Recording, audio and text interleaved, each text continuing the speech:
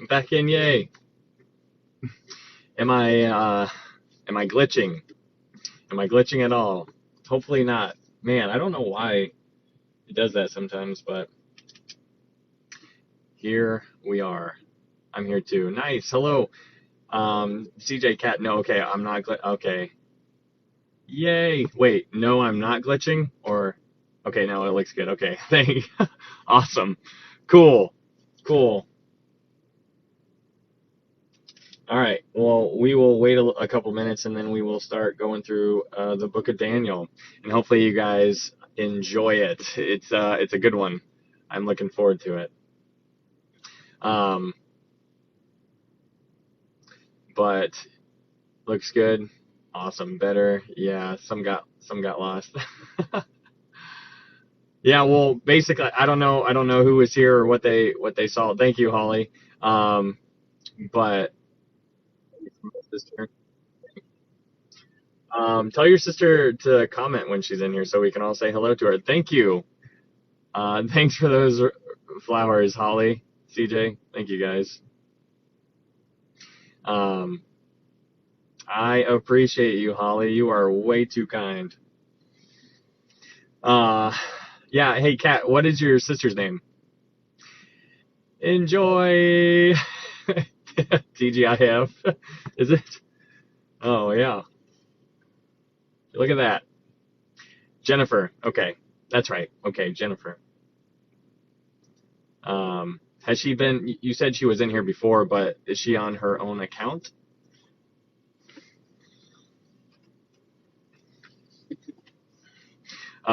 But yeah, so if you guys were here before, we were talking about what's going on with Iran. Iran, they are about to drop the United States dollar by January 1st, 2024, and that is just another chink in the armor. And it is just like I have always been saying, signs of the times. You see these stores that you can just walk into in America. You go in there and you pick something up and you just walk out. There's no other humans in there. Some like that for like a cashier or anything like that. You literally just walk out and it scans your body and it lets you know that you just purchased an item because you left the building. And so it sends you a receipt and there's no currency going back and forth. It just scans everything. And that is the absolute definition of a cashless society. And the technology, I need you guys to understand that that technology is in existence. It's been there for so long, decades, but like they have so much technology that they're just now releasing to us.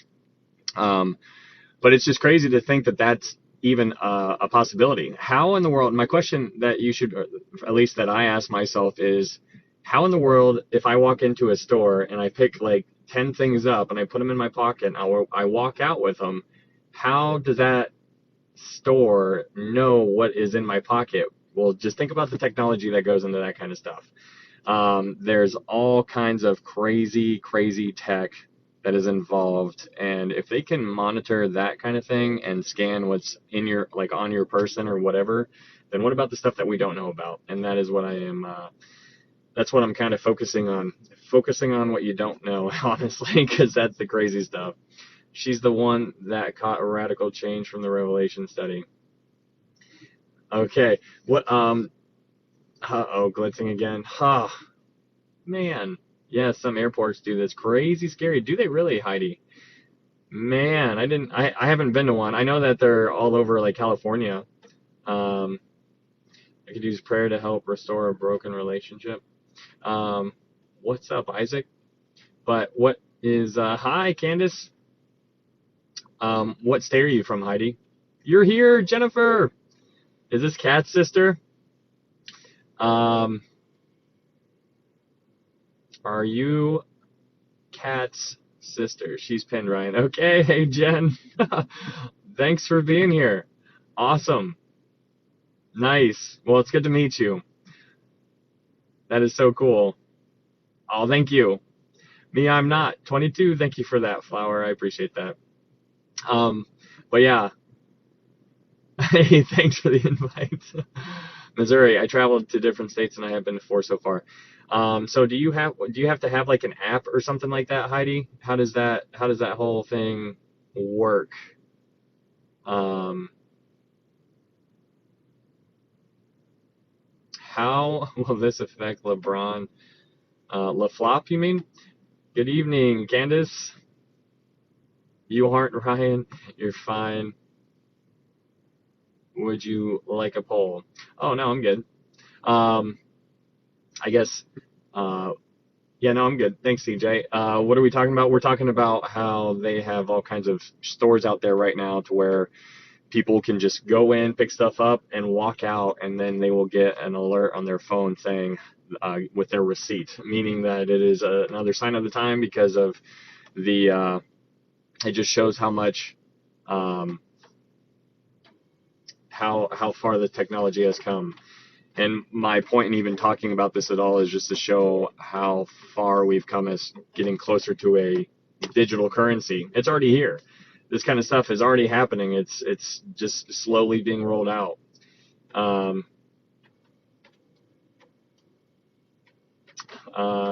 Be honest, could you whoop your pops in a 1v1?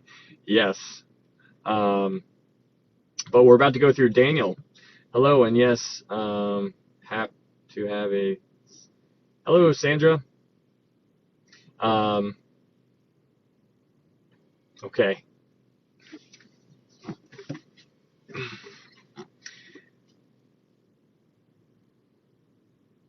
All right. Well, is this live screen freezing? Okay, yeah, that's can figure that out, man. Lamarck, Le, yes. Oh, that's good. Le flop, Lamarck. That's too funny. Jennifer just told me that she really sees war coming. Yeah, I mean, seems to be the flavor of the year, really. All kinds of stuff. But we're going to go through some. You have to download it, but yeah, sorry. Got here in the nick of time. What's up, TL? It hasn't frozen for me yet. Good, man. That is good. All right. Yeah, we can go. Hello again. We can start getting you can download the app. Okay, Heidi, you said you can download the app or just tap your credit debit card upon entering. I walked out. No thanks. Okay. See, that's crazy. That is crazy. The technology right there. Holy smokes. Sorry, what are we doing here? We're about to go through the book of Daniel. Hey, Ryan. Hello, Melly. Welcome. Melly, did you want to come up right now? And then we can... Did you want to... I know you said you wanted to come up, so if you want to come up right now, you can. Before we get started, that'd be cool. Unless you can't right now and later would be better. But you tell me what you would like to do.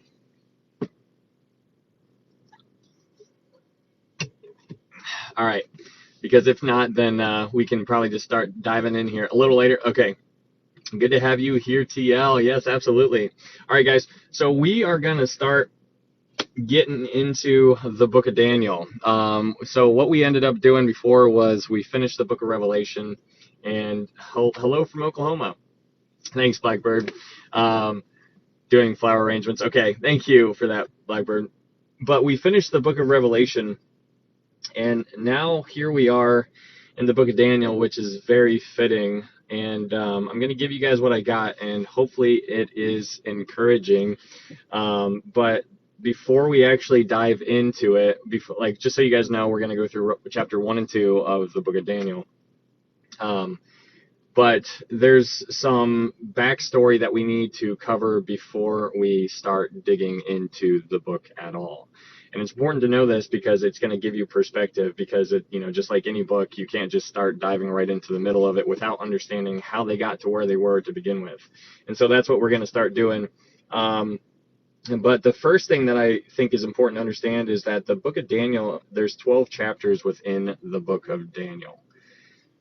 The first 6 chapters are historical chapters, and the second 6 chapters are prophecy, where he has visions type of chapters. So the first 6 are going to be more geared towards historical, and the last 6 are going to be more vision prophecy type.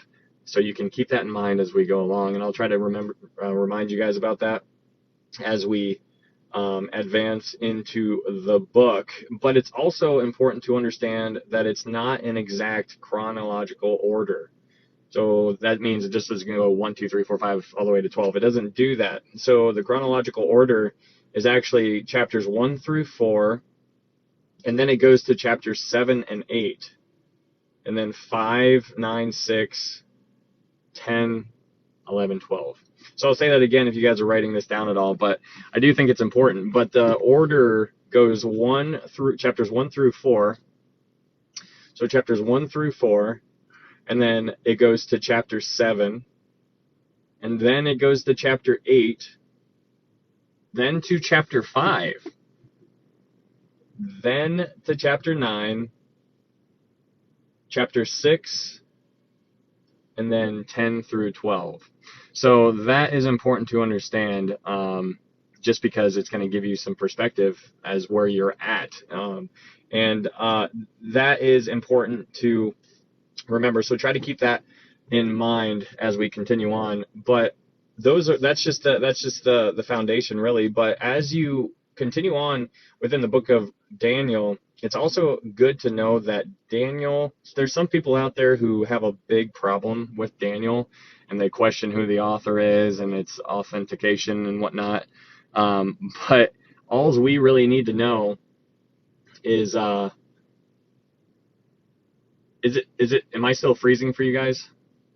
Am I freezing for anybody?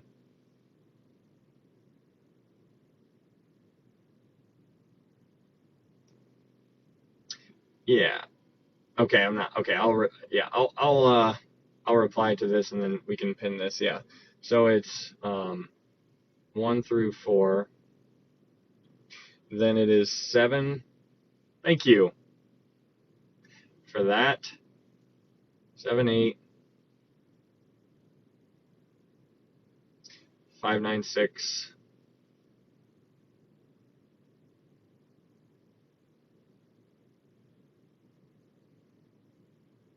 and 10 through 12. Here you go. Here is the order of the chapters. It's 1 through 4, 7, 8, 5, 9, 6, 10 through 12. So that's what's going on here. That's how it's going to actually continue on, just so you can keep that in your mind.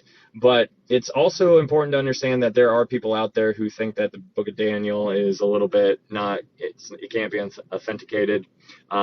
But if you believe that Jesus is Lord, then you can rest assured that the book of Daniel is authenticated, because Jesus himself quotes and basically he quotes what Daniel has said, especially in Matthew 24.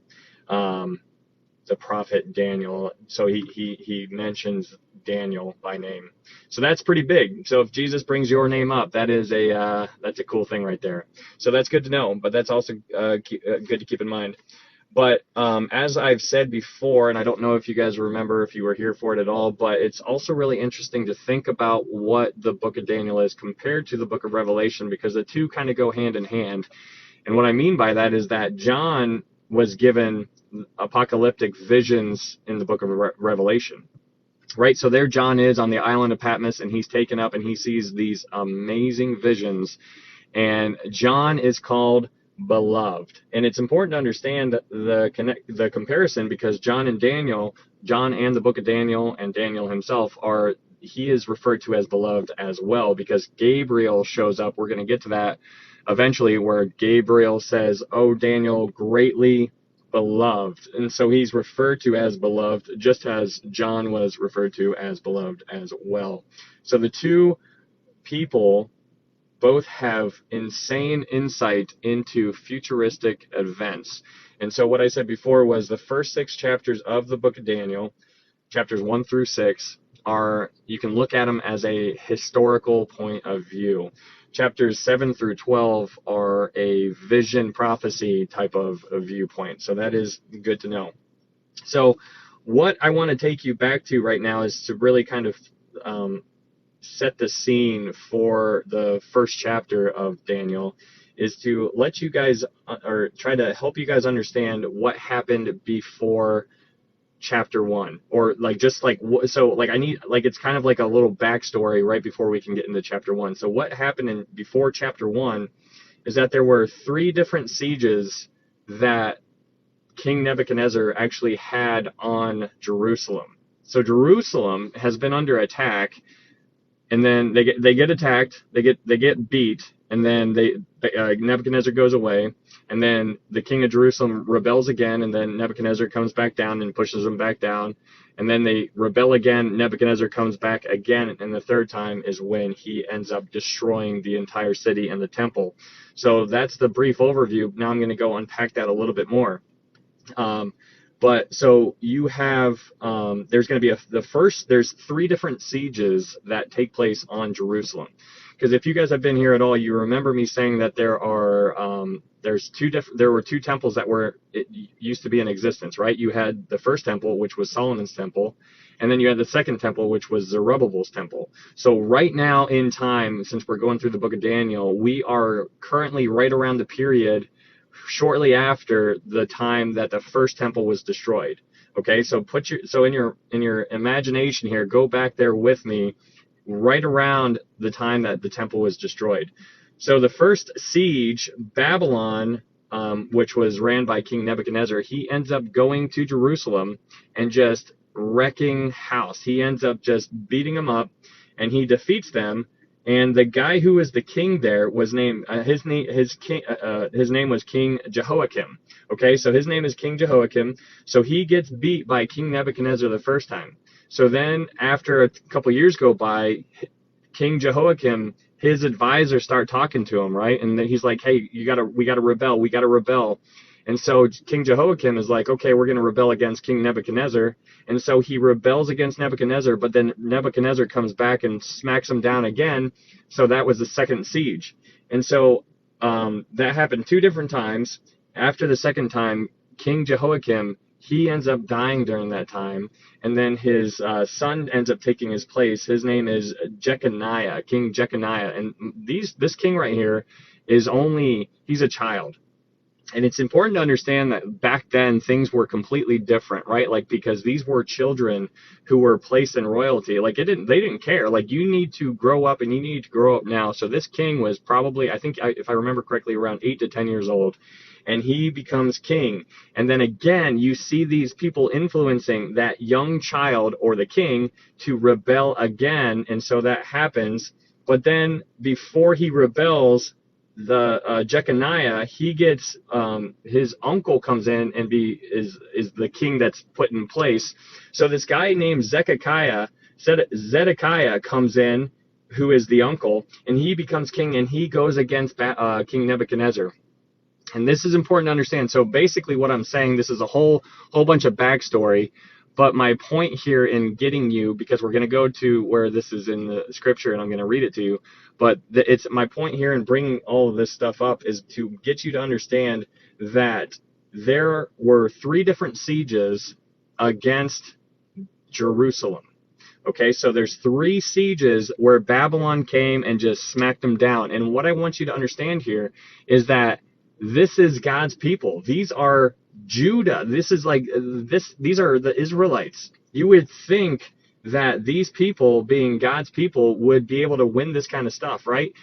But they're not winning. They got destroyed, and we're gonna find out why.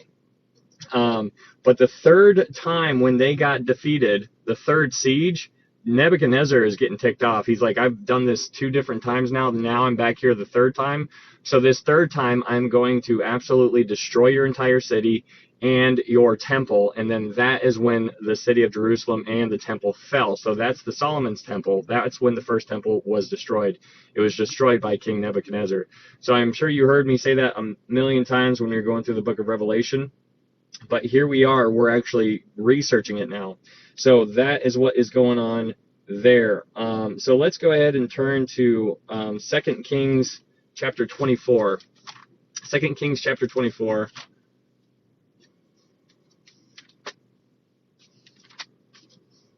Second Kings chapter 24.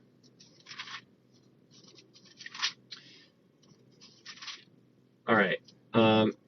2 Kings chapter 24, verse 17, it says this: Then the king of Babylon made Mattaniah, Jehoiachin's uncle, king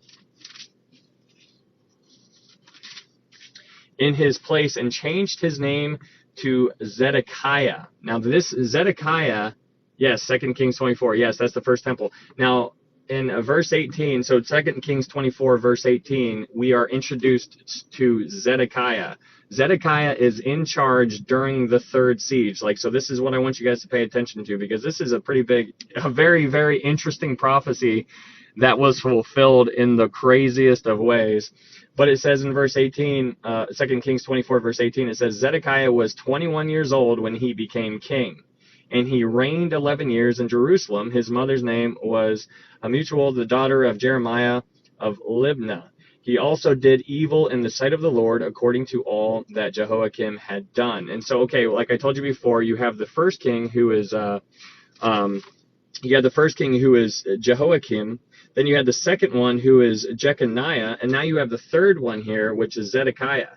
So all kinds of weird names. It's hard to keep track of all of these things, so I don't really expect you guys to remember all of those things. But what I want to focus on here is that Zedekiah is now the king, and this is what we are going to unpack here. But in Zedekiah here,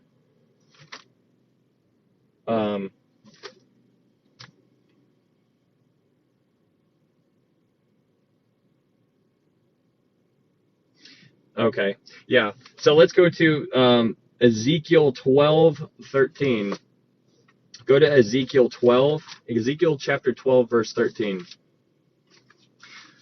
So this is all in way before we even enter into Daniel chapter 1, because this stuff is important to understand, and it's rather neat if you can grasp it. But in Ezekiel 12, verse 13, now remember, Zedekiah is the king who is in charge here.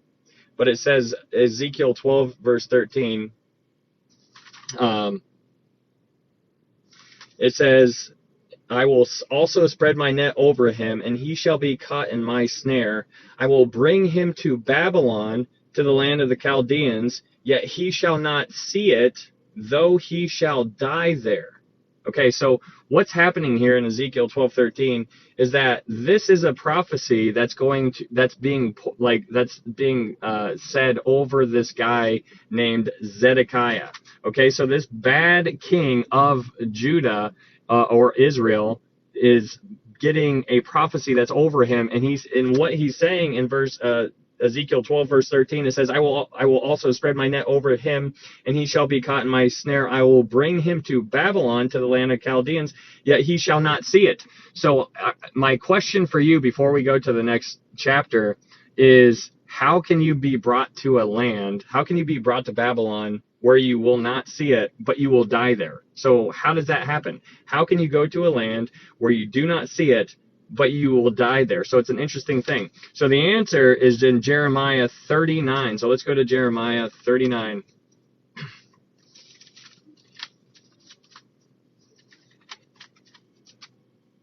We are flipping all over the place already. Jeremiah 39. So this is just interesting. Now, mind you, these books are all written right around the same time. These people were alive during the same time. So that's interesting to kind of put yourself in those kind of shoes, because these authors kind of overlap each other in their lifetime. But Jeremiah 39, verse 6 says, verse 6 and 7, it says, Then the king of Babylon killed the sons of Zedekiah. The king of Babylon here is King Nebuchadnezzar. Then the king of Babylon killed the sons of Zedekiah before his eyes in Riblah. The king of Babylon, Nebuchadnezzar there, also killed all of the nobles of Judah. And then in verse 7 it says, Moreover, he put out Zedekiah's eyes and bound him with bronze fetters to carry him off to Babylon.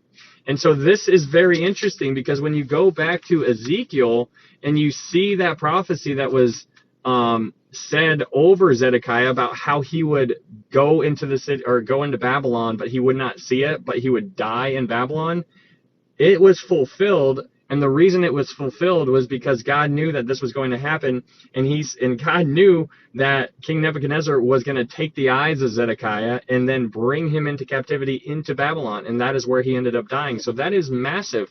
That prophecy is highly, highly interesting, and I think that is so neat, that little nugget of information there. What book, Amber? We were just in Ezekiel and Jeremiah, but we are in the book of Daniel. So this stuff is very interesting when you see. So this is the foundation that leads us into the book of Daniel. So what I need you to understand, so just to kind of recap what we just covered, there were 3 different sieges on Jerusalem. So the people of Israel were in Jerusalem, and then King Nebuchadnezzar came, he defeated them the first time, and he's like, hey, he tells them how to operate. He's like, hey, I want you to do this, this, and this. And so they do it, but then a little time goes by, and then they start to push back and rebel against Nebuchadnezzar. And then he comes again, and he beats them down again, and he's like, hey, stop it, don't do that. He sets up another king, and then he leaves again, but then he comes back. They rebel a third time, and then this time, now King Nebuchadnezzar is ticked off. Now he shows up, and he basically destroys the entire city and the temple, and so the entire city and temple is defeated and absolutely destroyed. So that's what's really going on here. So that's what I need you guys to understand before we get into Daniel chapter 1, because that is the backstory. Now we can go to Daniel chapter 1, but okay, I guess I should not yet. But one more thing that I need you to understand, because we need to understand where Daniel came from. Okay, so let's go to 2 Chronicles chapter 36.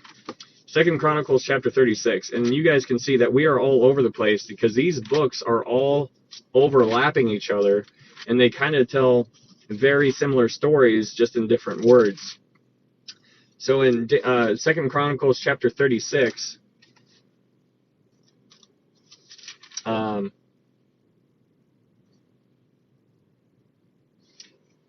okay, there was a time period, and if you remember me when I went over Daniel chapter 9, when we were going through the book of Revelation, I told you guys that they were in captivity for 70 years. 70 years, 70. They were in captivity for 70 years. Okay? This is where we find out why they were in captivity for 70 years. Hey, what's up, Zephyr? Okay, so in 2 Chronicles 36, I'm going to read this to you guys so you guys can understand a little bit everything. Hopefully this will make a little bit more clear what I've already told you. Hopefully this will fill in some of the blanks. But in 2 Chronicles chapter 36, it says this: Then the people of the land took Joaz, the son of Josiah, and made him king in his father's place in Jerusalem. Jehoaz was 23 years old when he became king, and he reigned 3 months in Jerusalem. Now the king of Egypt deposed him at Jerusalem, and he imposed on the land a tribute of 100 talents of silver and a talent of gold. Then the king of Egypt made Jehoaz's brother Eliakim king over Judah and Jerusalem, and changed his name to Jehoiakim. And Necho took Jehoaz his brother and carried him off to Egypt. Jehoiakim was 25 years old when he became king, and he reigned 11 years in Jerusalem, and he did evil in the sight of the Lord his God. Nebuchadnezzar, king of Babylon, came up against him and bound him in bronze fetters to carry him off to Babylon. Nebuchadnezzar also carried off some of the articles from the house of the Lord to Babylon and put them in his temple. Okay, so right here, what you're seeing in 2 Chronicles 36, verse 6 and 7, you're seeing Nebuchadnezzar showing up, wrecking house, and then taking some of their crap. So he shows up, he goes into the temple and takes some of the stuff that was in the temple with him. Okay? Because in verse 7 it says, Nebuchadnezzar also carried off some of the articles from the house of the Lord to Babylon. So when it says house of the Lord, you can write right next to that in your Bible if you want to. You can just say, that's the temple. Nebuchadnezzar goes into the temple. He's like, this is mine, that over there, you can keep that, but I'm taking this over here. Like, I don't even like that. That's ugly. You can have it. Get it away from, like he's picking and choosing, and he's taking this stuff home with him. So Nebuchadnezzar, King Nebi, goes in and takes this stuff, whatever he wants, and then leaves with it. Okay, so that's the first one. So now we're moving on, because remember, I told you Jehoiakim was the first one. Now we get to the second one. So now in verse 8 of 2 Chronicles 36, it says, now the rest of the acts of Jehoiakim, the abominations which he did. Jehoiakim was a bad dude, right? Like, now remember, these are the people of Israel. This is in Jerusalem. Like, these are God's people, right? But they are living poorly and evilly. But now the rest of the acts, in verse 8, now the rest of the acts of Jehoiakim, the abominations which he did, and what was found against him, indeed they are written in the book of the kings of Israel and Judah. Then Jehoiachin, his son, reigned in his place.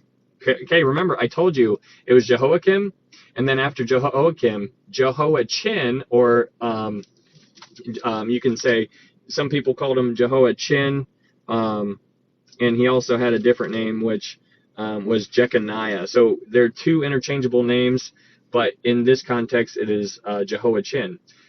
So in verse 8, at the end of verse 8 in 2 Chronicles, it says, then Jehoiachin, his son, reigned in his place. Jehoiachin was 8 years old when he became king, and he reigned in Jerusalem 3 months and 10 days, and he did evil in the sight of the Lord. That is crazy. This 8-year-old is king, and you know that back then they had all kinds of advisors, right? So this little boy had advisors basically in his ear whispering all kinds of terrible stuff, and he was manipulated. You can just imagine how this kind of stuff all played out. But now we're in verse 10, and it says in verse 10, at the turn of the year, King Nebuchadnezzar summoned him and took him to Babylon with the costly articles from the house of the Lord, and made Zedekiah, Jehoiakim's brother, king over Judah and Jerusalem. Zedekiah was 21 years old when he became king, and he reigned 11 years in Jerusalem. He did evil in the sight of the Lord his God, and did not humble himself before Jeremiah the prophet, who spoke from the mouth of the Lord. So what you're seeing here, just to show you and fill you in on this kind of stuff, is that you had Jehoiakim. He messed up. Nebuchadnezzar knocked him down. After Jehoiakim, then Jehoiachin showed up, and then he did bad, and then Nebuchadnezzar knocked him down, and then Zedekiah shows up. Okay, so now we're at Zedekiah. Zedekiah was 21 years old, and it says that he, in verse 12, it says he did evil in the sight of the Lord his God, and did not humble himself before Jeremiah the prophet. So again, now you're seeing Jeremiah and Ezekiel were tag teaming this whole thing. They were basically going before the king and saying, hey, don't do it. Don't you do it. Don't you rebel against Nebuchadnezzar. Don't you do it. And they never listened, and they actually locked Jeremiah and Ezekiel up. Okay, so, but what they did, or in verse 12, you're seeing Jeremiah being introduced to this whole thing. So then in 2 Chronicles 36, verse 13, it says, and he also rebelled against King Nebuchadnezzar, who had made him swear an oath by God, but he stiffened his neck and hardened his heart against turning to the Lord God of Israel. So Zedekiah not only made an oath, but he broke it, and he went against it. And so that's what's going on. So Zedekiah obviously gets crushed. I already showed you that one prophecy where they said that he was going to be brought into Babylon, but he would not see it, but he would die there. And then you see that being fulfilled in Jeremiah about how King Nebuchadnezzar basically plucked Zedekiah's eyes out and then brought him into Babylon, where he ended up dying. It's two different books, but you see the prophecies being fulfilled if you look at it closely enough. But we're in 2 Chronicles 36, verse 14. And it says, moreover, all the leaders of the priests and the people transgressed more and more according to all the abominations of the nations, and defiled the house of the Lord, which he had consecrated in Jerusalem. Again, the house of the Lord. This is the temple. This is, whenever it says house of the Lord, it's referring to the temple. Thanks, Jeremy. And in verse 15, it says, and the Lord God of their fathers sent warnings to them by his messengers, rising up early and sending them, because he had compassion on his people and on his dwelling place. Now it says his dwelling place. That is God's dwelling place. It's overly abundantly clear that this is referring to the temple, because it's talking about how he had compassion on his people and on his dwelling place. But in verse 16 it says, but they mocked the messengers of God, despised his words, and scoffed at his prophets, until the wrath of the Lord arose against his people, till there was no remedy. Therefore he brought against them the king of the Chaldeans, who killed their young men with the sword in the house of their sanctuary, and had no compassion on young man or virgin or the aged or the weak. He gave them all into his hand, and all the articles from the house of God, great and small, the treasures of the house of the Lord, and the treasures of the king and of his leaders, all these he took to Babylon. So this guy, he took it all. Like, you see before that he took some of the stuff from the temple, but now he's taking all of it. He took all of these things, all of these he took to Babylon. Verse 19, it says, "Then they burned the house of God, broke down the wall of Jerusalem, burned all its palaces with fire, and destroyed all its precious possessions." In 2 Chronicles 36, verse 19, this is where the temple and the city is destroyed. It's a very small little verse, but here's where it's destroyed. This is all, again, we're not even in the book of Daniel yet. I'm giving you guys this backstory before we can get to the book of Daniel, because right after we're done reading these next couple verses, we will now understand where we're at in the very beginning of Daniel.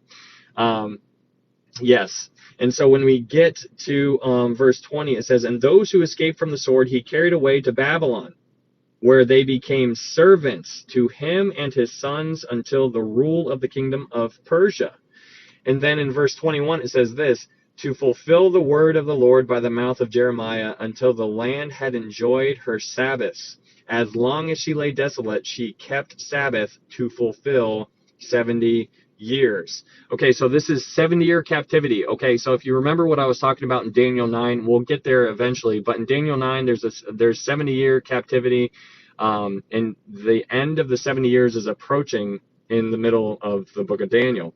But this is where we get the 70 years, and the reason, so go back to Daniel chapter 1 now. So in Daniel chapter 1, the reason why there was this captivity, the reason why God was allowing them to be punished, was because there was 490 years that had passed where the people of Israel failed to keep the sabbatical years. So there's 490 sabbatical years. So you know how, like, you know how you're supposed to rest on the Sabbath, right? Like God rested on the seventh day. So that's exactly what you're supposed to do for the land, though. Okay, so what I mean by that is that there are 7 years that go by, and on the seventh year, you're not supposed to do anything to the land.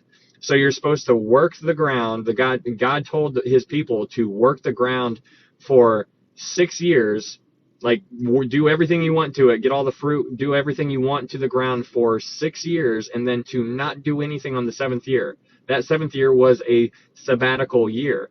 So these people did not listen to that for 490 years. And so since they did not listen to God's rules for 490 years, God says to them, he's like, you didn't listen to me for 490 years. You owe me 70 years. That was his way of saying, this is your punishment. You owe me 70 years.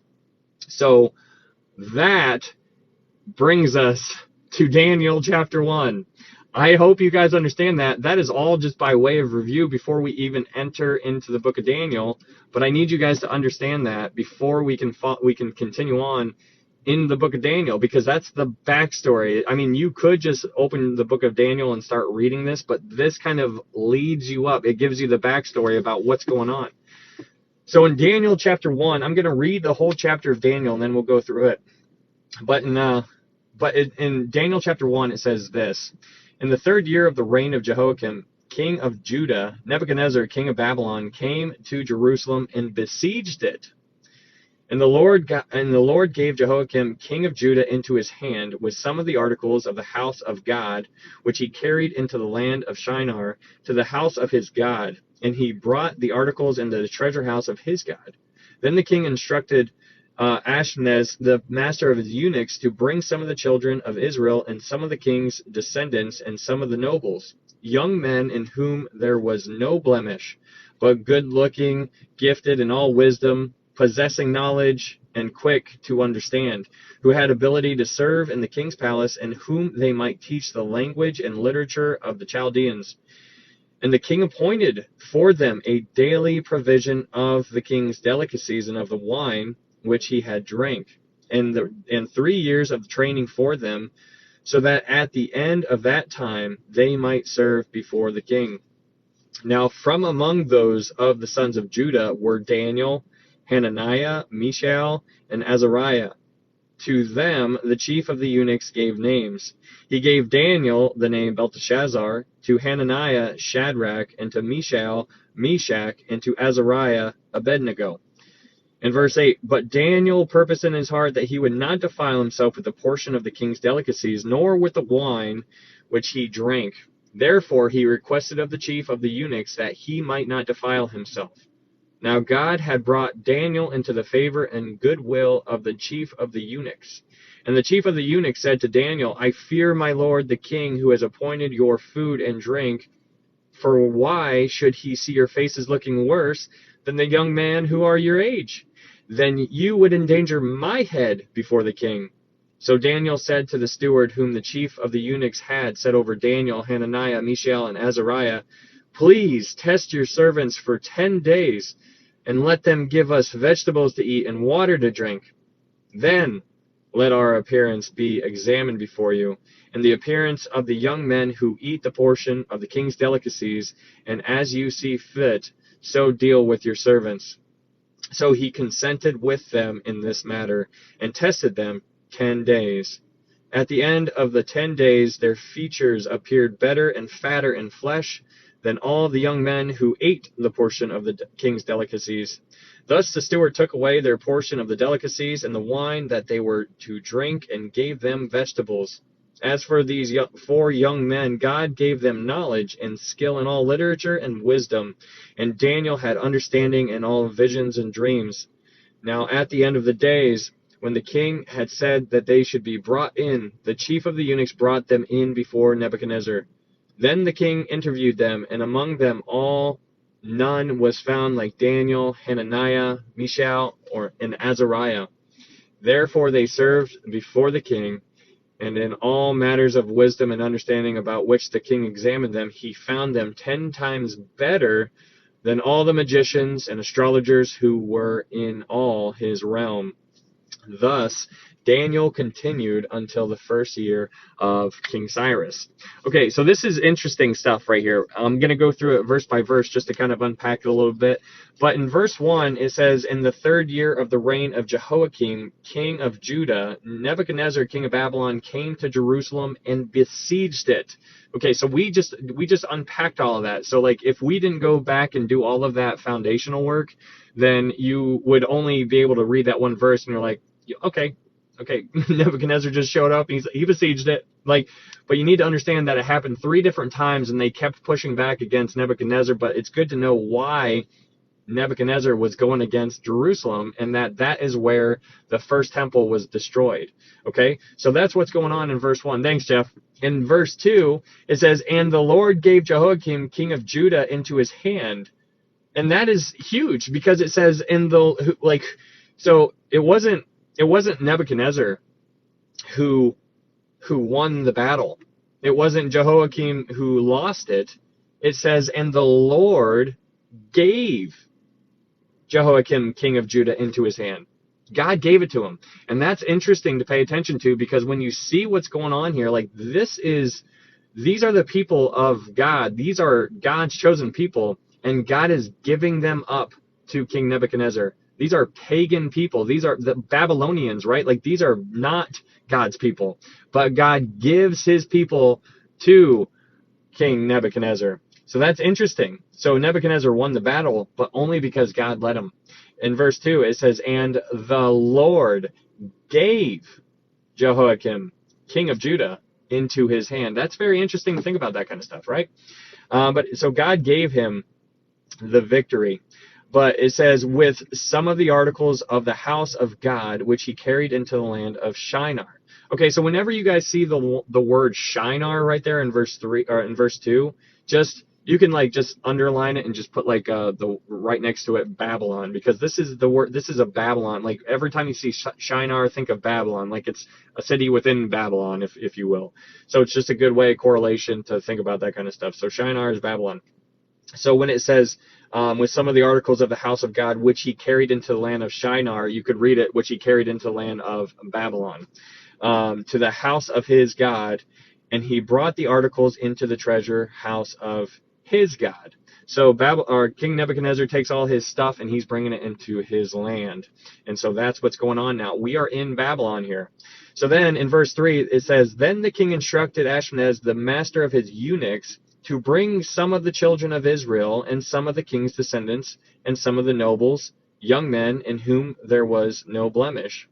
So this is interesting because what this guy, his order is to bring some of these children. And so this is what I want you guys to understand. It is interesting because whenever you guys think of Shadrach, Meshach, and Abednego and Daniel, you probably automatically put in your mind a middle-aged man.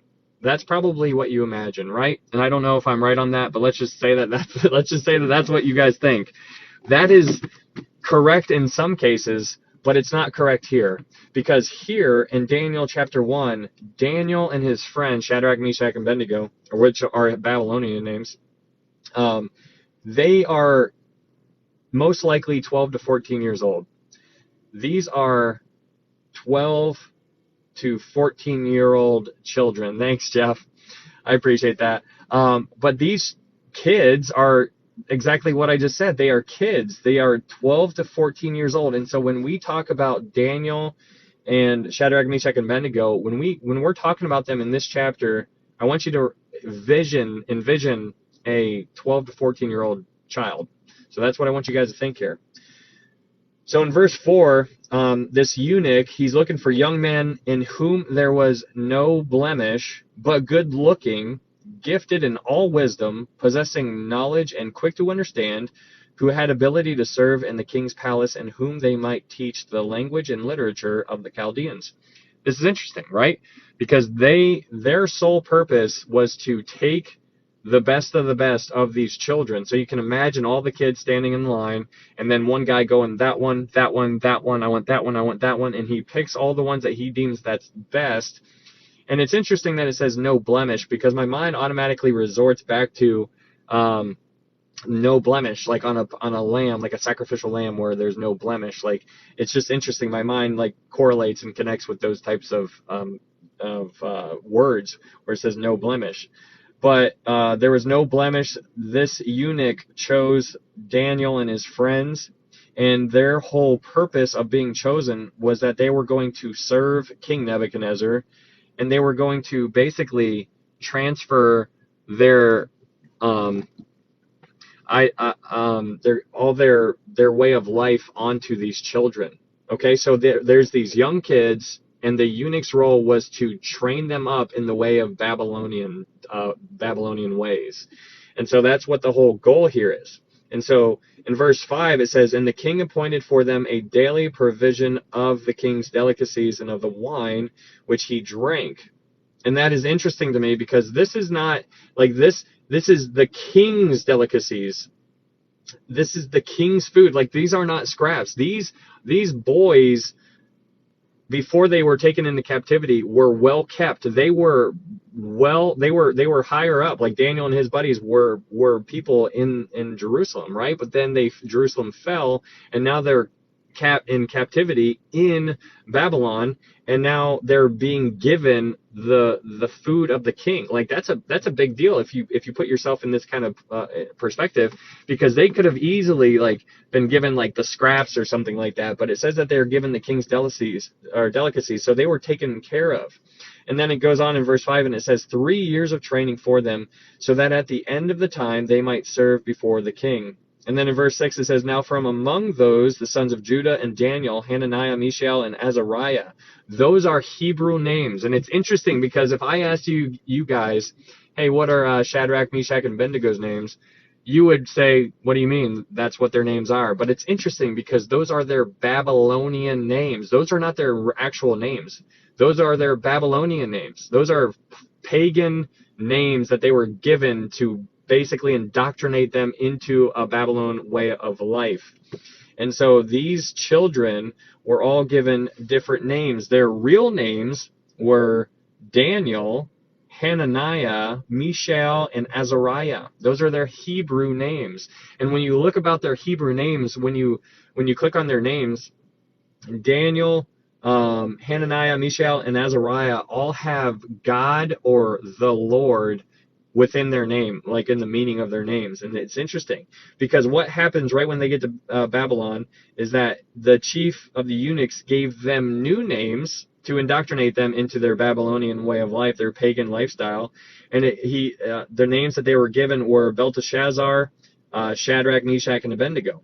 And when you look at those names, like some of them resort to they have the meaning something with the moon god.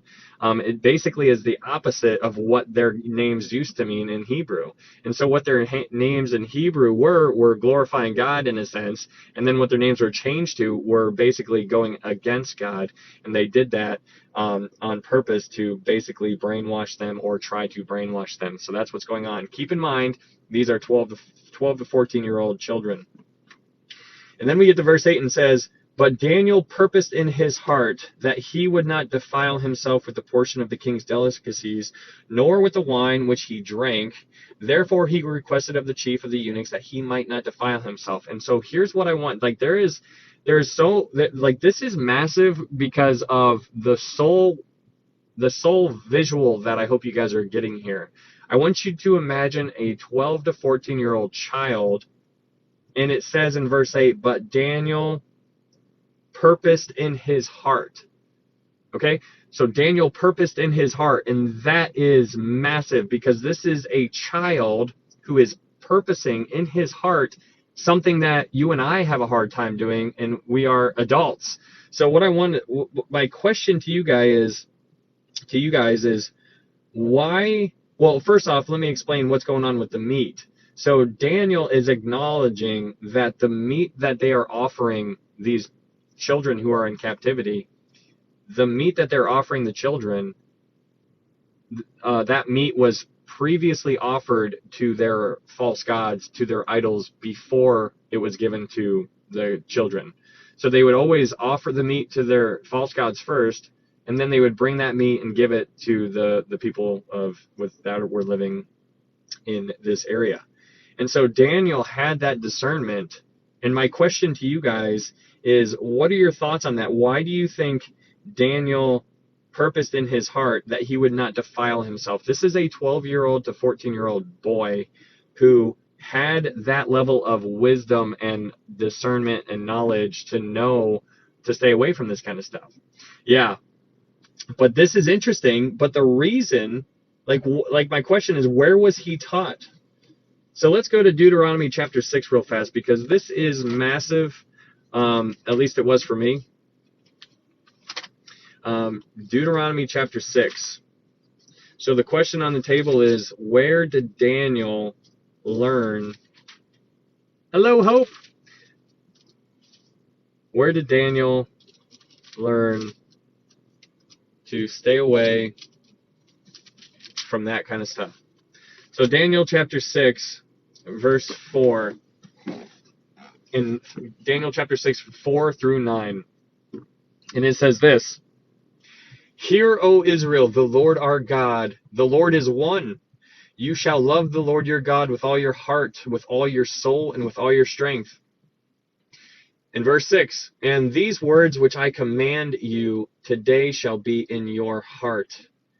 You shall teach them diligently." This is a word to the parents regarding their children.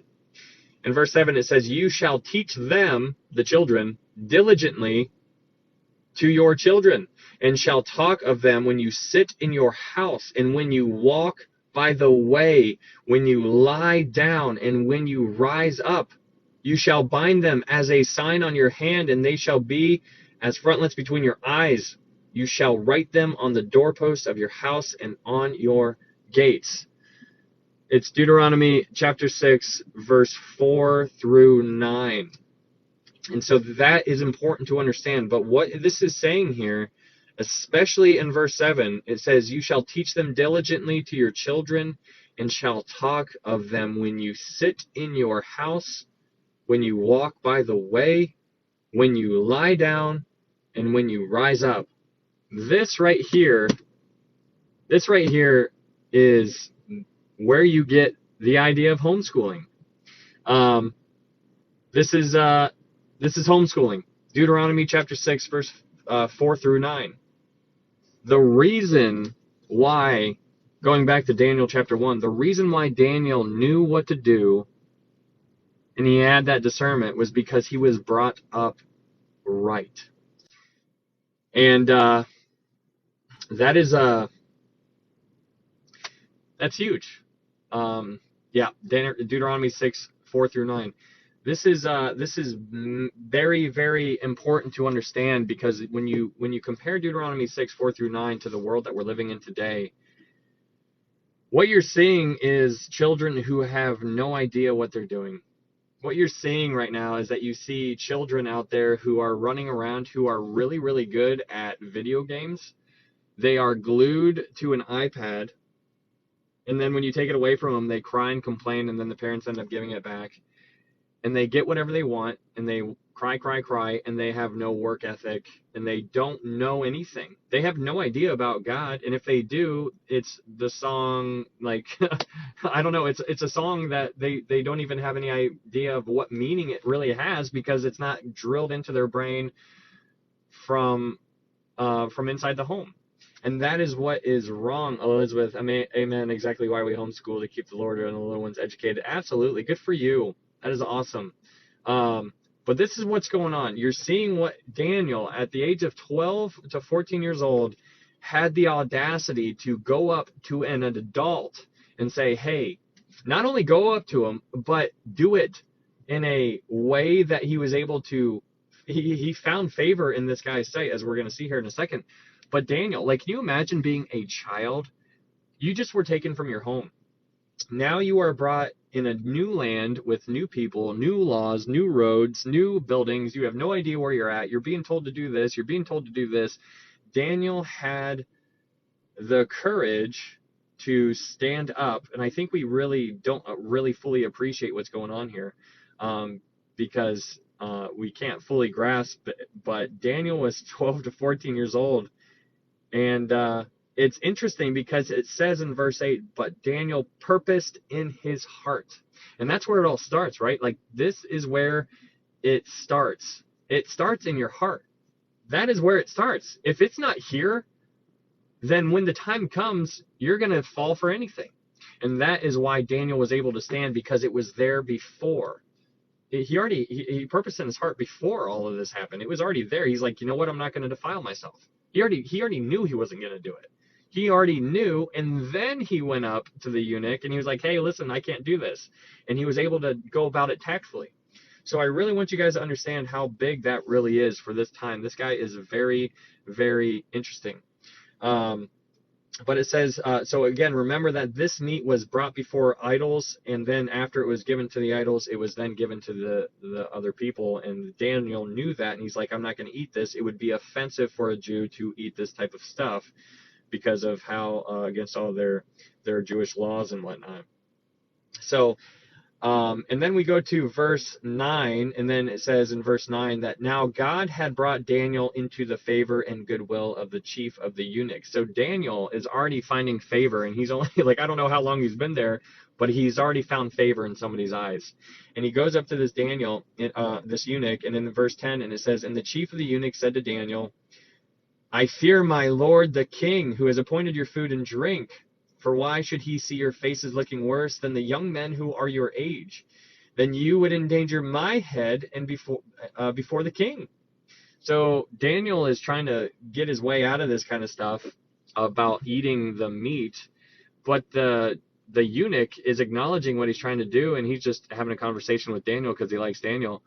But the eunuch is terrified, and because if you understand what's going on with King Nebuchadnezzar, he has all the rights to be terrified in the world of King Nebuchadnezzar, because if you do some study on King Nebuchadnezzar, you will see that King Nebuchadnezzar basically plucks people's eyes out. He burned his own officers alive. He basically he's a really, really bad dude. And so this eunuch knows all of these things about Nebuchadnezzar, and he's like, hey, Daniel, listen, I really like you, but the king, who I'm terrified of, told me that you need to eat and drink this. And so that's what's going on here. So the eunuch is looking out for his own head while he's trying to be cordial with Daniel. But then in verse 11 it says, so Daniel said to the steward whom the chief of the eunuchs had set over Daniel, Hananiah, Mishael, and Azariah. In verse 12 it says, please test your servants for 10 days and let them give us vegetables to eat and water to drink. Then let our appearance be examined before you, and the appearance of the young men who eat the portion of the king's delicacies. And as you see fit, so deal with your servants. So Daniel, this is not, okay, just a side note, this is not like a good reason for becoming a vegetarian. That's not what he's saying here. He's not being a vegetarian. He's just acknowledging that the meat that they were trying to give them was offered to idols, and that was going against their Jewish culture. And so that's what he was doing. So anyways, he asked the eunuch to test him. And so basically in verse 14, the eunuch, it says, so he consented with them in this matter and tested them 10 days. Now it's interesting because, like, in my mind, since we just finished up the book of Revelation, it does, I don't know, does 10 days ring a bell in anybody's mind when just thinking about Revelation? Because I was thinking, like, when I saw 10 days, I was like, man, why does 10 days sound familiar? And then it reminded me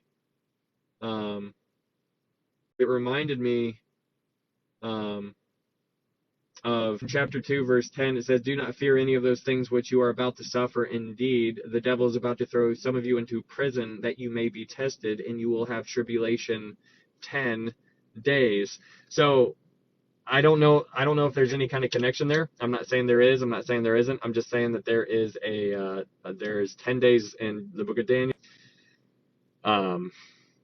Revelation. And so, anyways, it says in verse 15, and at the end of 10 days, their features appeared better and fatter in flesh than all the young men who ate the portion of the king's delicacies.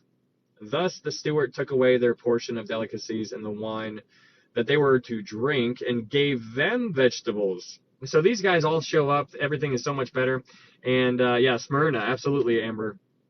And so this eunuch sees that this works wonders on Daniel and his buddies, and then he ends up doing it to the rest of the kids. And then in verse 17, it says, and as for these 4 young men, God gave them knowledge and skill in all literature and wisdom. And I take that in all literature and wisdom. And then it goes on to say, and Daniel had understanding in all visions and dreams. So it's interesting because it says, in verse 17, it says, for these 4 young men, God gave them knowledge and skill in all literature and all literature and wisdom. So all of them got knowledge and skill in literature and wisdom.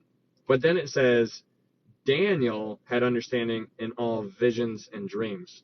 So Daniel gets skill in knowledge and skill in all literature and wisdom. Daniel gets that, but so do all the other guys. But Daniel gets knowledge in all visions and dreams. So Daniel is set apart from Shadrach, Meshach, and Abednego. So that is very interesting, and that's going to play a big part in what we're going to get to here in a little bit. But in verse 18, now it says, now at the end of the days when the king had said that they should be brought in, the chief of the eunuchs brought them in before Nebuchadnezzar. Then the king interviewed them, and among them all, none was found like Daniel, Hananiah, Mishael, and Azariah. Therefore they served before the king, and in all matters of wisdom and understanding about which the king examined them, he found them 10 times better than all the magicians and astrologers who were in all his realm. Thus Daniel continued until the first year of King Cyrus. Now that's a very bold statement, because here you have these 12 to 14-year-old kids who came from a different land, who were captivity. They were brought into Babylon, and they were standing before the king. And when you think of Babylon, I want you to think, like, this is the superpower of the world back then. Babylon was the top of the mountain at this time back during this time of Daniel. And so there these four children are standing before the king of the world, essentially. And the king tested them, and they just outplayed every single man that was a magician or astrologer. They were smarter than them. And that's crazy, because that is because God blessed them, because he had a purpose for this entire thing. And it's interesting because in verse 21, it says, thus Daniel continued until the first year of King Cyrus. So what we're seeing here is right now, like right here in verse 21, it brings up a guy named King Cyrus. Now, King Cyrus isn't even here yet. So why are we bringing him up? We're still with King Nebuchadnezzar. That's interesting because this is the reign of King Nebuchadnezzar. Cyrus isn't even in the picture yet, but they're letting you know that Daniel is going to be here. He's going to be basically outlasting all of these other people all the way up until King Cyrus. One thing I forgot to tell you guys, but Daniel chapter 2 through 7 is written in Aramaic. So Daniel chapter 2 through 7 is written in Aramaic, and all the other chapters are written in Hebrew. So Aramaic back during this time was the language of the Gentiles. Okay, so if you were a Jew, you spoke Hebrew, and so chapters 2 through 7 were all written in Aramaic, and all the rest were written in Hebrew. And it's interesting, yeah, Heather, why? And the only thing that I can really think of is that if I am writing a letter to you, like I've used this analogy before, but imagine I write a letter to you. You know exactly what I'm talking about because you and I have that bond. We know each other. You get all the little inside jokes. You understand it all, and it's written to you. But if you take that letter and you give it to somebody who doesn't know you or I, they take it and they read it. They have no idea what's going on. So in this sense, when it's written in Aramaic, what this is kind of leading you to believe is that the Aramaic, since Aramaic was the language of the Gentiles, that the Aramaic chapters in the book of Daniel are geared towards the Gentiles, and the Hebrew chapters in the book of Daniel are geared toward the Jewish nation. And it's interesting because if you know anything about what we already talked about, Daniel chapter 9, the biggest prophecy, is written in Hebrew. And that's important to understand because that whole chapter is clearly geared towards Israel.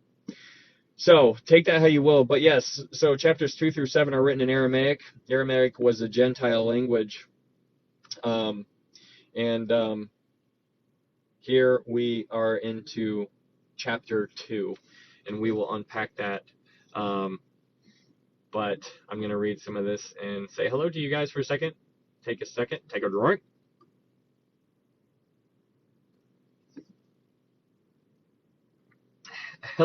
Hello, Heather. How are you? Hello, Bev. Amber Smyrna, yes. Lisa. Hi, Gina. So neat. Lucas Laura. Luce Laura. I'm sorry if I'm not saying your name right. Hello. What's your energy drink favorite? These are barely energy drinks at all. There's like 80 milligrams of caffeine in them. I like them because they only have like four ingredients in them. But I like these. These are called Jocko's. Hey Bradley, what's up, man? Thanks for being here, guys. We're going through the book of Daniel. Why do some people believe the second coming in Revelation happened in 70 AD?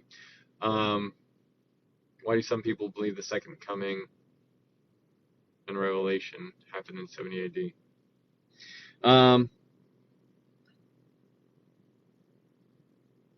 I don't know. Thought about it for a second, and I got nothing for you. I'm just trying to think. I'm like, the temple was destroyed, but it doesn't even make any sense. The second coming would imply that we missed it.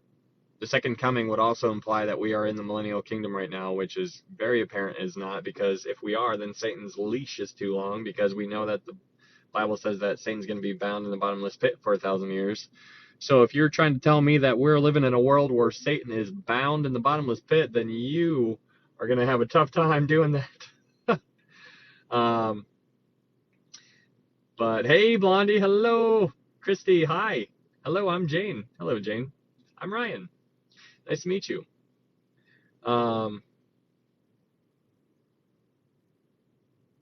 Yes, you are right. They had Isaiah. Not really related, but thank you so much. I was on your Daniel 9 on YouTube, and boom. Yeah, right. Well, now we're going through the book of Daniel, so you can just hang out with us now and get it fresh. What was the Numbers chapters you read? The Numbers chapter, was I in Numbers? I don't know if I was in Numbers.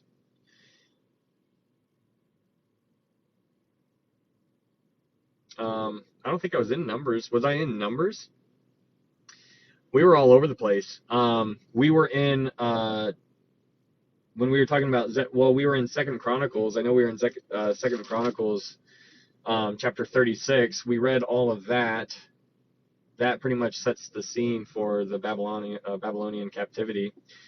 And then we read about Zedekiah, and that was in Ezekiel. And then we also read about Zedekiah, and that's also fulfilled in Jeremiah. I don't remember anything in Numbers, but we were also in Deuteronomy. We've been all over the place. We've been all over the place, but we were in Deuteronomy, chapter 6 there, because that's where it talks about homeschooling your children. And because it's so crazy. When there is children who are homeschooled, you can see a massive difference from a 6-year-old homeschooled child compared to a 10-year-old public school child. It's crazy. But I don't think I was in Numbers, and if I was, I don't remember. Wouldn't be surprised, I suppose. I must have read that chapter 3 times, and I barely understood it with the commentaries and Google. Okay, well, did you understand it when I was talking about it? Hopefully you did. Really glad I'm here tonight. Yeah, me too, man. I appreciate you being here. Hey, brother, I will Uber in again tonight. Man, you got to be safe while Ubering. Put me on speakerphone or on your Bluetooth so that your passengers can hear. Jesus states that this generation shall not pass away until they see this. Hello, Alice. How are you? Yeah, it was in Deuteronomy. Yep. Yes, you have a passage. Man, I don't remember. Good to find a biblical study live. Yeah, thanks, Jane. Hopefully I'm doing it justice. I wish I could homeschool. Yeah, and I'm not trying to like put a guilt trip on anybody. I'm just trying to give you, perspective. And we all have all the excuses in the world for why we don't do things, right? But I was thinking about this. So if you guys were here at all, in Daniel chapter 9, not to spoil it, but Jesus rides into Jerusalem on a donkey, and he wept over the city because they missed the time of their visitation. And so people like you and I who have hindsight look at those people in Jerusalem, and we look at them, we're like, how could they miss the time of their visitation? Like, it says it right here. Like, if I was a Jew, and I was pouring myself into these scriptures, like, you think I would know what's going on. But the thing is that it's interesting because we are so quick to look at other people. This just occurred to me tonight, actually, when I was thinking about it. At least this is me, and maybe you can relate. But those people who missed the time of their visitation, that was a very big, very, very big deal. And you almost are like, well, how could they miss the time of their visitation? It's Jesus. He showed up. What in the world? Can you imagine missing that? But when you put your personal application on it, how much worse are we? Comparing our knowledge, because you have the entire picture. Those Jewish people only had the Old Testament. You and myself have the entire picture. They had half of the puzzle. They didn't know that the other half, they didn't have that other half. You and I have the entire puzzle. And it's just crazy because you look at these people when they miss the time of their visitation, And you just think, man, how could they do that? But then when you think about yourself and you're like, wait a second, what am I even doing? What am I doing? Am I really diving in here to further my knowledge, to grow up, build upon knowledge and wisdom and understanding? Am I doing that? I hope you are. I mean, you're here right now, so that's a good thing, and I really appreciate that. But it's just interesting because myself, I'm talking about myself. Like I get so quick to like look at them and be like, man, how embarrassing! How could you? You suck, like that kind of stuff. But that's me. Like I don't know so much about this book. There is so much here that I have never even heard of half the time. You flip anywhere in the Old Testament and you're like, hey, what does this mean? I'm going to be like, well, give me a week and I'll look at it. Like, there's so much there that is, like, I know a lot in the general sense, but there's so much that I don't know. And so, anyways, it was just something I was thinking about. Okay, so we're going to go into Daniel chapter 2, and we are going to get into it. I think I understand for the most part. Then you shed some extra light. Yeah. Ditto, Rick. Yeah. They only heard readings in synagogue, no written Bibles to dive into. Right, Jen. And that's what's interesting, because now you and I have the whole Bible and we almost don't do it at all. As I appreciate you, Ryan. Thank you. It is a mystery until then. Yeah. I'm just saying. Where do you live? It's so late. It's 1. I'm going to be up for a long time, Tur. I live in Ohio right now. Haha, that was autocorrect making it sound like I'm speaking broken English. All right. Oh, okay. Eating the meat remind me of Numbers 25. Okay. All right. That makes sense. I wish I could homeschool. Yeah. Okay. We are going to keep on saying Yahweh is so amazing, and that he's constantly revealing more of himself to us in this word. No kidding. No kidding. All right, here we go. We're going to dive into Daniel chapter 2, and we're going to get a little weird here, okay? And I'm going to this is great. This is great. Okay, so I'm going to read it like I always do, and I'm going to give you guys an interesting thing to think about, and I hope you don't take it and like go off in the left field and run with it, but it's a thought-provoking way to look at it, and that is what I want you to understand. But we're going to read it first, and I'll be interested in hearing what you guys think. But in Daniel chapter 2, we are going to be reading in verse 1. In verse 1, it says, now in the 2nd year of Nebuchadnezzar's reign, Nebuchadnezzar had dreams, and his spirit was so troubled that his sleep left him. Then the king gave the command to call the magicians, the astrologers, the sorcerers, and the Chaldeans to tell the king his dreams. So they came and stood before the king. And the king said to them, I have had a dream, and my spirit is anxious to know the dream. Then the Chaldeans spoke to the king in Aramaic, O king, live forever. Tell your servants the dream, and we will give the interpretation. The king answered and said to the Chaldeans, my decision is firm. If you do not make known the dream to me and its interpretation, you shall be cut in pieces, and your houses shall be made an ash heap. However, if you tell the dream and its interpretation, you shall receive from me gifts, rewards, and great honor. Therefore, tell me the dream and its interpretation. They answered again and said, let the king tell his servants the dream, and we will give its interpretation. The king answered and said, I know for certain that you would gain time, because you see that my decision is firm. If you do not make known the dream to me, there is only one decree for you. For you have agreed to speak lying and corrupt words before me till the time has changed. Therefore, tell me the dream, and I shall know that you can give me its interpretation. The Chaldeans answered the king and said, there is not a man on earth who can tell the king's matters. Therefore, no king, lord, or ruler has ever asked such things of any magician, astrologer, or Chaldean. It is a difficult thing that the king requests, and there is no other who can tell it to the king except the gods, whose dwelling is not with flesh. For this reason the king was angry and very furious, and gave the command to destroy all the wise men of Babylon. So the decree went out, and they began killing the wise men. And they sought Daniel and his companions to kill them. Then with counsel and wisdom, Daniel answered Arioch, the captain of the king's guard, who had gone out to kill the wise men of Babylon. He answered and said to Arioch, the king's captain, "Why is the decree from the king so urgent?" Then Arioch made the decision known to Daniel. So Daniel went in and asked the king to give him time, that he might tell the king the interpretation.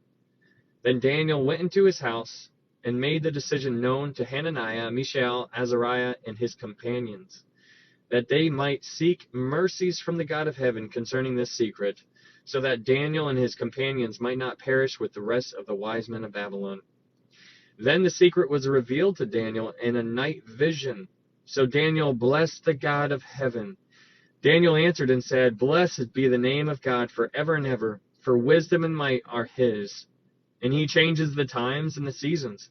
He removes kings and raises up kings. He gives wisdom to the wise and knowledge to those who have understanding. He reveals deep and secret things. He knows what is in the darkness, and light dwells with him. I thank you and praise you, O God of my fathers. You have given me wisdom and might, and have now made known to me what we asked of you. For you have made known to us the king's demand." Therefore Daniel went to Arioch, whom the king had appointed to destroy the wise men of Babylon. He went and said thus to him, "Do not destroy the wise men of Babylon. Take me before the king, and I will tell the king the interpretation." Then Arioch quickly brought Daniel before the king and said thus to him, "I have found a man of the captives of Judah who will make known to the king the interpretation."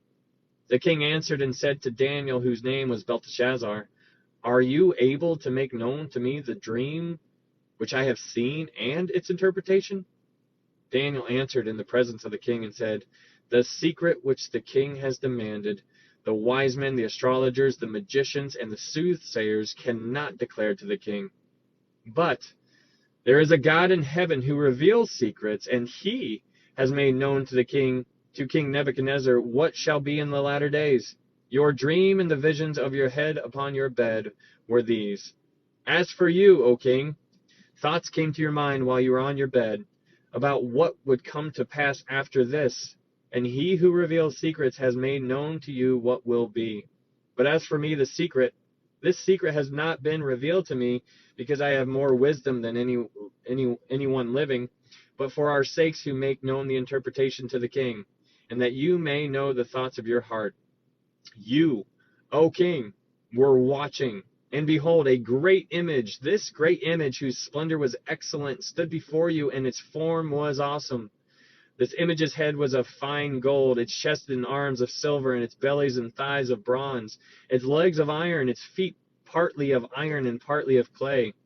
You watched while a stone was cut out without hands, which struck the image on its feet of iron and clay, and broke them in pieces. Then the iron, the clay, the bronze, the silver, and the gold were crushed together and became like chaff from the summer threshing floors. And the wind carried them away so that no trace of them was found. And the stone that struck the image became a great mountain and filled the whole earth. This is the dream. Now we will tell the interpretation of it before the king. You, O king, are a king of kings. For the God of heaven has given you a kingdom, power, strength, and glory. And wherever the children of men dwell, or the beasts of the field and the birds of the heaven, he has given them into your hand and has made you ruler over them all. You are this head of gold. But after you shall arise another kingdom inferior to yours, then another, a third kingdom of bronze, which shall rule over all the earth. And the fourth kingdom shall be as strong as iron, inasmuch as iron breaks in pieces and shatters everything. And like iron that crushes, that kingdom will break in pieces and crush all the others.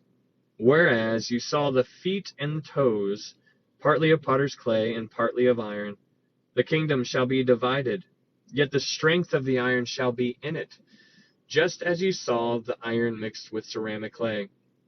And as the toes of the feet were partly of iron and partly of clay, so the kingdom shall be partly strong and partly fragile.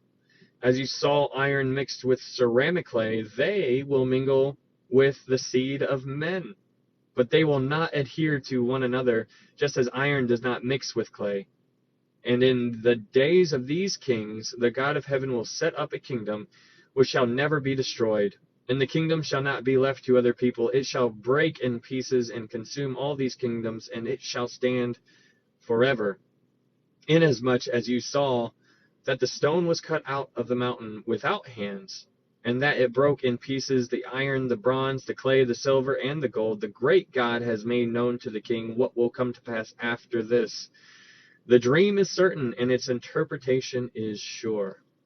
Then King Nebuchadnezzar fell on his face, prostrate before Daniel, and commanded that they should present an offering and incense to him. The king answered Daniel and said, Truly your God is the God of gods, the Lord of kings, and a revealer of secrets, since you could reveal this secret. Then the king promoted Daniel and gave him many great gifts, and he made him ruler over the whole province of Babylon and chief administrator over all the wise men of Babylon. Also, Daniel petitioned the king, and he set Shadrach, Meshach, and Abednego over the affairs of the province of Babylon. But Daniel sat in the gate of the king. All right. So this is a really, really neat chapter. This chapter is very important to understand prophetically. Daniel chapter 2 and Daniel chapter 7 really comes into play with one another when you're looking at signs of the times and trying to compare the book of Daniel to the book of Revelation. But in Daniel chapter 2, we're just going to go right into it. In Daniel chapter 2, verse 1, I'm going to go by verse here. It says in verse 1, it says, Now in the second year of Nebuchadnezzar's reign, Nebuchadnezzar had dreams, and his spirit was so troubled that his sleep left him. In verse 2, it says, Then the king gave the command to call the magicians, the astrologers, the sorcerers, and the Chaldeans to tell the king his dreams. So they came and stood before the king.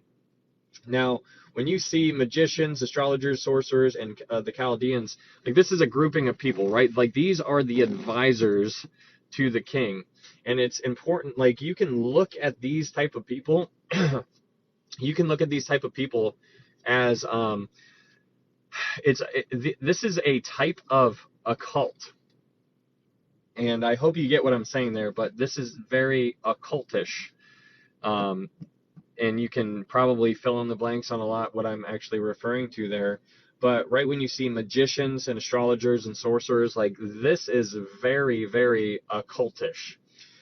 So it's good to look at this in that kind of lens, because that's what's going on. He's bringing in all of these people. Remember, this is a pagan type of world. These people do not worship the God of Daniel. And so then Daniel is brought into captivity, who worships the true Almighty God. And he is just thrown in this, thrown in with all of these wolves. And there's only 4 of them that we are focusing on here: Daniel, Shadrach, Meshach, and Abednego. So it's 4 guys versus the entire empire. And so the king has this terrible dream, and he calls in all of his occultish advisors in. And he says in verse 3, And the king said to them, I have had a dream, and my spirit is anxious to know them. In verse 4, it says, Then the Chaldeans spoke to the king in Aramaic. Okay, so here's what I want you to understand. Remember I told you chapter 2 through 7 is written in Aramaic. Well, it starts being written in Aramaic right here in verse 4. And it says it. It's interesting that it says it. In verse 4, it says, Then the Chaldeans spoke to the king in Aramaic. Now, remember I told you, like, every time you see a weird detail like that, there you go, pagan world. Every time you see an interesting detail, it's something that you can just track down. But like, for example, where it says, Then the Chaldeans spoke, it could have just said, Then the Chaldeans spoke to the king. It could have just said that. But why does it say, Then the Chaldeans spoke to the king in Aramaic? And it kind of is guiding you to understanding that this is where it starts reading and writing everything down in Aramaic. And so this, again, when it's Aramaic, it's typically referring and it's geared towards the Gentile world, whereas all the other chapters are written in Hebrew. So the first three verses here were written in Hebrew, but right here in verse 4 is when it switches to Aramaic, and it continues on all the way to the end of chapter 2 through 7. So in verse 4 it says, Then the Chaldeans spoke to the king in Aramaic, O king, live forever. Tell your servants the dream, and we will give the interpretation. Then the king answered and said to the Chaldeans, My decision is firm. If you do not make known the dream to me and its interpretation, you shall be cut in pieces, and your houses shall be made an ash heap. Okay, so I want you to understand that, remember the eunuch in Daniel chapter 1, verse 10. It says, this was in Daniel chapter 1, you remember, where Daniel was like, hey, we don't want to eat that food. And then the eunuch was like, oh boy, I'm afraid for my head, because the king is the one who gave this order. So now you're getting a little insight on who King Nebuchadnezzar is. So in Daniel chapter 2, verse 5, it says, The king answered and said to the Chaldeans, My decision is firm. If you do not make known the dream to me and its interpretation, you shall be cut in pieces. This is important to understand who you are dealing with here, who these magicians, the sorcerers, the astrologers, all these guys are dealing with a guy who, at the drop of a hat, I don't care how long I knew you, he's like, I don't care how long I know you, I'm going to cut you in pieces if you don't do this for me. And that's not a metaphor. He's going to cut them in pieces. And when it says, and your houses shall be made an ash heap, that literally is translated over to dung, like like poop. Your house is going to be made a poop heap. So terrifying. I don't want to be cut in pieces. But that's what's going on here. And so anyways, you continue on in verse 6, and it says, However, if you tell the dream and its interpretation, you shall receive from me gifts, rewards, and great honor. Therefore tell me the dream and its interpretation. They answered again and said, Let the king tell his servants the dream, and we will give its interpretation. They're pleading with him now. The king answered and said, I know for certain that you would gain time, because you see that my decision is firm. You do not make known the dream. If you do not make known the dream to me, there is only one decree for you. And that's what he already said. He's like, if you don't do it, you're going to be cut into pieces. For you have agreed to speak lying and corrupt words before me till the time has changed. Therefore, tell me the dream, and I shall know that you can give me its interpretation. Okay, so I'm just gonna say something here, and it might not be like a super popular thought process, but I'm gonna say it anyways, because it's kind of like a hot topic in the world today. But there are all kinds of people out there who always talk about, like the topic of a hot topic out there right now in the world is speaking in tongues. And it's really interesting, because when you do a little study, and you don't even have to do that deep of a study, but when you do any kind of a study of it, you can see that speaking in tongues is almost the least of the gifts. Like, it's the last one mentioned, and it's just kind of, it's not even the first one mentioned, it's the last one mentioned. But my point here in bringing this up is that America, the American version of Christianity, almost idolizes speaking in tongues, just that gift alone, just tongues. They don't talk about all the other ones. It's very seldom that they talk about all the other ones. But speaking in tongues specifically is what they go to, and it's interesting because it's almost like it can't be tested. Like, I can't test it.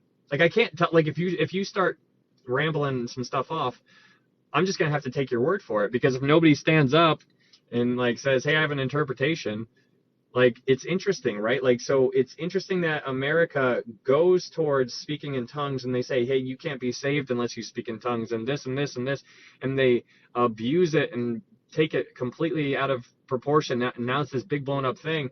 But what's happening here in Daniel chapter 2 is that the king is telling his magicians and sorcerers, he's saying, I'm not going to tell you. You tell me, and then I will know that your interpretation is right.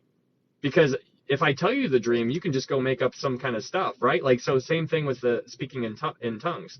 Like, we need to be testing the spirits of everybody that we're dealing with, right?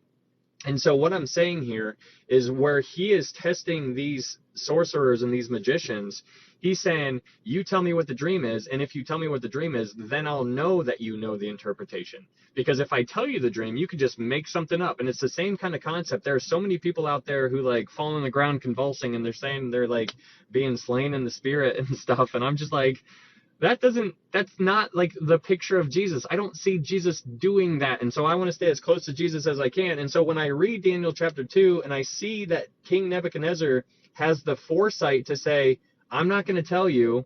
I want you to tell me, because then I'll know that you're real. I want to know that you are real. And so that is what he's doing with his boys here. He says, you tell me what I dreamed, and then I'll know that I believe you. And so that is my take on it. It's not like a very popular one, whatever, but that's just how I see things. So King Nebuchadnezzar is doing his own version of testing. And so that's what we should be doing every single time, right? Like, we need to test it. You need to test me. I need to test you. We got to test each other so that we know where we're coming from. And if you've been with me at all, hopefully you know where I'm at right now. But that is just a little side note. When I was reading this, I was like, that's like he was doing his style, his version of his own testing his own people. And he wasn't even a Christian, this guy. So anyways, take that how you will. But in verse 10, it says, then the Chaldeans answered the king and said, there is not a man on earth who can tell the king's matter. Therefore, no king, lord, or ruler has ever asked such things of any magician, astrologer, or Chaldean. It is a difficult thing that the king requests, and there is no other who can tell it to the king except the gods whose dwelling is not with flesh. And so it's very, very interesting. Yeah, Sheena, that is something that is it's not biblical. You got to pay attention to that kind of stuff. And it's so important to be mindful. Like, there's people on TikTok who are giving prophecies and saying, oh, somebody's got back pain, and like, I'm prophesying over your back pain, and I'm going to give you the gift of healing right now, and like, you're going to be healed, and like, oh, and I foresee that you're going to have a decision to make here, and you're going to have the eyes to see, and like, you're going to be able to do this, and this is prophecy over you. And like, then they call names out in the chat, and they're like, oh, this is you, and people are like saying amen, amen, amen, amen in the chat, and I'm just like, what is going on here? So it's important to test the spirits, guys. You gotta get to the matter, or the heart of the matter. The heart of the matter is always a matter of the heart. And so when you unpack the person a little bit and you dive into who they are, you can really learn a lot. So do not be deceived is what I'm kind of getting at here. So anyways, these magicians and whatnot are freaking out, and they're saying that nobody can ever tell you what you want to be told. And then in verse 12 it says, for this reason the king was angry and very furious, and gave the command to destroy all the wise men of Babylon. Again, we go back to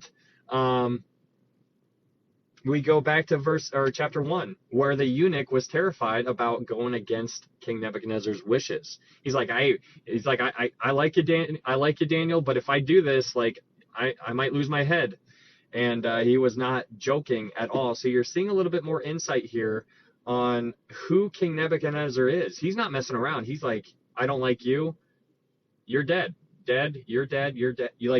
He will kill you. And so in verse 13 it says, so the decree went out, and they began killing the wise men, and they sought Daniel and his companions to kill them. That is crazy. He didn't waste the time. He's like, boom, command is given. Murders all over the place. That is a whole different time. The world was absolutely different, but this is what's going on in Babylon. So then we get to verse 14, and it says, then with counsel and wisdom Daniel answered Arioch, the captain of the king's guard, who had gone out to kill the wise men of Babylon. So Daniel had the privilege and honor to talk to the captain. And that is that was instrumental in that was not by accident, because he's talking to the head honcho here, the King's Guard, captain of the King's Guard, top dog here, and he's able to have a conversation with him. And Daniel just approaches, and he approaches this captain, and it says he approaches him with counsel and with wisdom. And there is so much to be said about that kind of stuff. Like when you guys pray in your alone time or whatever, I would highly, highly, highly recommend you guys to start praying for wisdom. That is like one of my main things that I do pray for when I involve myself in my prayer. Thank you, Becca. But I pray for wisdom because I need it. I need all the wisdom I can get. Like we are living in an upside down world, and yes, I do. Good, Erica. Awesome. Amen. But we are living in an upside down world, and if you don't have it, and if you don't, like, you need to pray for wisdom, you need to pray for discernment, because we need those things more now than ever before. I mean, we are being deceived, as you've heard me say a million times, on every single level. And so pray for that kind of stuff. But in verse 14, Daniel, again, he's a child. He is a child. This child goes up to the king, or the captain of the King's Guard, and he goes up to him with counsel and wisdom. Imagine this child approaching you with counsel. That is, roles are reversed there. That doesn't make any sense to me, but here comes this child going up to this captain of the King's Guard with counsel and wisdom. That is so amazing. And he says, why is the decree from the king so urgent? Then Arioch made the decision known to Daniel. So Daniel went in and asked the king to give him time that he might tell the king the interpretation. Verse 17, then Daniel went to his house and made the decision known to Hananiah, Mishael, and Azariah, his companions, that they might seek mercies from the God of heaven concerning the secret, so that Daniel and his companions might not perish with the rest of the wise men of Babylon. So this is interesting, because what you're seeing in verse 17 and 18, you are seeing a prayer meeting. That's what's going on here. Daniel and his boys are having a prayer meeting. In verse 18, it says that they might seek mercies from the God of heaven concerning the secret. So they're going before the Lord, and they are just asking for mercy. It's so interesting and insightful when you read something like this, because Daniel, again, like the ability he has to just slow down and think. I'm telling you what, guys, like if you know how to think, it is everything. There are people who react right away. Right when something happens, they lash out and they just react. But if you have the ability to slow down and to process and to think, that is a skill that most will never achieve. And so Daniel and his boys, they come together and they pray. And so their lives were on the line. And this is like such a big thing. Like this is so much faith, because if God does not show them mercy, then they will be killed, because that's already going to happen. So Daniel goes before the king, asks for more time. The king gives him time. And then Daniel goes before the Lord. And then he gives Daniel insight on this dream, and it was revealed to Daniel. But it's got a personal application for people like you and I, right? Like, so what I'm saying here is, when you go through something, how often is your knee-jerk reaction to go before the Lord and pray about it? Is it a reaction at all? Or is it a last resort? And I would say for the most of us, it's probably a last resort. And I'm guilty of that too sometimes, because it's not always my knee-jerk reaction. I pray as I go about my day, and I'm like thanking the Lord as I'm driving and this and that, and like he's constantly on my mind. But when I right away, like when something tiny just shows up and I'm just like, oh, that's a bummer, like what's going on? I don't immediately go to the Lord in prayer. I should start training myself to do that, though. And so this is what's important, to train yourself on how to think. And that's why I say it all the time, but we need to learn how to think. Like, you guys might think that you know how to think, but I don't know if you do. I don't know if I truly know how to think, because when we go through life, we almost react in our own power. We rely on what I can do in the majority of time, right? Like, we rely on ourselves, and then when we can't do it, we're like, oh, God, help. That's what we do. It should be the complete opposite. That is what we need to do. We need to go before the Lord first and give it to him. That's what we should be doing. Anyways, I digress. But there's a sermon somewhere in there, I'm sure. But in verse 19, it says this: Then the secret was revealed to Daniel in a night vision. So Daniel blessed the God of heaven. It's interesting because when you see Daniel all throughout this book, you're seeing him. He is a prayer warrior. This dude is always praying. Yeah, good habits take time to build. Absolutely. You need to train yourself on how to think. If you're not there mentally before something happens, then you're not going to do it when it actually does happen. It's important to know that. But in verse 20, it says, Daniel answered and said, Blessed be the name of God forever and ever, for wisdom and might are his. And he changes the times and the seasons. He removes kings up and raises up kings. He gives wisdom to the wise and knowledge to those who have understanding. That's interesting. He gives wisdom to the wise, and he gives knowledge to those who have understanding. I mean, okay, take that, throw it against the verse that says the fear of the Lord is the beginning of wisdom and knowledge and understanding. You're not wise at all unless you fear the Lord. That's the beginning of it. Do you fear the Lord? Do you fear the Lord? I'm sure we all would say yes, but it's interesting because when you go about your day and you know you sin, I don't know how many times, like, raise your hand if you know that you sin and you do it on purpose, and you're like, yep, I sinned and I knew I was going to do it. Like, I just did it anyways. Like, that is so relatable, right? Like, we all do that kind of stuff. But it really brings into, yes, hands going up. That's what I'm talking about. It's interesting because if you look at yourself and you do some self-reflection and you're like, man, do I fear the Lord? Those sins should start minimizing as you progress throughout your life. And hopefully you're seeing that. That's like a litmus test for where you're at. Yeah, hand going up in the back. I see you. Yeah, stopping yourself in that moment changes that. Yeah, but it's important to understand, like, if you want to see growth, if you want to, like, look at yourself and do like a self reflection kind of moment, look back on the last year in your world and see, just like, be brutally honest with yourself, because you're not fooling anybody, because God knows. But are you progressing and are you doing better?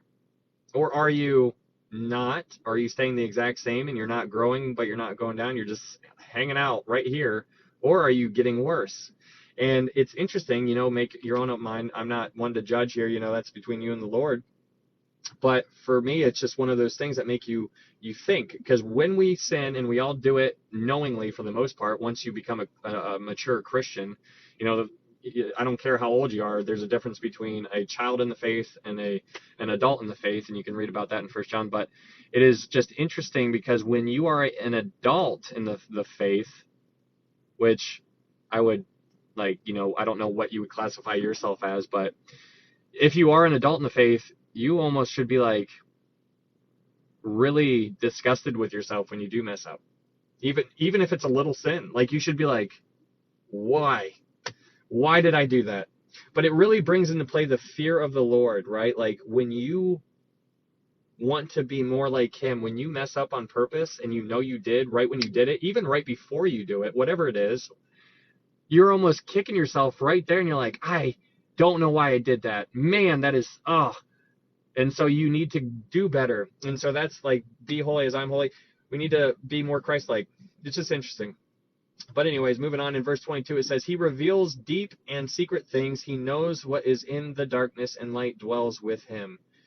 I thank you and praise you, O God of my fathers. You have given me wisdom and might, and have now made known to me what we have asked of you. For you have made known to us the king's demand. And it's interesting because when you look at this, like, this is a prayer to God. And what I want you to focus on here is the amount of times he says the word I or me. Because, like, there's always, like, an interesting kind of connection there. Like, there's people out there who are narcissists, right? Like, they are all about me, me, me, me, me, me, me. Look at how good I am. Look, I'm wonderful. I'm the best. And there's, like, all these presidential speeches where all of these reporters, like, really count how many times they say the word I in their inauguration speeches and stuff like that. Like, I. Like, Daniel is praying here, and he says, I thank you in verse 23. And it says, you have given me wisdom, and now have made known to me what we asked of you. But what he focuses on here is, like, this entire prayer is 95% all about God. And that is really revealing. And this is just something that I'm just now seeing as I'm talking to you guys right here. And I'm looking at it with different eyes. I wasn't planning on talking about this, but I'm just seeing it. But Daniel is praying, and he says, blessed be the name of God. He's given God a shout out, for wisdom and might are his, and he changes the times and the season. He removes kings, raises them up. He gives wisdom to the wise and to knowledge to those who have understanding. He reveals, he knows, light dwells with him. I thank you and praise you, O God. You have given me wisdom and might, and have known, like, we have asked you, for you have made known to us the king's demand. I mean, that is all about him. I'm asking, like, I mean, for myself, like, when I pray, like, like, a high percentage of my prayer when I am praying is out of thankfulness. Like, I am just praying, and I am, like, I'm going through a whole bunch of thank you so much for, and I go into small details. I'm like, so that I'm like, I even get down to where I'm like, that I can see, I'm like, that I can touch, that I can take, like, I go into things that we constantly are taking for granted as we go about our day, and I am thanking him for those things, because those could go away. There are people out there who don't have things that we just take for granted. We're like, oh, I was born healthy, and look at me, I can do this, and, like, we don't even think it's anything big. But being able to walk across the room and turn a light switch on is amazing. People can't do that. I'm like, thank you, Lord, for letting me be able to drive. Like, I can see, I can hear, I can smell. Thank you so much for these things, that I can talk. I'm like, thank you so much. And so, like, I'm thanking him for so many things. That's my personal, like, when I pray, I'm thanking him for all of the things that I can think of. And I go I go into those small details, which are massive details. I just don't want to take those things for granted. But, you know, it's important to remember who the center of attention should always be on. And it's all about Christ. And you should always be glorifying him, even when you're going through a storm. And it's important to have that perspective. And that is what we're doing right now. We're training ourselves up for when we go through a storm, because we are going to go through a storm. You guys are going to get hit sooner or later. You guys are going to lose a family member sooner or later, and it's going to be so bad. But if you are solid in your foundation and your faith in Christ, you will stand strong, because you know that this is not all there is. And that is why it's so important to build on it now, so that you can stand. And that is what we need to be able to do. We need to be able to stand, because if the wind blows, depending on where you're at, do you just get blown away? Like, do you just go with the wind? Do you fall over when the wind blows? Or can you stand? Standing is important. So it's just interesting looking at that prayer, how many times he talks about God compared to how many times he uses the word I or me.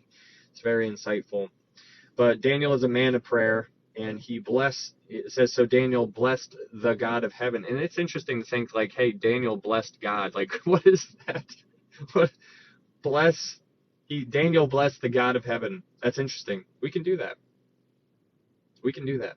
But in verse 24 it says, therefore Daniel went to Arioch, whom the king had appointed to destroy the wise men of Babylon. He went and said thus to him, do not destroy the wise men of Babylon. Take me before the king, and I will tell the king the interpretation.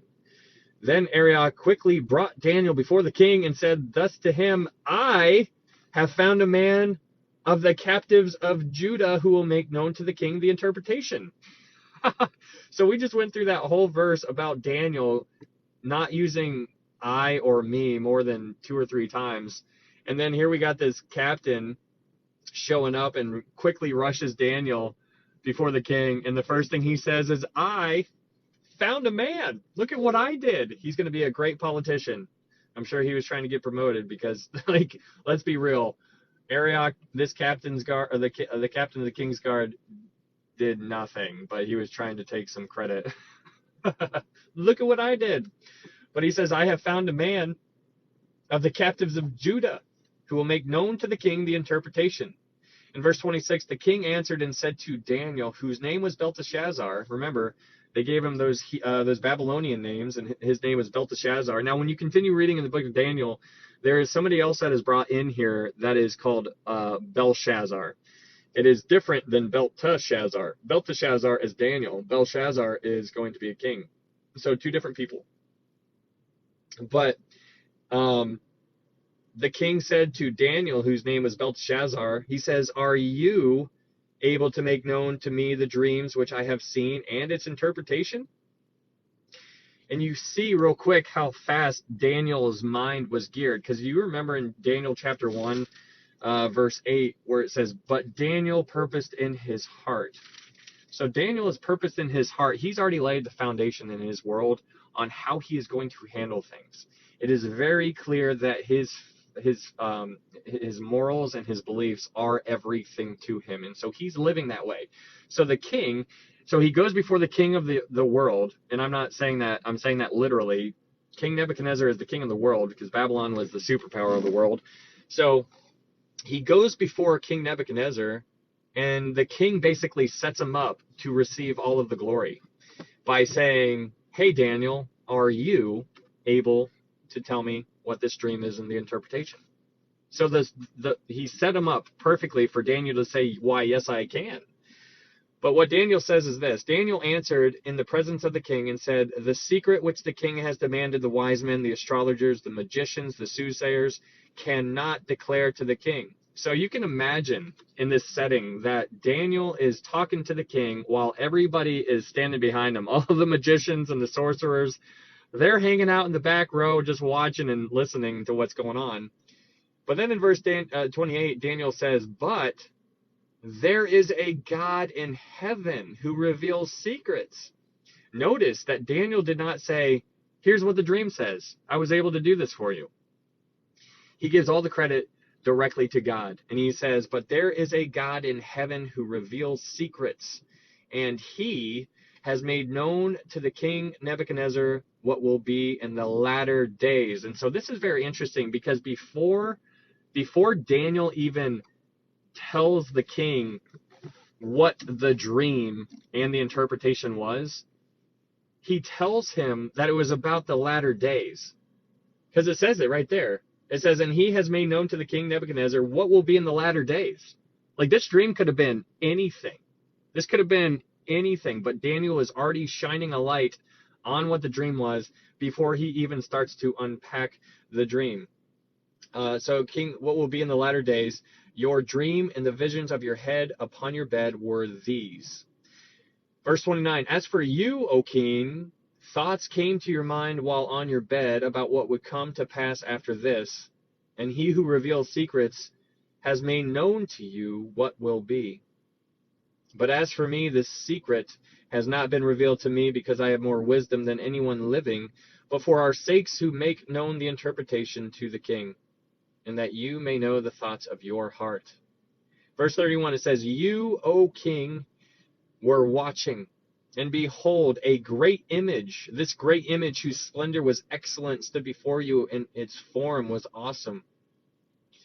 This image's head was of fine gold, its chest and arms of silver, its belly and thighs of bronze, its legs of iron, its feet partly of iron and clay. partly of iron and partly of clay. You watched while a stone was cut out without hands, which struck the image on its feet of the iron and clay, and broke them in pieces. Then the iron, the clay, the bronze, the silver, and the gold were crushed together and became like chaff from the summer threshing floor. The wind carried them away so that no trace of them was found. And the stone that struck the image became a great mountain. Okay, so this is obviously, if you guys are probably familiar with this, but you're seeing this statue. It's just picture a statue. It's got it's gold, silver, brass, iron, and iron. So gold, silver, brass, and iron. So there's four, but then it goes to say iron and clay. So some people think it's five, but it's basically iron. The feet are of iron and clay, but it's a mixture there. But the four will come back into play in Daniel chapter 7. So Daniel chapter 2 is connected to Daniel chapter 7. So I'm just going to leave it there because when we go to Daniel 7, we'll resort back to Daniel chapter 2. But this is basically laying the groundwork for this. But what this is saying here is it's setting up the scene for pretty much what if you were here for us going over through the book of Revelation, it's giving you the empires of the world. You have the gold, which represents Babylon, and that's what we see here in verse 36. It says in verse 36, "This is a dream. Now we will tell you the interpretation of it before the king. You, O king, are a king of kings, for the God of heaven has given you a kingdom, power, strength, and glory." Notice that God of heaven, Daniel is calling him out. He's talking to the God of the world, the king of the world. He's saying, hey, king of the world, the God of heaven is given you a kingdom, power, strength, and glory. Verse 38, and wherever the children of men dwell, or the beasts of the field and the birds of the heaven, he has given them into your hand and has made you ruler over them all. You are this head of gold. You can imagine that King Nebuchadnezzar is probably just hanging back like, you know what? Like, that's right. Like, heck yeah, that's me. But it's very interesting because then it goes on in verse 39, but he says, but after you shall arise another kingdom inferior to yours. Then another, a third kingdom of bronze, which shall rule over all the earth. And the fourth kingdom shall be as strong as iron, inasmuch as iron breaks in pieces and shatters everything. And like iron that crushes that kingdom will break in pieces and crush all the others. Whereas you saw the feet and toes partly of potter's clay and partly of iron, the kingdom shall be divided, yet the strength of the iron shall be in it, just as you saw the iron mixed with ceramic clay. Okay, so what's going on here is you have, picture a man standing, but it's just a statue of a man. The top of it, the gold, is Babylon. The gold is representing King Nebuchadnezzar, but the gold is representing the entire empire of Babylon. So the head of the statue is representing Babylon. And then it goes on to the chest, which is silver. That's representing Persia. And it's interesting because so Cyrus was king of Persia. That's, if you remember the end of chapter 1, it references King Cyrus. Cyrus, it's sometimes referred to as the Medo-Persian Empire, and the reason is because King Cyrus, was half Mede, half Persian, because his parents were half Mede. Well, one was Mede, one was Persian, so he was half Mede, half Persian, and so that's why it's called the Medo-Persian Empire, but a lot of people just refer to as the Persian Empire. So the head of gold is representing the empire of Babylon. The chest is representing the Medo-Persian Empire, which is silver, and then the bronze,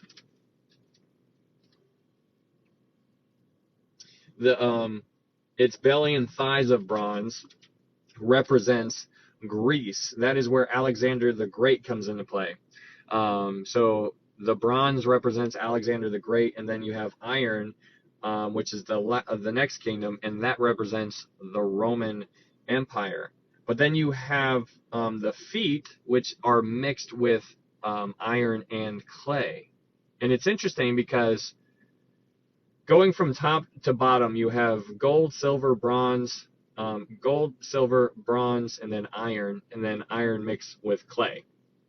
But that's the order of operations on how the world empires were going to unfold. starting with King Nebuchadnezzar. So King Nebuchadnezzar, the very first empire who is in charge of the world right now, he's the head of gold. And then after him is going to be the Medo-Persian Empire.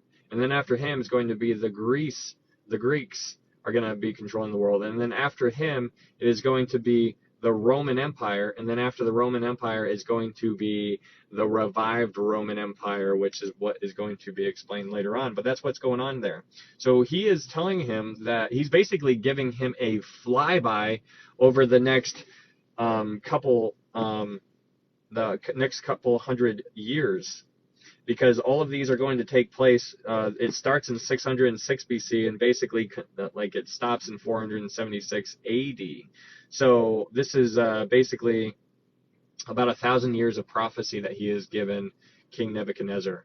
So King Nebuchadnezzar can't really understand all of this, but he's getting a flyby. He's seeing what is going to happen long after he is gone, but he is seeing who he is in this dream, and Daniel is able to explain all of this to him. So that's what's going on here, but this is where we get into a very, very interesting part, which is in verse 43. But I didn't read verse 42 yet. Verse 42, it says, "And as the toes of the feet were partly iron and partly of clay, so the kingdom shall be partly strong and partly fragile." And so what I'm saying here is that you have a strong empire, Babylon, then you have the Medes and the Persian, King Cyrus, that he's going to come into play here later on here in the book of Daniel. Then you're going to have Alexander the Great, and then you're going to have the Roman Empire, and then you're going to have the revived Roman Empire. That's what's going to be forming somewhere in our world. It hasn't happened yet, but it's some people are saying that it will be soon. It's very interesting to pay attention to this kind of stuff. But what's interesting about all of these empires is that they all were defeated. Babylon was defeated. Persians were defeated. Alexander the Great was defeated. Rome, however, was never defeated. It just broke into pieces.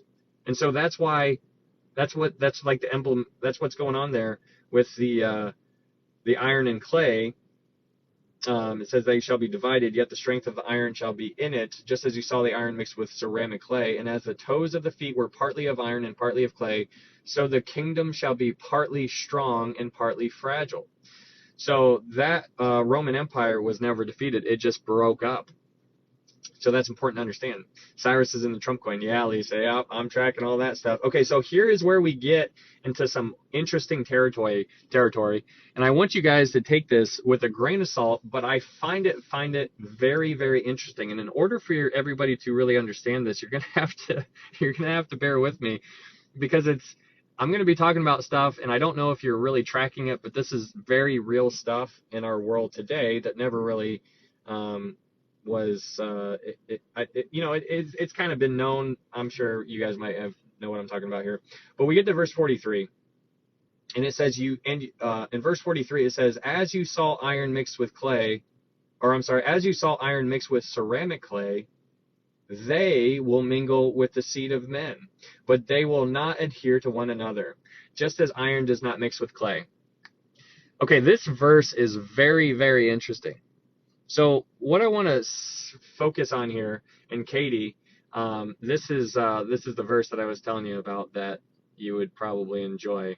But what I'm talking about here in Daniel chapter 2, verse 43, as it says, and as you saw iron mixed with ceramic clay, what I want you to circle in your Bible is the word they, because that word is very intriguing, okay? So here's what it says. As you saw iron mixed with ceramic clay, they will mingle with the seed of men. And so hear me out. So what I'm explaining here, and I'm trying to get you guys to understand, is that in order for they to mingle with the seed of men, that means that they have to be something different than the seed of men, right? So it says they will mingle with the seed of men. Like that's not a description that people give, like when two humans are mingling together. Like that is something that is being brought into play where it's something different. So who are the they? This is very interesting stuff, because this is where you get into all kinds of different kind of ideas. People can kind of run off on all kinds of things. And I'm not saying I believe one way or another. It's Daniel chapter 2, verse 43.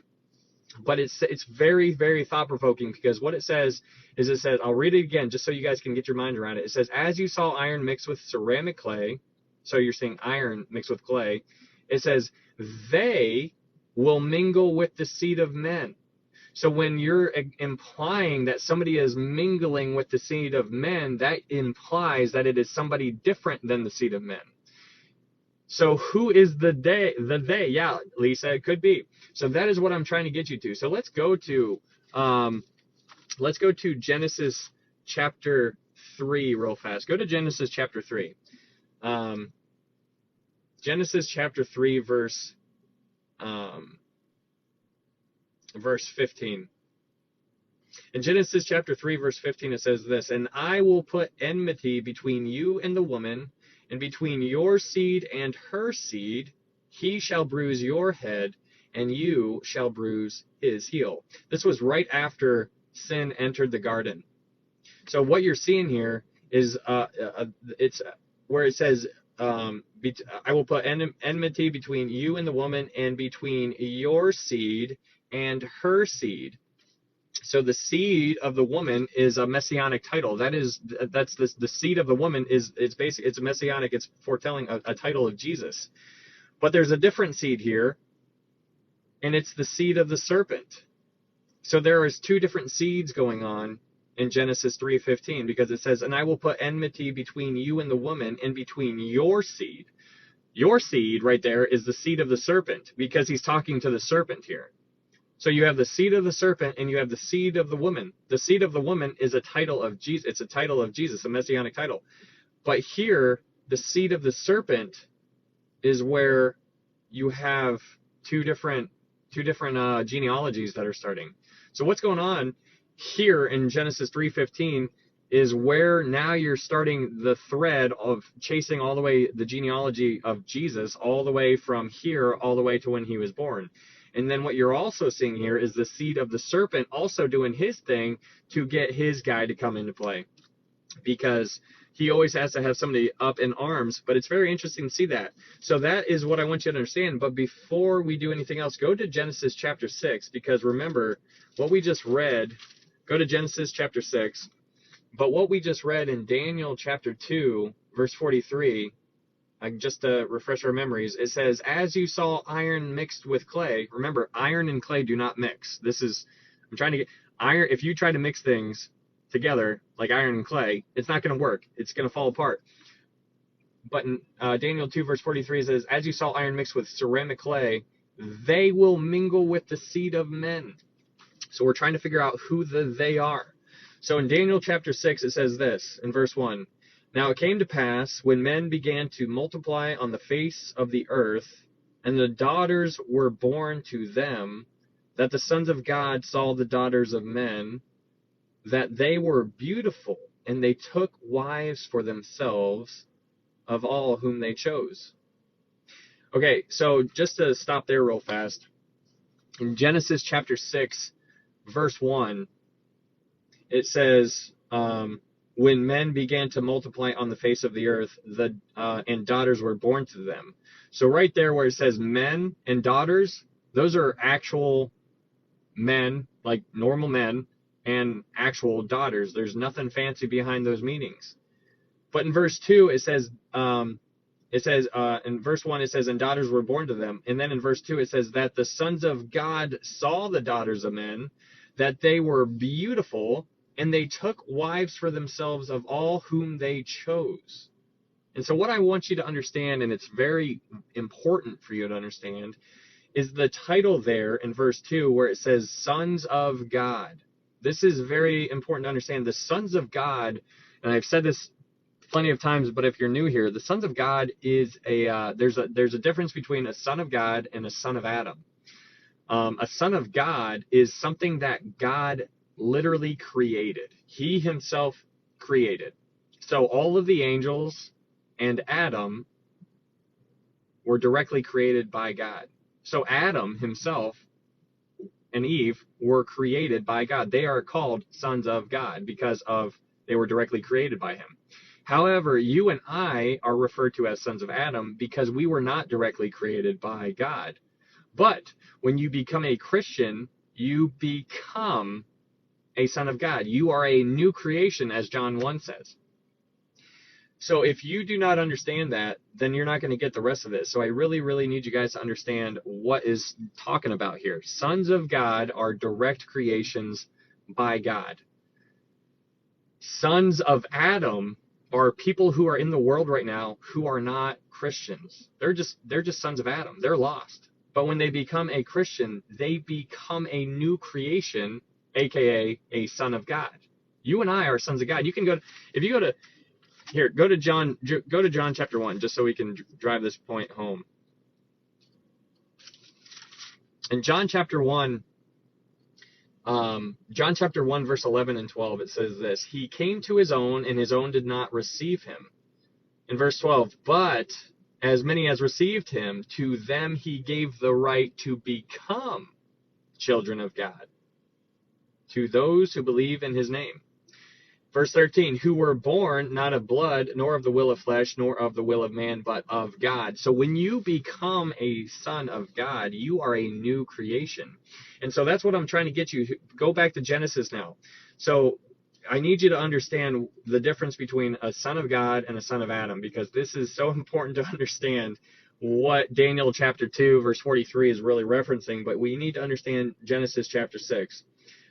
So in Genesis chapter 6, verse 1, I'm going to read it again, so hopefully you guys can understand that. If you guys do, awesome. But in Genesis chapter 6, verse 1, now it came to pass, when men began to multiply on the face of the earth, and daughters were born to them, that the sons of God saw the daughters of men, that they were beautiful, and they took wives for themselves of all whom they chose.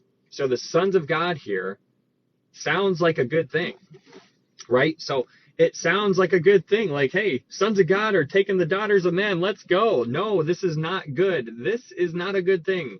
So sons of God are referring to angels, whether they're like in heaven angels or demonic angels. They're fallen angels out there that are sons of God. So they can be bad angels that are still referred to as sons of God.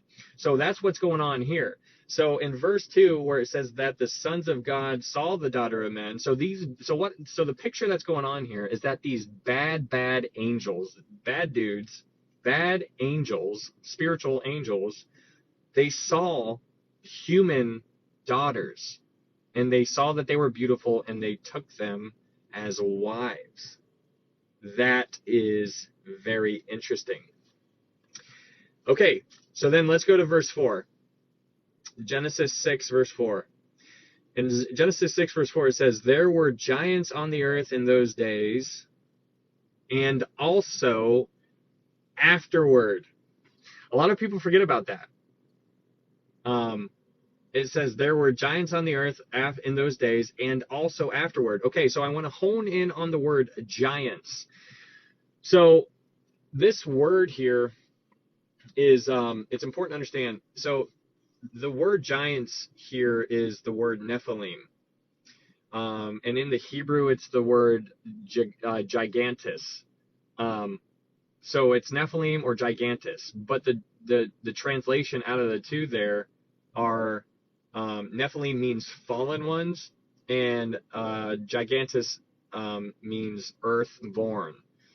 And so I'm trying to like paint a picture for us that we really can't truly grasp, because this was pre-flood, but this was the life. This was what was going on back then. So these fallen angels took the daughters of men that were here on the earth, and it says in verse 4, there were giants on the earth. And then when you see what that word giant means, it means Nephilim or gigantus.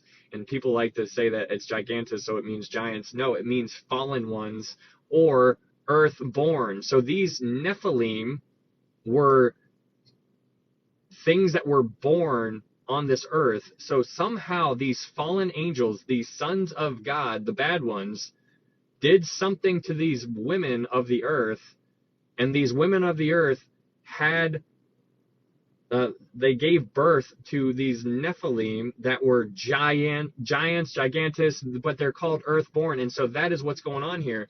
Yes, as in the days of Noah. And so that is what I need. So that's where I'm going for. Absolutely. It sounds like you know what you're talking about. But it's interesting. So let's go to Genesis 6, verse 8 and 9. So Genesis 6, verse 8 and 9, it says this, "But Noah found grace in the eyes of the Lord." And then in verse 9 it says, "This is the genealogy of Noah. Noah was a just man, perfect in his generations. Noah walked with God." So when it says Noah was perfect in his generations, the word there, the word perfect, has the meaning of unimpaired. It doesn't mean like he's never sinned before. So the idea that's going on here is that his DNA is most likely what it's referring to. His bloodline was not corrupt by all of these seeds of men. Everything that's going on here, yeah, without blemish. Yeah, so that's what's going on. So what the idea, I need you guys to understand that, because the things that were going on before the time of the flood is unbelievable. We can't really grasp it. And I'm only telling you this because I just want you to know that this is out here, but I don't want you to really get lost in this. There's people out there who, like, this is all they talk about. It's important to know, but it's not something to get lost in. So let's go to Jude, the book of Jude real fast.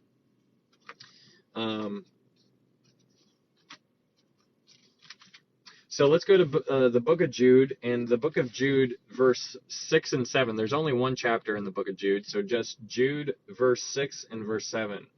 So Jude, verse 6, it says this, "And the angels who did not keep their proper domain, but left their own abode, he has reserved in everlasting chains under darkness for the judgment of the great day, as Sodom and Gomorrah and the cities around them in a similar manner to these, having given themselves over to sexual immorality and gone after strange flesh, are set forth as an example, suffering the vengeance of eternal fire."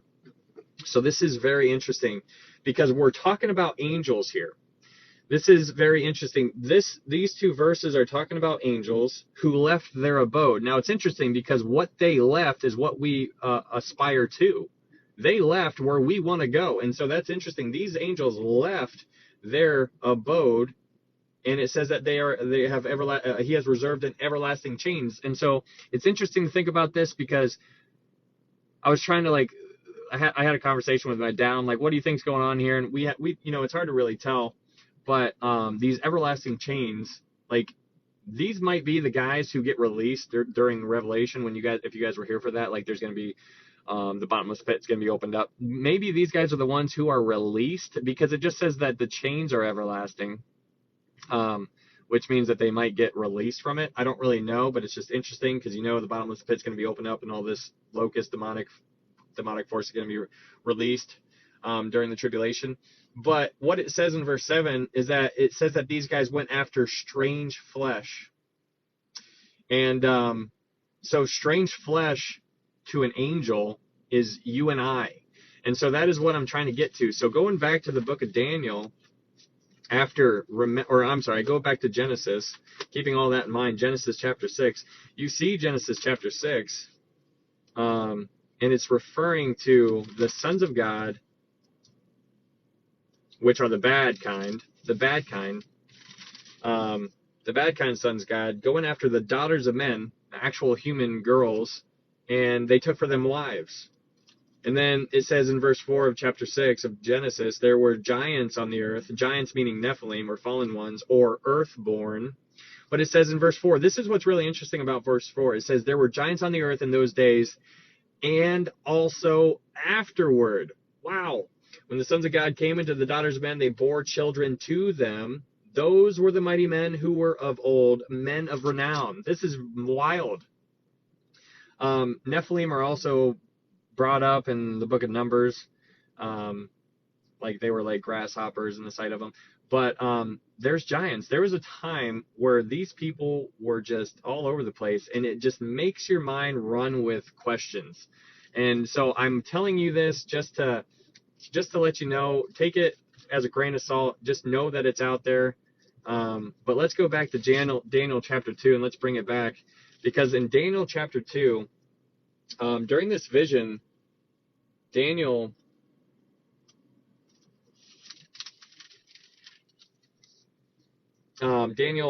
says in verse 43, it says, as you saw iron mixed with clay, it says, they will mingle with the seed of men. So this they could have something to do with everything that we just talked about. I don't know. It's very interesting to me. Who is going to be mixing with the seed of men? This could be something like the Nephilim. The Nephilim are earth-born, which means they were not sons of God, but they were created by them. They are abominations. This stuff is very, very interesting. Your mind can go all over the place with this kind of stuff. Yeah, Nephilim are pretty cool. No, these are bad news bears dudes, but it's an interesting subject. I'm just telling you guys this. I don't want you to get lost in it, but this verse, Daniel 2, verse 43, is highly, highly interesting. So in verse 43, it says, they, I hope you circle that word they, because it'll let you remember that this is an interesting word. So who is they? But they will mingle with the seed of men, but they will not adhere to one another, just as iron does not mix with clay. And so that is could have something to do with what we just talked about in Genesis 6. So I'm going to leave that with you guys. You guys take it how you will. And it is, there's a lot there. You could just, people literally get lost in this and they don't talk about anything else. I don't want you guys to do that. Could it be something that can change our DNA? Yeah, there's all kinds of stuff like that that people speculate too. With all the metals that are in our blood and what they're trying to do to us right now, people are speculating something like that. People say, oh, it has something to do with clones, all this and that. There's all kinds of theories out there, but what I'm trying to keep it focused, because you can run with all kinds of theories, and I don't think I think it's fun to have these kind of conversations. I would just advise you not to get lost in them, because you can lose sight of what is important, and what is important is keeping your eyes on Christ, and that is what I want you to do. That's what I want you to do, and so that's what the whole point that I try to do. Stephanie, I go off of New King James. Yeah, Phantom, just remind me here in a second and we can go back to it. But it's all about Christ, and that's what I want you guys to know. But I am telling you that just as just because I think it's applicable. It's important to know. So take it how you will. But we're going to move on. Daniel chapter 2, verse 44. And it says, in the days of these kings, the God of heaven will set up a kingdom which shall never be destroyed, and the kingdom shall not be left to other people. It shall break in pieces and consume all these kingdoms, and it shall stand forever. So this is not referring to the millennial kingdom, because it says it shall stand forever. The millennial kingdom is going to fall away. You remember there's going to be a new heaven and a new earth. The millennial kingdom is currently, not currently, will be on the earth that we're living on right now. The new heaven and new earth will be completely brand new. This earth is going to go away in fervent heat. So it's important to understand what this is talking about in verse 44 is God's kingdom, which is eternity, which we already covered last night in Revelation. But in verse 45, it says, inasmuch as you saw that the stone was cut out of the mountain without hands, and that it broke in pieces the iron, the bronze, the clay, the silver, and the gold, the great God has made known to the king what will come to pass after this. The dream is certain, and its interpretation is sure. The stone or rock is an idiom of Jesus Christ. If you just chase like the thread all the way throughout Scripture about the stone, the rock, like you go back, like Moses, he was supposed to hit the rock, and then water came out, and then he was supposed to speak to the rock, and then water was supposed to come out, but he hit it again. So that's why he wasn't able to go into the promised land. But then when you look at Jesus, like that rock represented Jesus Christ. And then when you go into the New Testament, you see that is the chief cornerstone. Like it's an idiom of Jesus Christ. And so this stone that is cut without hands is, that's referenced here, in Daniel 2 verse 34. It says, you watched while a stone was cut out without hands. This is a stone. This is an idiom of Jesus Christ. And when it mentions the mountains in verse 35, It says, and that stone that struck the image became a great mountain and filled the whole earth. I hope you guys see this, because we just went over this last night in the book of Revelation. It says that stone that struck the image became a great mountain and filled the whole earth. That mountain, this is going to be God's government, or his kingdom, that is going to be here on the earth. We talked about this last night, where how his government, every time you see these mountains, it's representing a government. And so that's the same concept that's going here.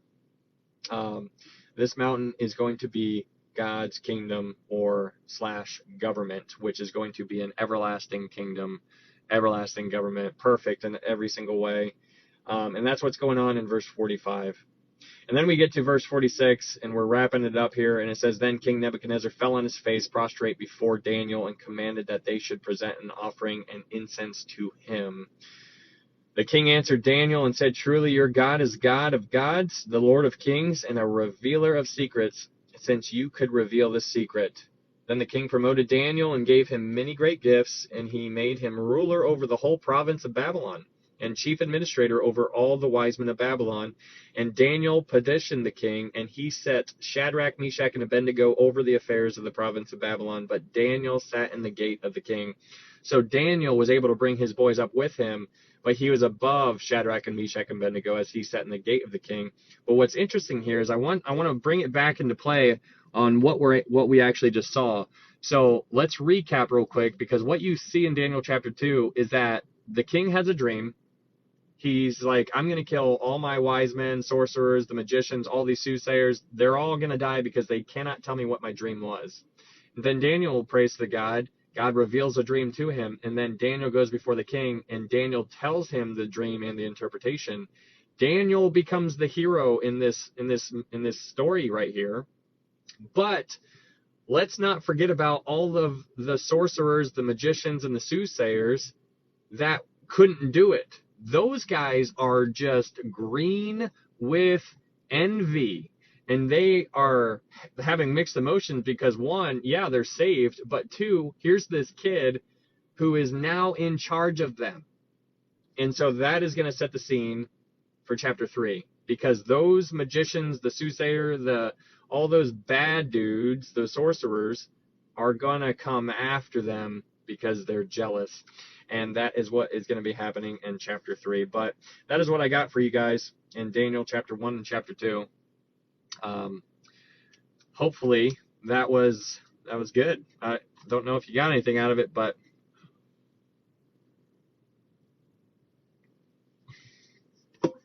thank you. Yeah, you're welcome. You are welcome. The realest music. Yeah, thanks for the word, brother. Absolutely, man. Thanks for being here. Thank you guys for being here. I appreciate it. Very interesting, Ryan. Yeah, it's very there's a lot of deep stuff here. It's very, we're this is the easy part. This is the easy part. I mean, Daniel I mean, the hard part's coming. This is the easy part. Very insightful. Well, I learned a lot. Well, good. Was there ever a recorded sin of Daniel? That's an interesting question there. There is never anything evil mentioned about Daniel or Joseph. Nice. Jesus lives. Awesome. Thanks for this, Ryan. You're amazing. I appreciate it. Can't speak for all, but I always get something from it. Awesome, Amber. Cool. User 4978543936646. Where did that question come from? That sounds like a very specific question. Melly, thanks, Ryan. Absolutely. Davian Hawkins, may God bless you. Thank you. The Phantom, love it. Awesome. Thank you. So good. Awesome. Thank you. Terrific presentation. Very insightful. Thank you, guys. Pretty good. Bradley. Thanks. Thank you, guys. Okay. So fast. Hey, Blondie.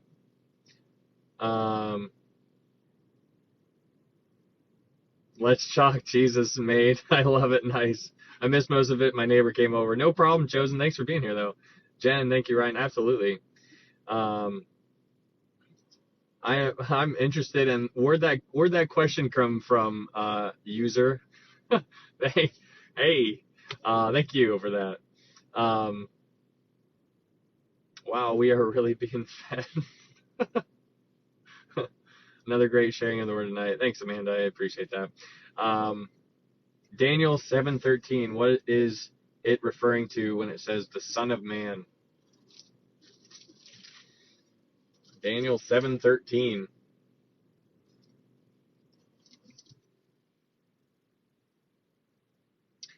This was my first time watching. Better than pretty good. Thanks. Daniel 7:13. So Daniel 7:13. I was watching in the night visions, and behold, one like the Son of Man coming with the clouds of heaven. He came to the Ancient of Days, and they brought him near before him. What are your thoughts, Phantom? That's an interesting verse to ask about. What are your thoughts? I'd like to hear what you think.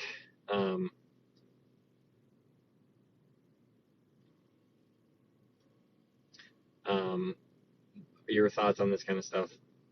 What are the reason you asked this? This was my first time watching. It was better than pretty good. Thanks.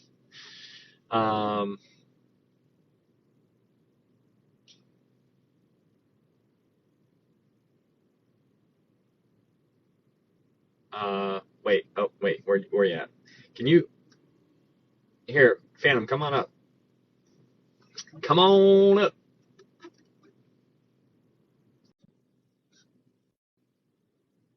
Look, a big ball blue. Whoa! Oh, big baby. Yeah, I got my kiddo. He's up. Hi, how are you? Say hi. Hi! I got Yeah, so I got my I mean, the more I read, the less I know, right? So I just I'm wondering what it's referring to, because it says like the Son of Man. blue ball. So Yeah.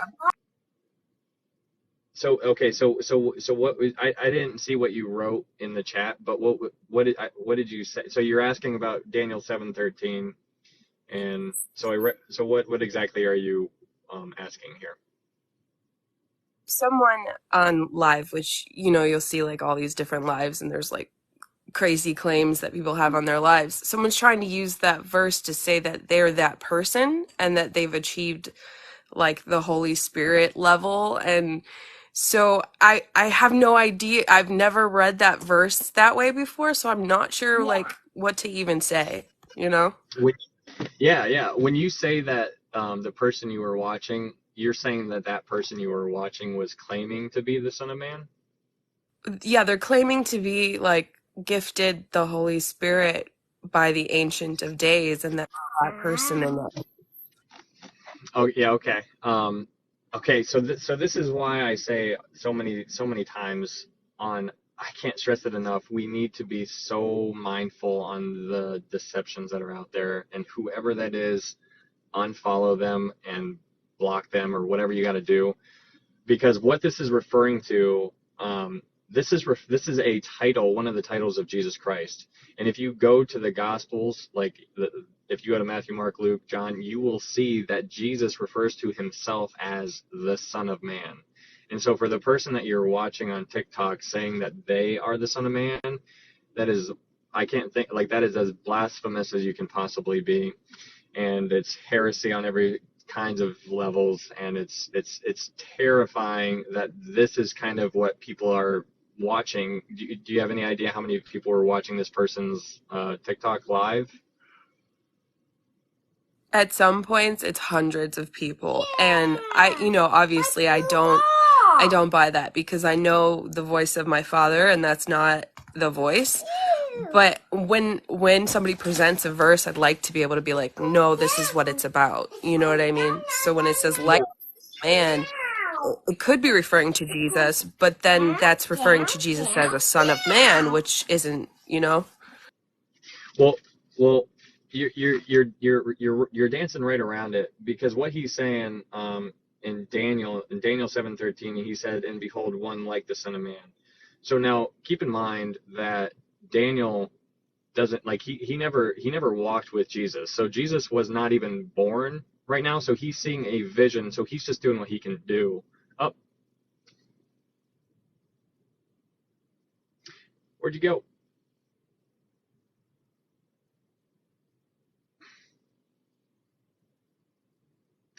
Um, uh, you want to come back up?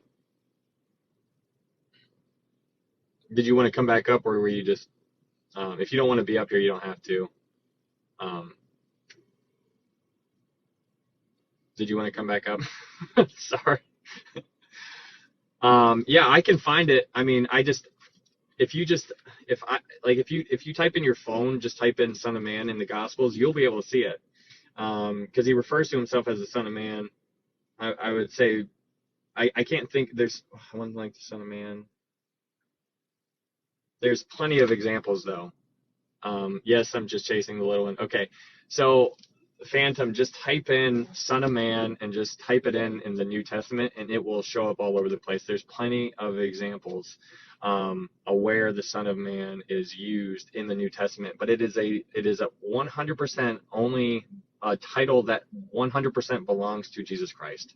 It doesn't belong to anybody else. That's not something I can say about me, even though I'm a Christian. It's something I would never say as a Christian. That is complete, that is his alone. I would never say I'm faithful and true, because that's not me. I'm not King of Kings. I'm not Lord of Lords. I'm not a Prince of Peace. That's not me. That is him.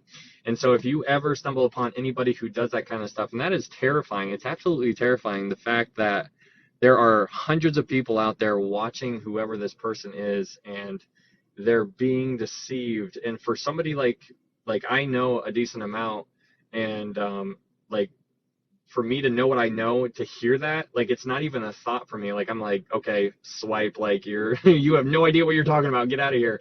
But for somebody who doesn't know, they're going to hang around and just listen because they're looking, right? There's people out there, the children in the faith, which are not of the faith, they're just looking. They're like, I know I need somebody, I need saving. What do I do? And then they run into the arms of the first person that they see.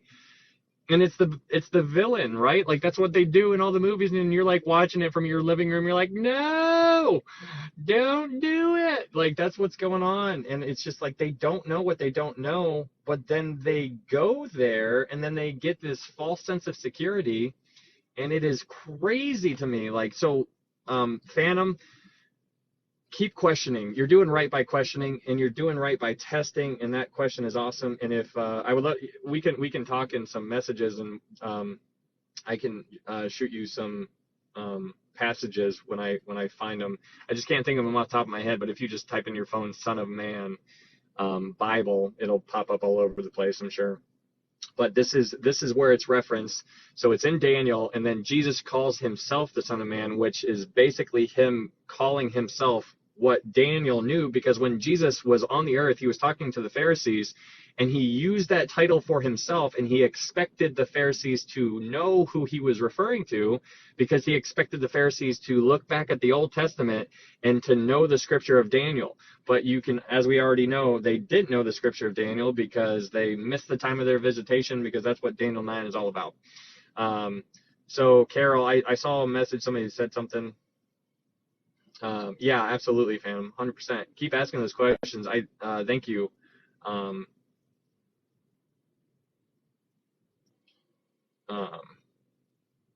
There are people that act just like the scribes and Pharisees. Yeah, man.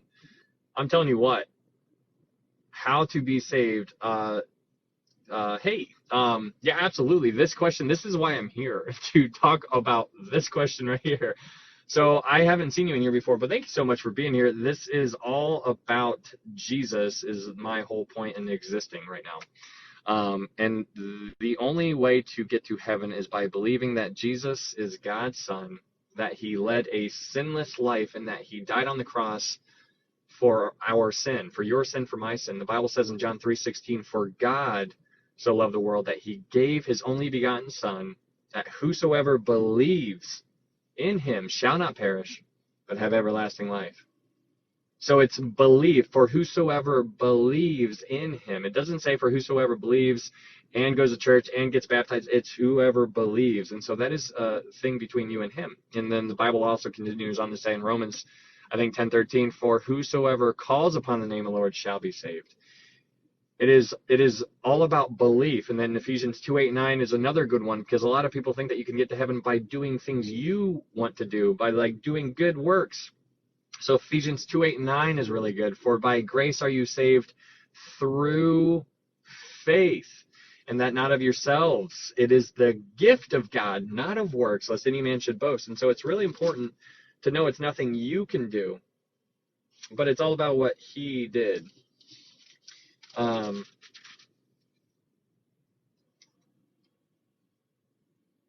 So that is how you do it.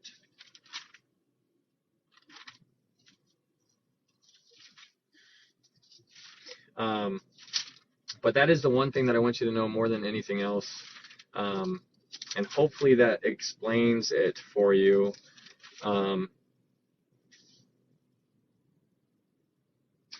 But Phantom, there is the going back to you real fast, Phantom, with what you're talking about, how that guy is saying that he's the Son of Man. If you read the first chapter in Galatians, you will see that Paul is writing the Galatia church, and he is saying to them how he's basically calling them out and saying, like, how could you fall away so soon? He said that he's like, this church, this Galatia church, fell for another gospel. And so what I want you guys and everybody in here understand, that there are people out there who are preaching a different gospel. And that is what that one person was doing. He was saying he was the Son of Man. The audacity to say something like that. Oh my goodness. Wow. I mean, I can never even imagine doing something like that. And so that I didn't even know that was, I've never heard of that before. But I've heard of people out here saying that they're prophets and that they can prophesy over you, and they're doing all this kind of stuff. It is completely nonsense. Welcome back, Rick.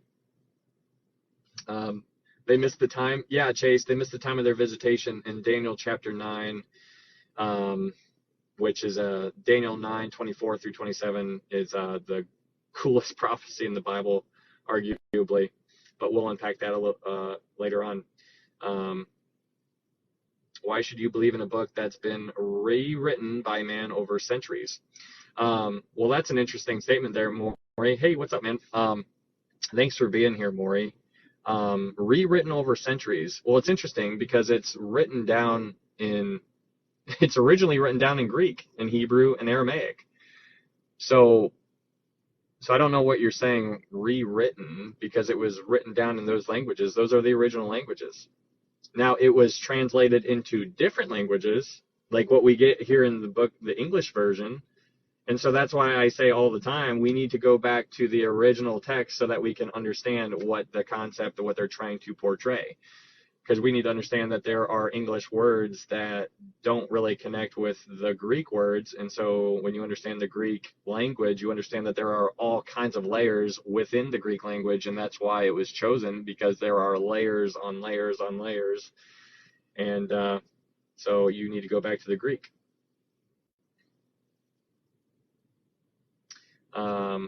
Pray without ceasing. Absolutely, Autumn. That's in, what is that, First Thessalonians? I think. Ephesians? I forget.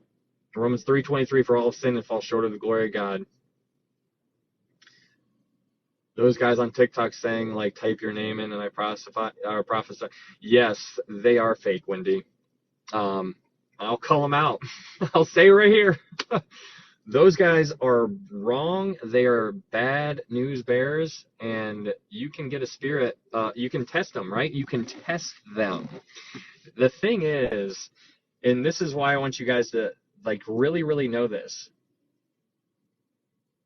It says, what is it? In Matthew, it says, not everybody who says to me, Lord, Lord, will enter into my kingdom. So unpacking that a little bit, right? What that means is that there are people who are saying Jesus. There are people who are out there saying God, and they look nice. They smile. They say good things, but they are so far off of the mark.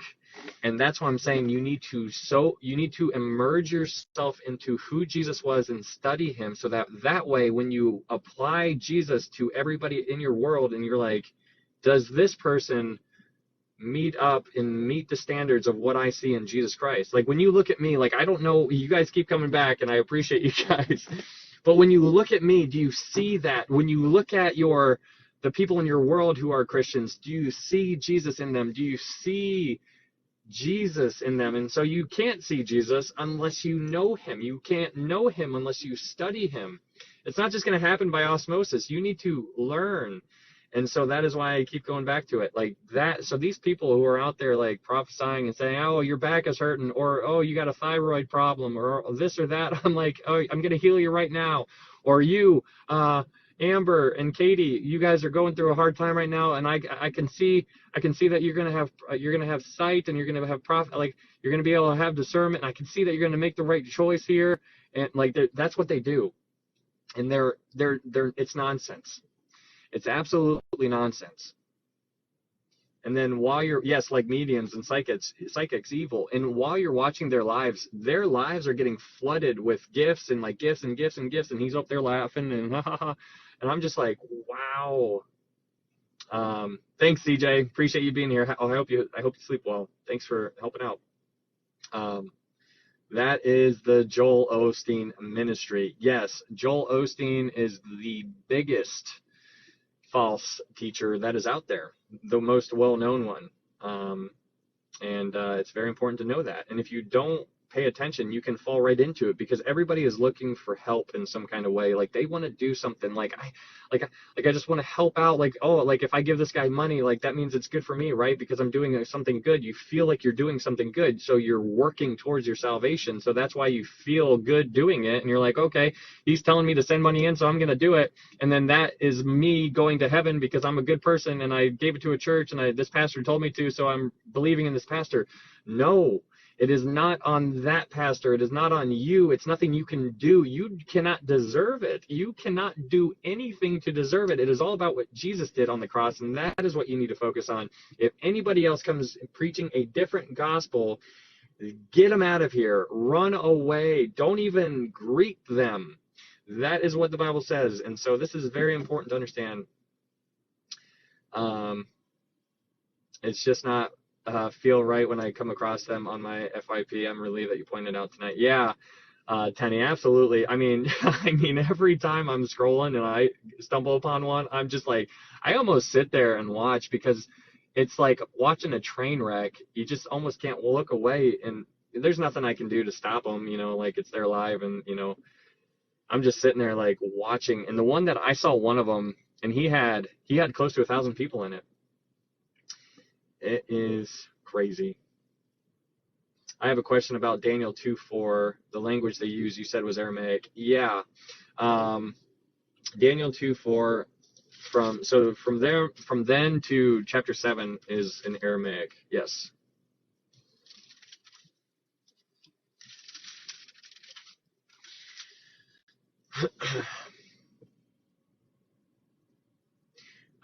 There are too many on TV plastered in front of people, sadly. Yes. I mean, the devil is working overtime, guys. And that's why I'm like, that's why I challenge you guys so much to get out there and tell people about Christ, because when you compare us, like, we're God's army, right? Like, we're out here, we're trying to do our best, and but we're really not trying to do our best. We're just living in our own little bubble. And if I happen to get an opportunity, then maybe I'll take it. Like, I guess if I'm forced to tell somebody about Jesus, then I suppose I will do it. Like, no, that's not how it should be. We should be trying to tell people about Jesus. I definitely can't listen to all the preachers on TV. Oh, yeah, turn those guys off. King James Version has a language as Syriac. If you look it up in the manuscripts, though, because, like, yeah, I know what you're saying there, Bradley. But if you type it in, search it, and you'll be able to find it. And hopefully that'll, I don't have any of these manuscripts. I'm just giving you what I got. Sir, you have understanding. I have a little, I'm trying to grow on that, but thank you. Okay, I was just curious. Yeah, yeah, no problem. I mean, it really doesn't make or break anything, Bradley. It's just like one of those interesting facts that are like applied to it. But again, it really does come in context because it's important to understand to like who a letter is addressed to.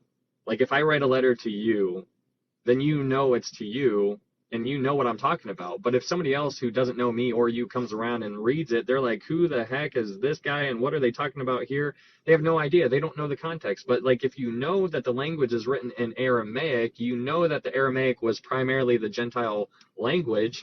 So then you can kind of use that to guide yourself towards understanding that those chapters are more geared for the Gentile world, whereas the Hebrew language is more geared towards the Israel or the Jewish world. And so that's important to understand.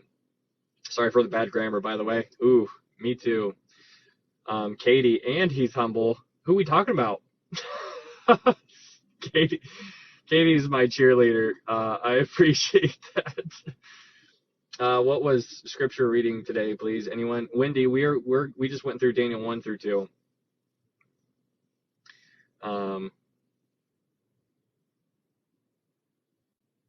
So now that we know who the unsound teaching are, who are actually some biblical sound teachers, Chase, I really, if you're just starting out and you want something easier, like somebody easier, I always recommend Adrian Rogers. He passed away a couple years ago, but his stuff is still up on YouTube, and he speaks in ways that you can just understand no matter what your level of education is. You just understand what he's saying, and he gets his point across really well.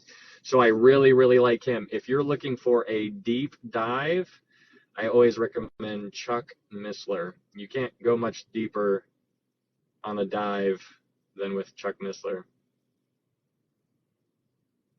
His name again, please. Yeah, Adrian Rogers. Sophia. Yes, he is gold, 100%. Should we try to read the missing books like Enoch and Jasper, and why were they removed? Hey, that's a good question.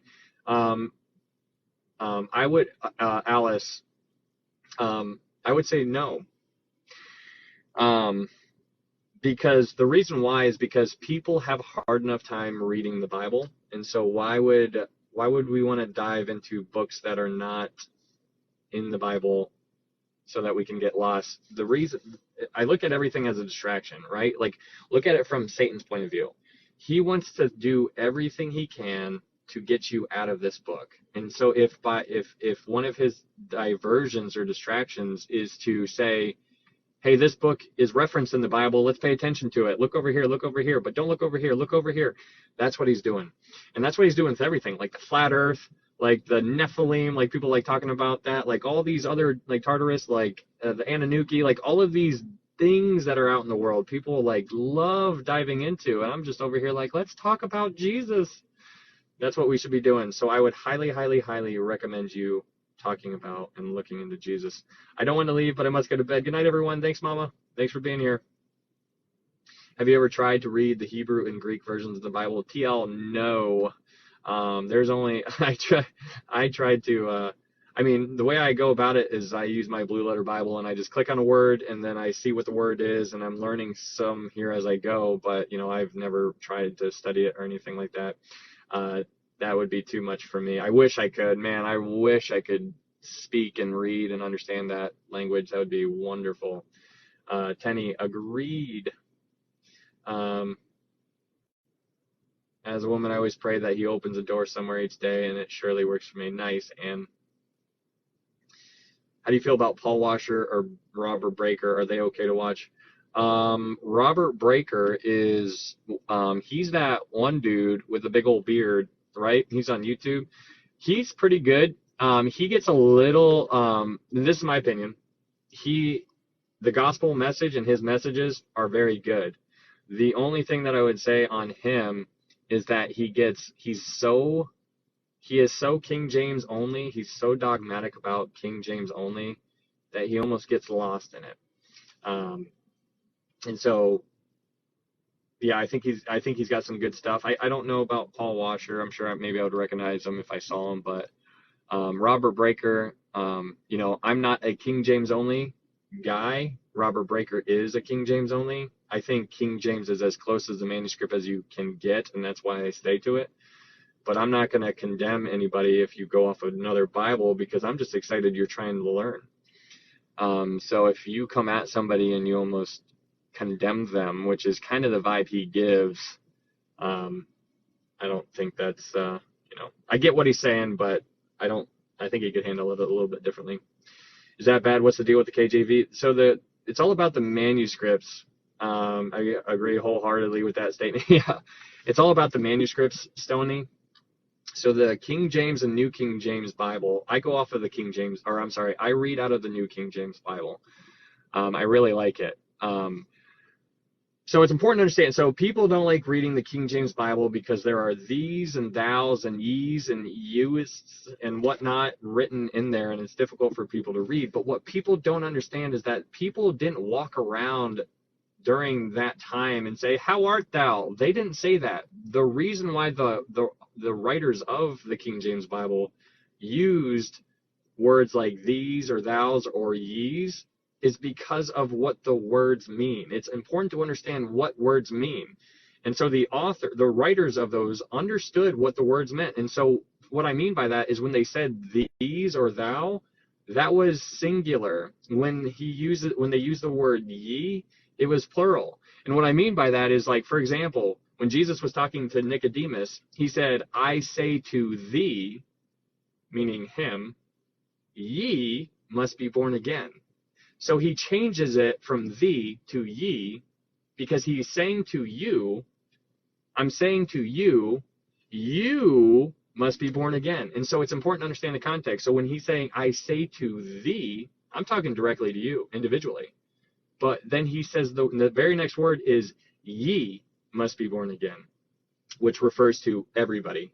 So I say to you individually, ye must be born again. So it's important to understand the words, right? Like, words have meaning. People don't do research on words or understand the meaning, so therefore they just stop caring and they don't do any research. And so one of the videos I put out today was about how to study. Like, we need to know how to think. I say it all the time. You, myself included, we need to learn and train ourselves how to think, because if we don't, then we're never going to do it. And so if you don't work at something, you're never going to get it. So anyways, about the King James Version, the manuscripts, the main manuscript out of the King James and New King James, these Bibles were translated out of a manuscript called the Textus Receptus, which basically means the text received by all. And so it's a very different manuscript compared to the other Bible, the other manuscripts that the other Bibles were translated from. And there's this big long study, and you could talk all about it all day. There are differences, though. And it's important to understand that if you compare one verse in the King James and you compare it to a verse in the NIV or the ESV or something like that, you put the verses side by side and you read one, then you read the other, you're going to get a completely different feel from one compared to the other. And it's because of how they're wording it. And so that's what I'm saying. It's important to stay as close as that you possibly can. In my opinion, it's the King James and New King James.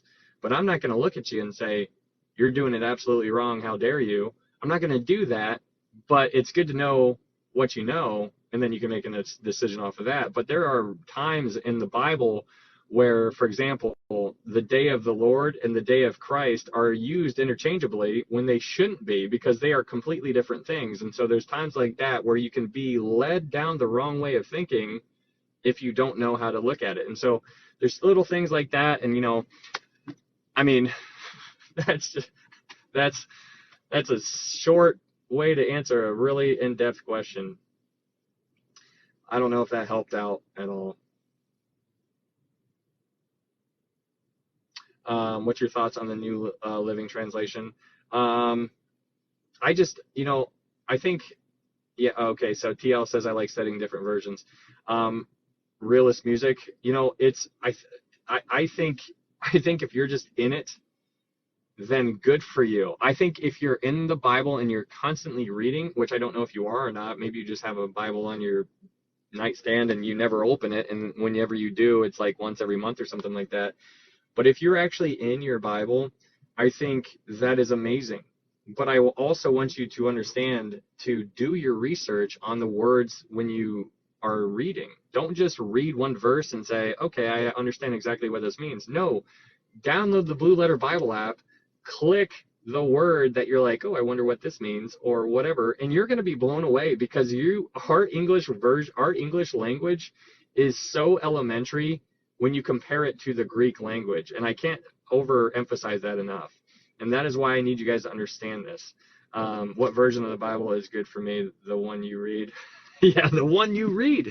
Just be in it and then do the study. If you have, and I'm not even kidding, when I read, I have my phone here up where I'm reading because it has that app, and I have it up with me, and then when I stumble upon something, I'm like, oh, what's that? And then I click a button, and then it tells me the definition, and then I just go into all this rabbit hole stuff, and I'm like, what? Oh, and then I'm all over the place, and then next thing you know, I'm like 20 minutes in, and I'm only 2 verses down, and I'm just like, I'm not getting anywhere, but I'm learning how to think. And if you just read everything and you take everything the way you think that it should be taken without doing any research, that's on you. But being in your Bible is amazing, and I think it's awesome. However, my opinion is that the closest you can get, it's not the exact, because you can't translate one language into another language, which is why this is an English version of a copy, right? Like, if you really, really wanted to, you should try to learn how to speak and read Greek, and then you'd be good to go. Greek and Hebrew. Ryan, did you catch that? Oop, no, I didn't. Blue Letter Bible app. That is right.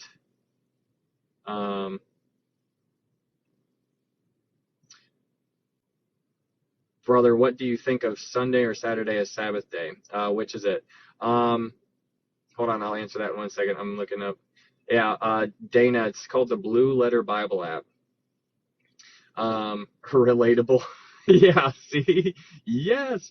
What? Is that accurate? Accurate declared war? Wait, what are you talking about, Katie? Yes, exactly. Deeply study the words. They just declared a state of war. Who did? What? No. What do you, what? Give me what, who did? Hamas, no way. No freaking way. That's crazy. I'm telling you what, guys. But you know what? We finished the book of Revelation, so you guys know how the story ends now. so we're in war now. Well, according to Autumn, just curious if it has biblical reverence. Hamas has attacked Israel. She said that they declared war on Israel. Is that what you said? Huh? I don't know. Wow, 59 minutes ago. You guys seeing it? Because I'm still here hanging out with you, so I can't see any of that kind of stuff.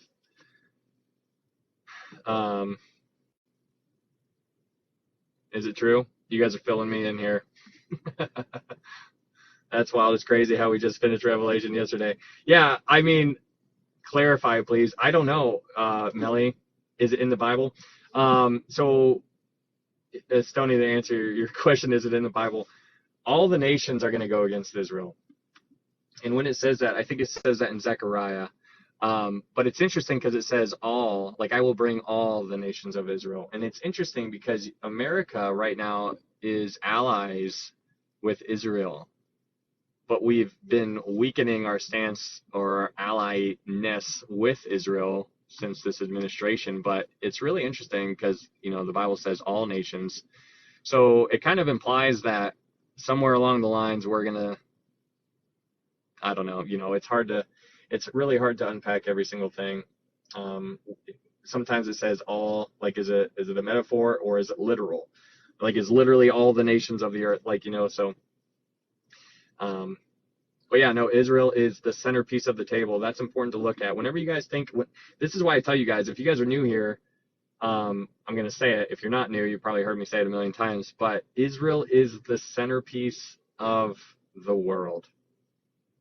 It is everything. It is God's chosen people. It is where the third temple is going to be built. Some people say that it's not going to be built, and I'm like, you're lying. But Israel is everything. So if you're going to pay attention to anything in the world, whether it's central banking, digital currencies, CBDCs, or environmental social government score, or the social credits, like all of these, whatever, BRICS, whatever you're paying attention to, pay attention to Israel. That should be the thing that you do pay attention to, because that is where the fireworks are going to pop off. So it's true. Oh, yikes. Wow. Hamas launches 5,000 rockets from Gaza. I mean, guys.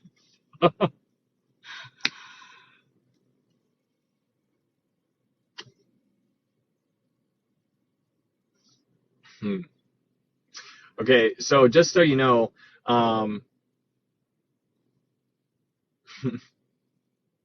so Damascus is in Syria. So Damascus is I can't think of where it is, but in the Bible it says Damascus is going to be wiped off the center of the earth, and they're going to be absolutely obliterated, and people and not a building.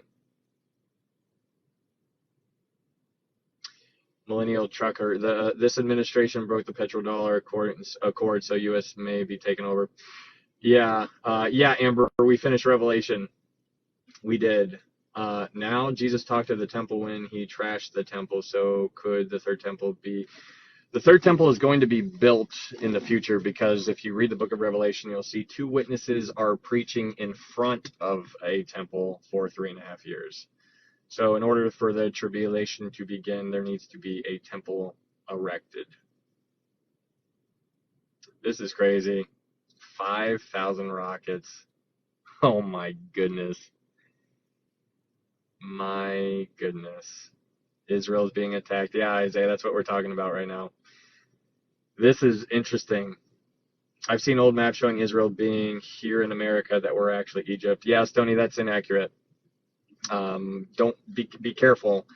Be very mindful of what you pay attention to, because there's all kinds of stuff out there, and so you got to have discernment. But there's a lot of people out there who will guide you astray.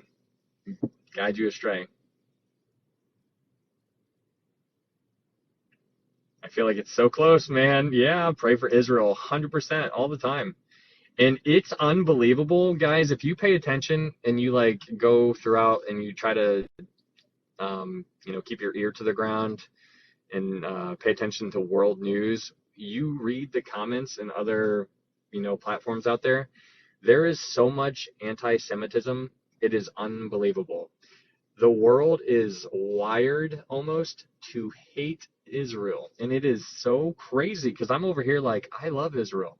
I want to support Israel as much as I possibly can, because I understand that they are God's chosen people, and I don't care what kind of bad vibe or reputation they get. I'm going to support them because that's God's people, and I don't want to go against them. I honestly think, Ryan, I just talked to you about this today. Yeah.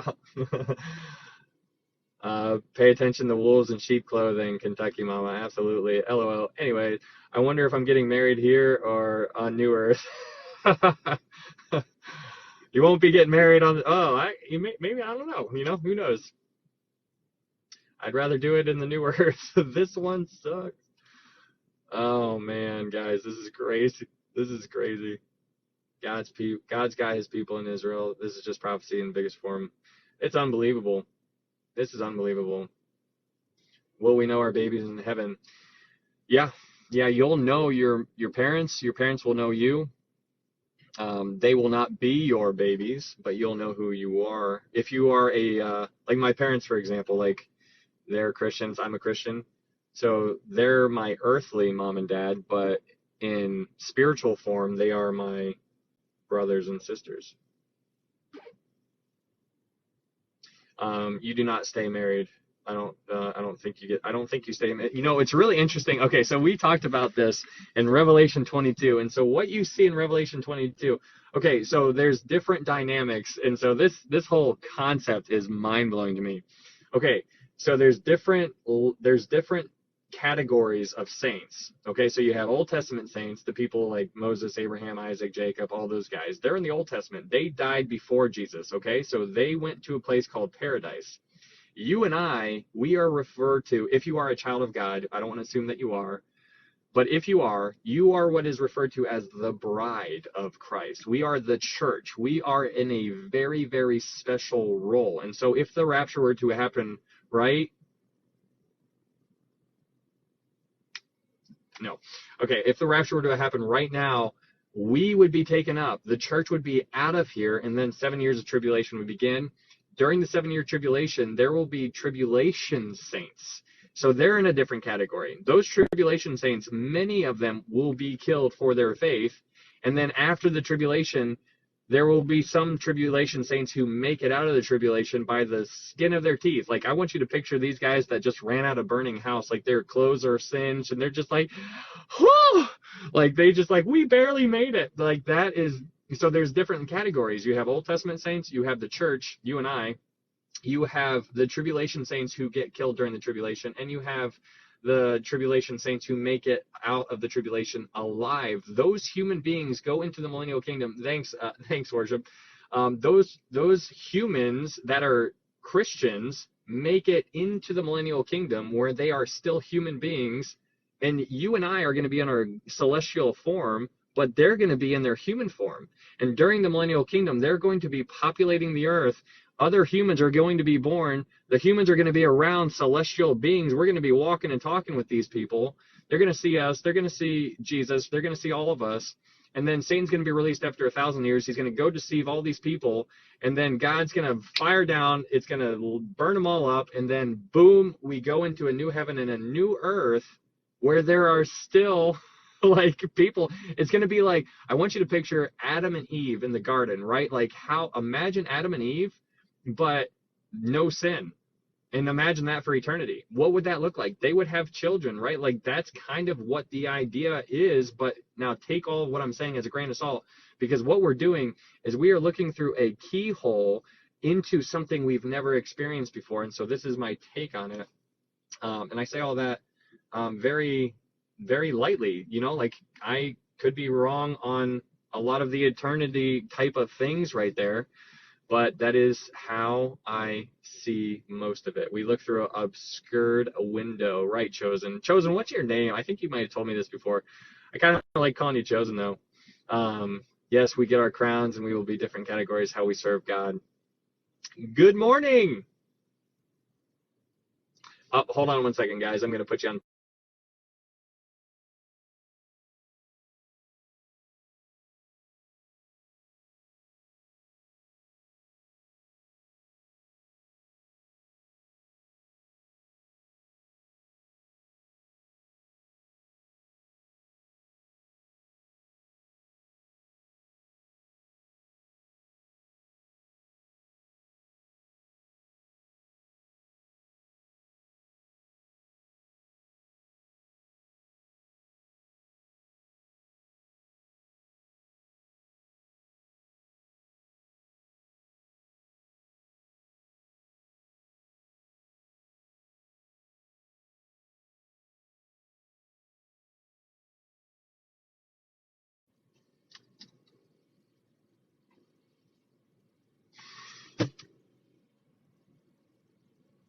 Nope. Sorry. Hello again.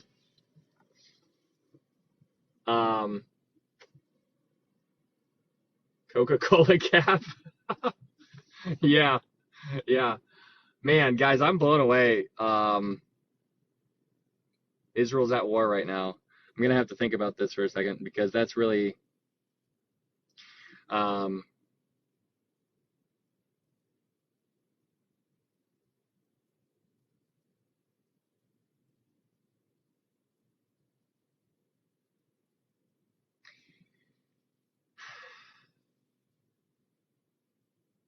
it's really interesting. Like that's you guys just prepare to see a whole bunch of TikToks about these people like saying Israel's at war. Like it's gonna go crazy. Um, did I hear it wrong? My name is Eli. Okay, Eli, the book of Eli. So do you think we'll actually still have children? I mean, then in the new heaven and new earth. So that's what I was getting at. Okay, so I got a little distracted.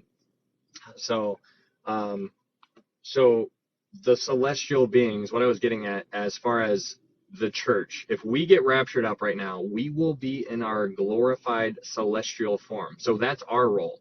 We are the bride, aka will be the wife. So we are in such an amazing role here. Okay, so that's important to understand. However, there are going to be people who are Adam and Eve-ish during that place as well. That's not going to be you and I. We're going to be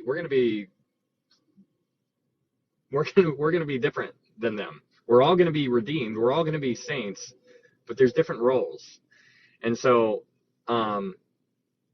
for the bride, the church, the bride of Christ will not, in my opinion, the way I see it, is not going to have children during this time.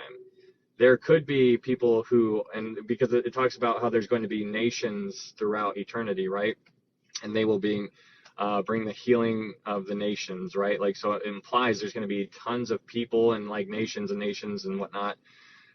So there's all kinds of stuff, and I'm sure I'm not going to be very dogmatic about this kind of stuff because it's so futuristic, and it's stuff we cannot grasp at all. But I do think that there could be, and that's why I always say, imagine people in Adam and Eve in the Garden of Eden, but just imagine there was never any sin. Adam and Eve would have children. Then their children would grow up and they would live together and it would be wonderful. But then there's going to be other people like the church, like the bride, the wife is going to be there. That's you and I. We're going to be there walking with Adam and Eve and all the Adam and Eves, if you get what I'm saying. And it's interesting. There's all kinds of different dynamics here. We'll be cooking and cleaning in heaven. Yeah. Heck no. Yeah. Is that where your mind goes to? That's funny.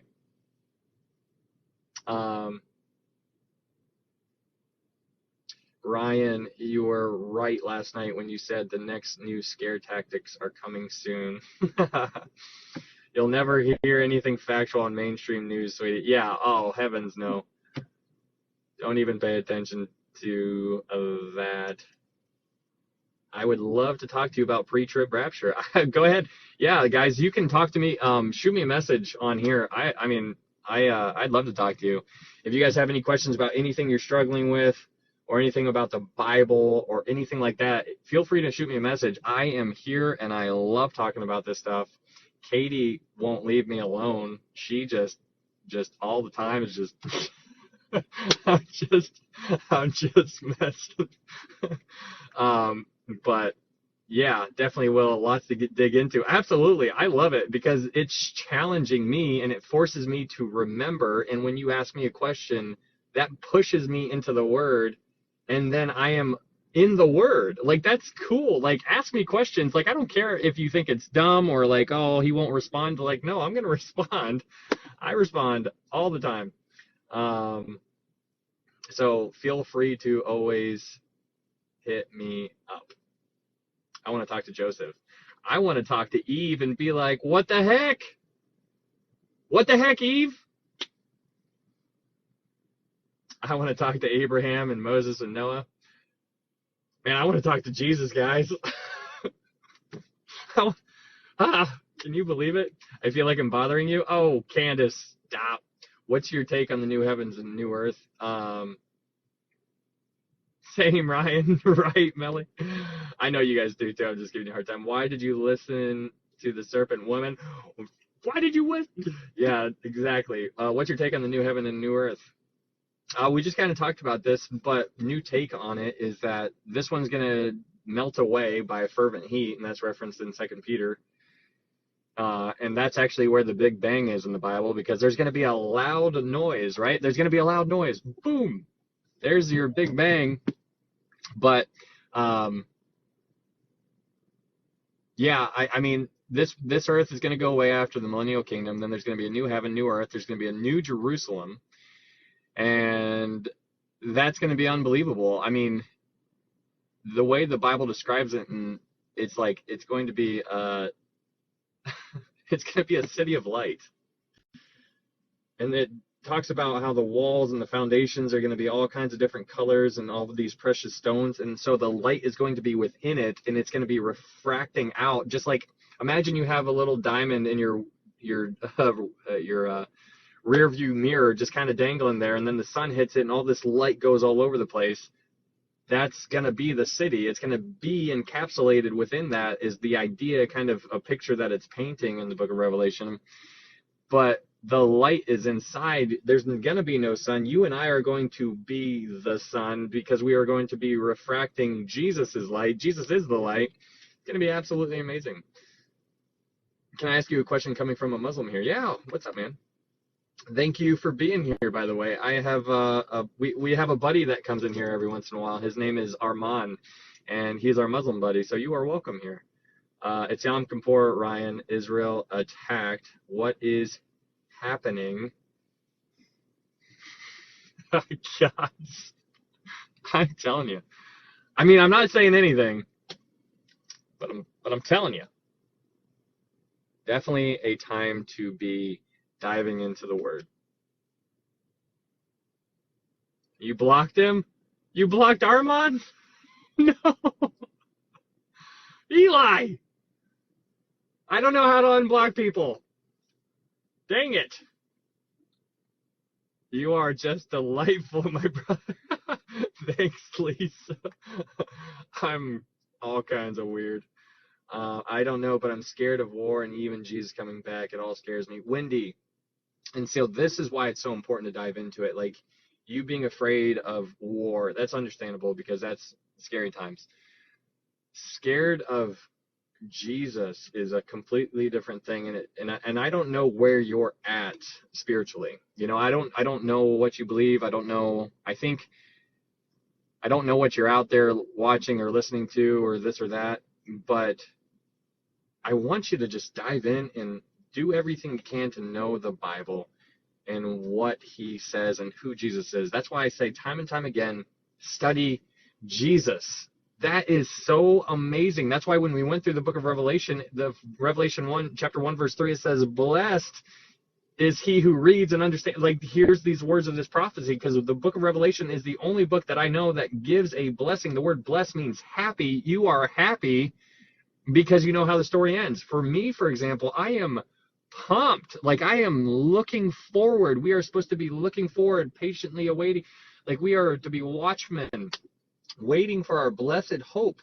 But if you don't know these things for yourself, if you don't know these things and have hidden them in your heart, then yeah, you better believe I would be fearful too, because I don't know what to believe. I have nothing to hold on to. Like, I'm reaching, I'm like grasping at everything. Everything's falling down. Nothing's holding. But then I catch on to the word of God, and this is strong. It's not going away. And that is where I'm at. And that's where I want you to get.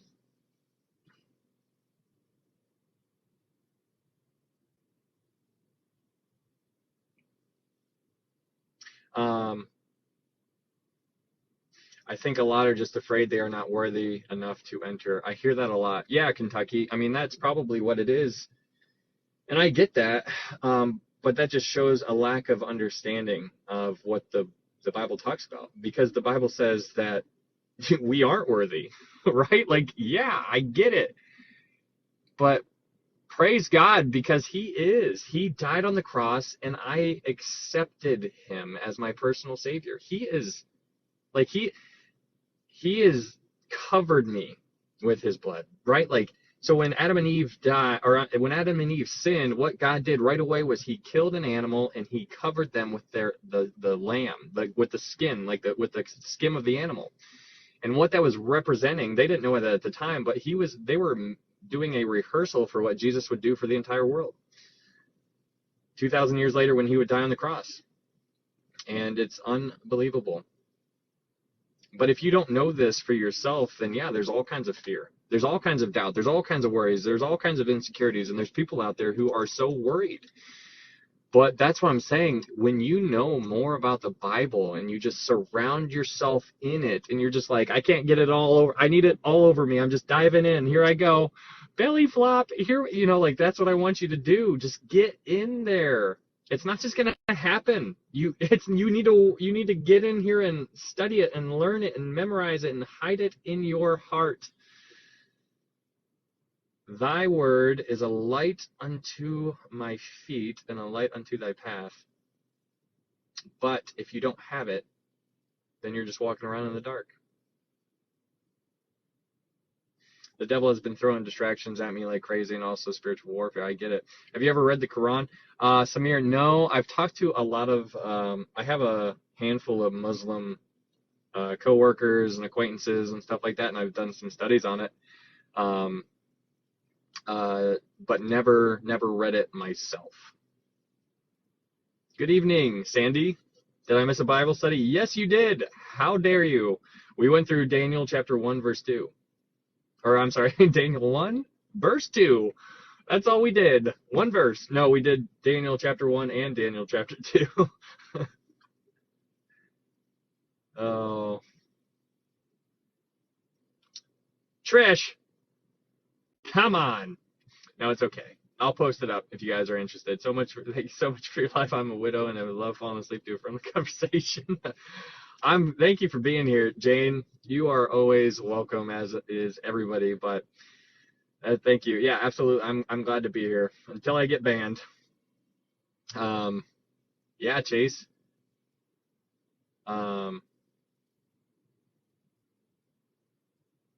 Well, I don't do everything Jesus tells me, like quit smoking for one. Yeah, Wendy, I think I remember you bringing up smoking before. That seems to be like a big thing that you're kind of hung up on right now. And I get it, because like that's what you think is like that's that's your obstacle. You can't get over it. Like, I need to quit smoking so that I can become a Christian or something like that. Maybe that's something that you're thinking, but it's not. People are not going to become a super Christian overnight, right? Like, you're not going to do that. You need to work at it. And that is why there's different levels of maturity in the faith. You're a child, you're a teenager, or you're an adult. Like, you're somewhere in there. And it is it's just, you can't grow. Like Paul talks about, like always feeding these people milk. He's like, how long am I going to have to feed you this milk? You need to grow. Like, think about having a child. Let's say like everybody in here, there's a lot of people in here who are parents. Imagine having a 40-year-old hanging out at your house and you're still feeding them milk. Like, you wake up, you go over and you just feed milk to them. You would get pretty tired of that. Because you're like, how long do I have to keep feeding you this milk? You need to grow up. And that's what he was telling to this church. Like, he's like, you need to start getting to the meat and the potatoes of the word. But there are so many Christians out there who are just happy with applesauce for dinner every single day. You need to get in there and force yourself to make this a priority. People aren't doing that. People are making going to the gym a priority. And I'm going to spend 2 hours a day, 7 days a week in the gym so I can look at myself in the mirror and try to catch the shadows so they hit me right, and then take a picture, and then I'm going to put it up on MySpace, and then it's just going to be a whole thing, and then that's what they do. That's what they want to focus on, and then they're going to go out, and I'm going to get my hair did, my nails did, and just, like, look at me. Like, all this stuff, people are putting so much attention into them that they're not focusing on this, and this is what it's all about. Everything else is, like, absolute distraction. It doesn't matter. Like, all of this world is going to dissolve. Guys, that should be your verse, like, oh, this world is going to dissolve away. If you literally wake up and you have your mind set on that this earth and the things in this earth, like the car, the mansion, the money, the dollar bills, the gold, the silver, the brass, all of these things, they're going to dissolve. If that's what you think of, then you're going to have a little bit better perspective. But people don't think that way because they don't want to think that way. They want to think, oh, I'll be good or I'm fine. Like I know more than my neighbor, so I'm better than him, so I'm good. No, you need to do better because of what Jesus is doing. He wants to raise you up so that you go out into the world and you win more souls. It's not about you, it's about him, and he gets the increase. Like I'm out here talking to you guys. There's people coming in here. People probably think they hate me, they like me. I don't really care. I'm telling people about Jesus. That's what I want to do. But I also do that in my real world as I go about in my day. I don't just do it here, but this is a bigger platform because in my real world, I only can reach one person at a time. I'm like, hey, do you want to listen to me talk? But you gotta have love and you gotta know Jesus. And I want you to do that. And you can't know Jesus until you learn about him. But people don't want to take the time to do it. People don't want to take the time to do it.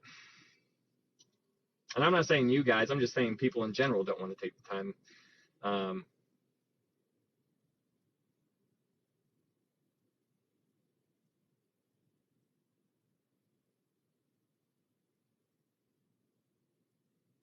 Just had a Holy Spirit moment again with a passenger. Been happening a lot lately. Glory to God. Cool, Rick. Good for you. Bring it up.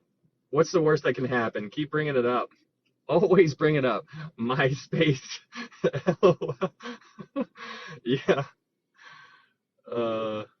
Brain food. The Bible condones slavery. It is amazing how many people are just like, and nothing against you, brain food, and like I'm not laughing at you. I just think it's so interesting how so many people, because I know that nobody is out there reading the Bible and like really pouring themselves into it, and then they get to the slavery part and they're like, oh, and they close the book and they're like, I'm done.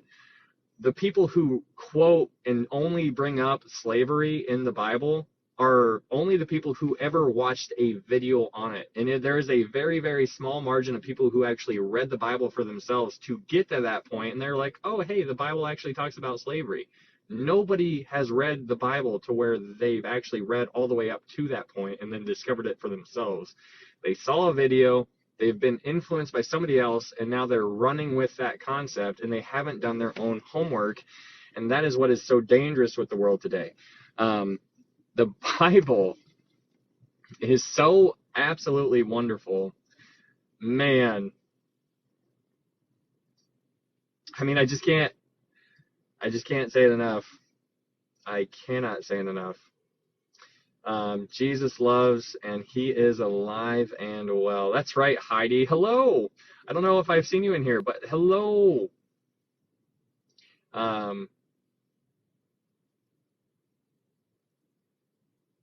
I appreciate you so much. I learned more by this study versus me just reading. I'm so ADD. Yeah, Sheena, me too. It takes a lot for me to learn something. No Jesus, no peace. No Jesus, no peace. That's good. I've seen that on I've seen that on so many churches that I drove past. I'm like, that's good. And that's solid. Gets the point across real simply. That is, or you want likes. I could care less about likes, brain food. I could honestly care less. You want to be a beacon of light, or you want likes. I love to feel your excitement late nights with you, Ryan. Yeah, thanks. This is when I come alive. Come alive. Aren't they doing another The Greatest Showman? I think so, maybe. Thanks, Heidi. I appreciate that. I hunger for the word. Thank you, Heidi. Thank you. Whoa.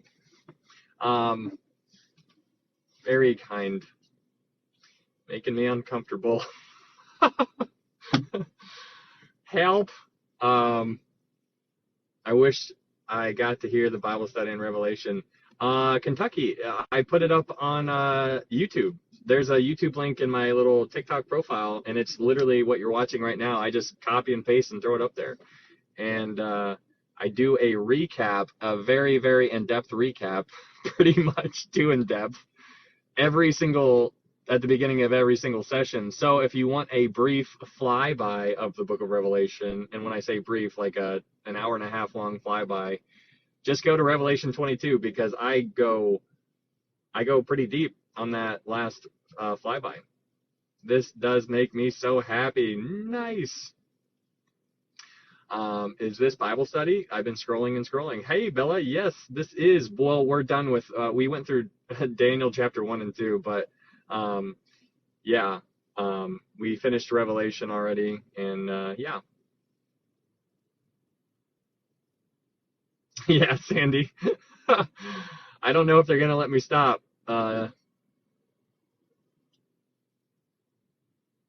Ryan, rather hear how people are coming to Christ and gifts. That's what I'm thinking. Absolutely, Jenny. That's why I always say, I was like, you can only give me a gift if you have told somebody about Jesus. And that is the challenge that's out there. But that Revelation study was the best. Thanks, Amanda. That was a lot of brain power. Thanks for struggling on where to start over again in my walk with Christ. Hey, what's up, Wolf? Thanks for being here.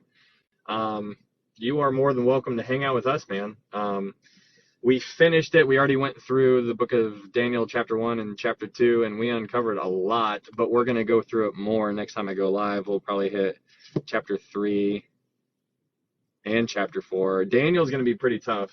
Revelation 17 was really tough, and I'm already dreading Daniel chapter 11. So yeah. No, I think you're here to stay, Ryan. Are you on every night? Jane, no, not every night. I go live about 3 times a week, and I always go live around 11:30 p.m. Thanks, Ren. Keep up your encouragement, because, guys, thanks, Bev. Yeah, absolutely.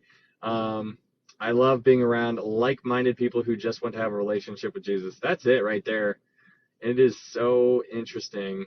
I even listen to your recaps because it helps to drill it in my head. Right, Mary? That is why I did it every single time. I'm going to do the same thing in the book of Daniel. When we're in Daniel 12, we're going to go through Daniel 1 through 11 before we get to Daniel 12. That's just how we do it. That's how we learn. That's how we drill it into our minds. And so then when something happens, so I don't know if you guys have had this happen yet, but if you're reading your own Bible, there's probably words that, if you've been here for the study of Revelation, there's probably words that are sticking out to you now that used to not stick out to you, like the word another or the word crown. Now you understand that there's 2 different definitions for the word crown. There's 2 different definitions for the word another. Or angel, like the word angel has a different meaning. Like, what does the angel mean? Like, all of this stuff should start playing in your mind in your own study. And just like when I was reading through Daniel 2, and I was reading Daniel's prayer, like how he was praying to the Lord after God revealed the Nebuchadnezzar's dream to him, and I was like, that just happened to me right then. Like, I didn't prepare for that. I was reading it, I was like, wait a second, I'm seeing a whole bunch of God, God, God, God, God, and I'm not seeing any Daniel saying I. Daniel wasn't talking about me. He's like, hey, the whole center of attention is on God, and that's what we need to be doing. Ryan, have you seen where Ron Wyatt found Jesus' blood and it's alive? I have seen that. And then he passed out the Ark of the Covenant. I think there was 23 chromosomes. I did see that. That's very interesting. Very, very interesting. And, the Ark of the Covenant is a very interesting type of topic because it comes into play. So it's a replica. The one that we have here on the earth, it's a replica, which we talked about there, but the real thing has always been and will always be in heaven. That's the real thing. But the one here on the earth, it's containing the 10 Commandments, and on top of it, the thing that covers it is called the mercy seat. And that video that you're referencing was basically talking about how when Jesus was crucified, the blood fell down and fell on the mercy seat, which is interesting because it seems to be scriptural. And so then Ron Wyatt comes and he starts doing his archaeology type thing, and he says he passes out, I think, if I remember correctly, but I don't remember why he we don't know where it is. People theorize that it's in Ethiopia, but it's going to come back in the scene sooner or later.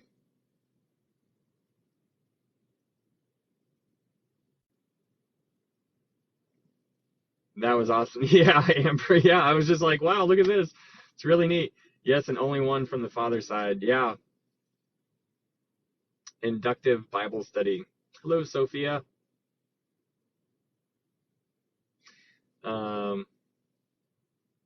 Yes, I know scripture references now. That's what I was talking about. Okay, awesome.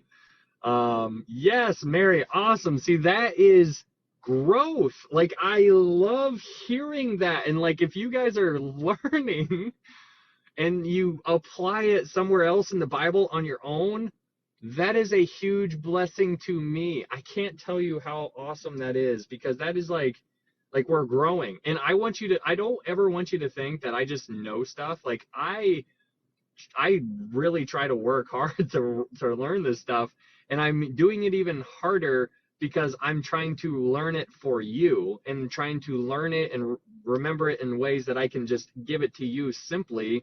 And it's not easy. Like, it's tough, but it's necessary. And like, since you guys are wanting it, I'm just like, here you go. Like, I'm gonna do the best I can.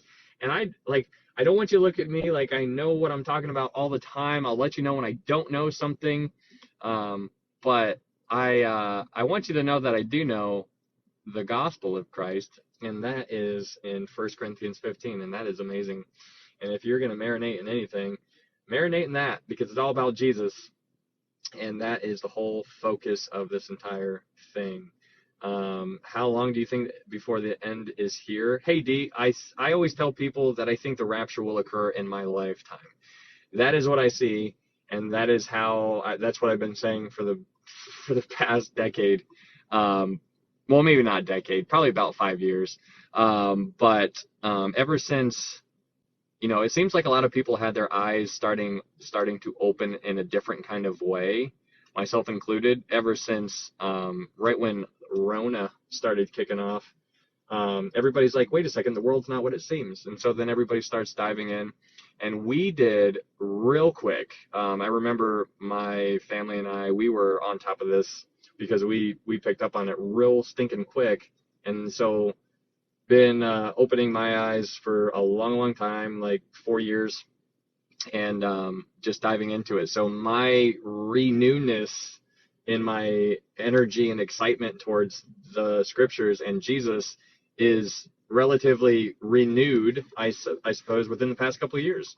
And it's kind of, it's a walk, right? Like it's hills and valleys. But now I feel like this is here to stay, because I am just so stinking pumped up about this. And I'm looking at the world like I've never seen it before. And I'm seeing things like I've never seen it before. And I've learned so much.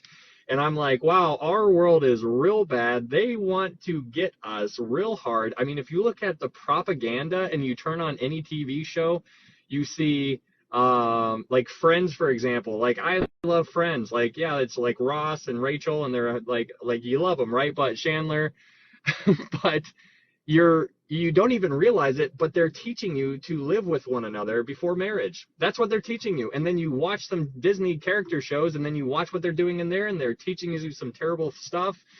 And Sesame Street, and they're like indoctrinating you little by little. And now it's just like, it's full on blast. Like, they got a fire hydrant hose just like blasting you right in the face. And that's what it's come down to in the world today. But it didn't used to do that. It used to be drip, drip, drip, drip, drip. And now it's just this full on right in your face, and you can't get away from it. And that's why it's so much more important to know the Bible now more than ever before, because you are under attack every single day like we've never been before because of all the social media. You're being influenced right when you look at your phone in some kind of way. You say one word like, hey, I want to go buy a microwave. You tap on Google, and then all of a sudden there's like ads for microwaves that you're like, wait a second, I've never even searched this. Like, they're listening to you. You're being monitored. You're being tracked. They know everything about you. Your face is on file. Your thumbprints are on file. All of this stuff is coming into play. And now Israel's at war. I mean, I'm just saying. I am just saying. HR 4310. See? Wait. Wait. Okay, I was thinking of something else. What is that? Remind me. So true. 100%. False prophets all over the place. That's right, Amber. Yes, yes, and yes.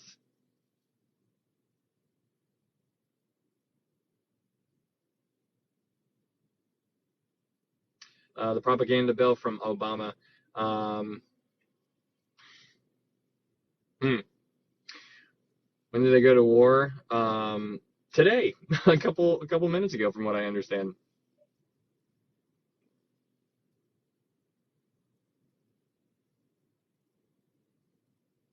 Yes, trying to normalize insanity, and it's working. Satan's World, absolutely. Fox has a new show, or has a show called Lucifer. Yeah, I mean they're trying to make Lucifer seem like the good guy, and people want to be cool. Like somebody was in here when we were talking about Nephilim. They're like Nephilim are cool, and I was like, ooh. So Hamas.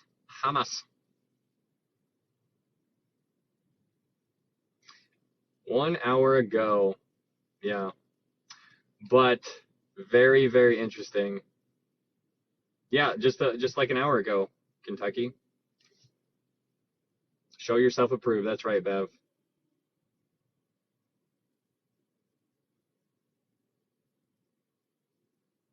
When you see Israel surrounded by armies, how would you help someone vision prepared can't read the print? Um, you can listen. We have all kinds of technology right now. You can listen to messages and sermons on YouTube. I do that all the time. Like on my way to and from work, like I listen to a guy named Adrian Rogers. I listen to a guy named Chuck Missler. I listen to podcasts by other Christians, like Understanding the Times with Jan Markell.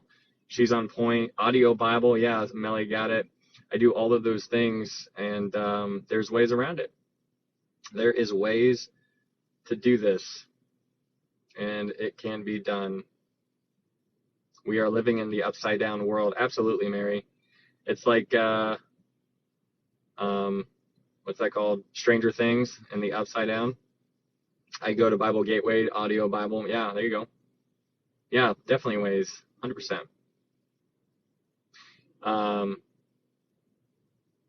say it, not Aaron Rodgers, Adrian Rogers. Solid guy. Understanding the Times with who in particular again? Oh, Understanding the Times with Jan, Jan Markell. Can we talk about how sick Quagmire is in Family Guy? What? I haven't watched Family Guy in a long time, but yeah. RH factor in the blood to come out of the Nephilim. Do you think it's possible for the RH factor in the blood to come from the Nephilim? I don't know, Sheena. I think it's very interesting. Nephilim is very interesting. It means gigantus or earthborn or fallen ones. They're very real things, and they're still around. The same ones back then are the ones that are still here. Lauren Love, I think CERN amped up the demonic. There's a lot of theories on that. I try not to get too lost in that because, I try to keep it as biblical as I can, but I know exactly what you're talking about. It's very interesting. The notification was 3 hours ago. I love it, but I'm not going near it.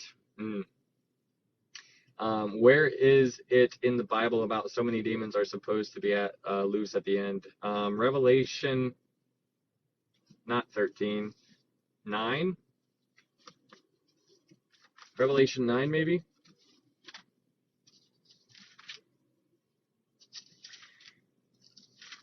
I think.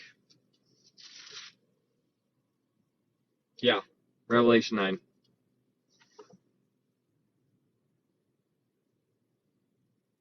It's amazing how conspiracy theorists know what's going on in the world. We were taught to believe it. Yeah. I listened to Amir Sarfati. Yeah, he's really good, Wolf. Amir Sarfati is solid. Him and I see things differently as far as eschatology concerned in a little bit, but most of our stuff is pretty much aligns up. I love it, but I'm not going near it. Yeah.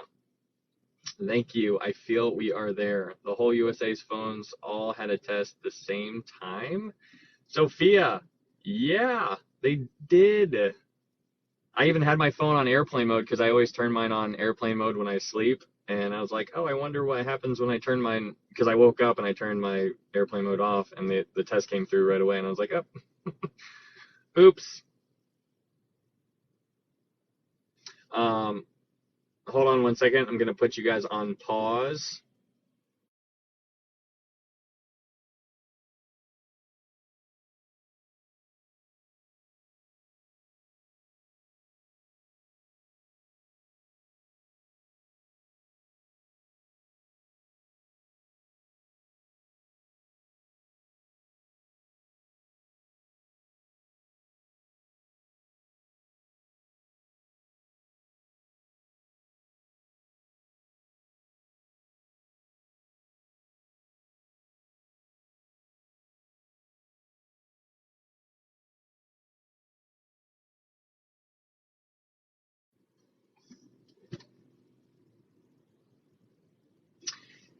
All right.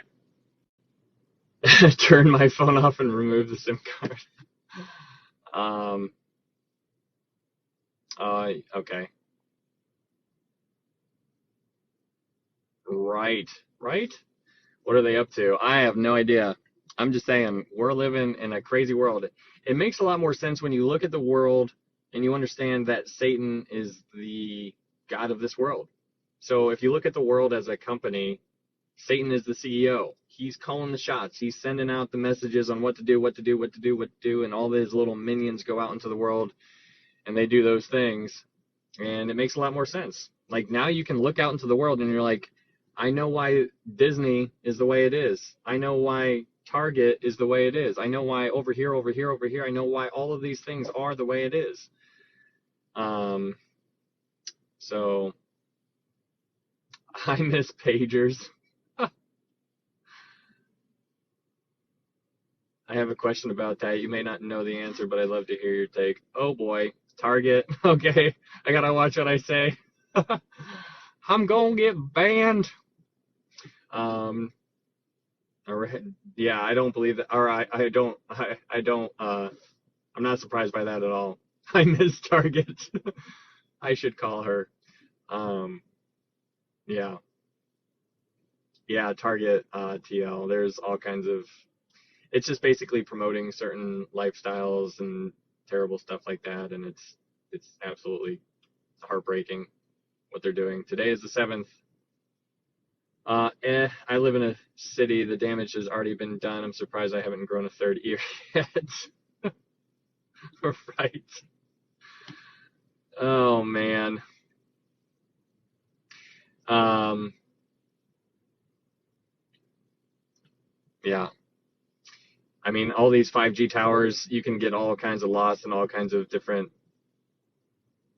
thought processes. And that's what I'm saying. That's why, like, you can't escape it. You cannot escape it. Even people who say they live out in the woods and they're like, I'm prepping for months, like, there's, it's, it's, it's good to be prudent. Like, I'm not, like, there's people who say, oh, like, prepping is stupid. I would disagree. So go to Proverbs 22, because Proverbs 22 verse 3 says, a prudent man foresees evil and hides himself, but the simple pass on and are punished.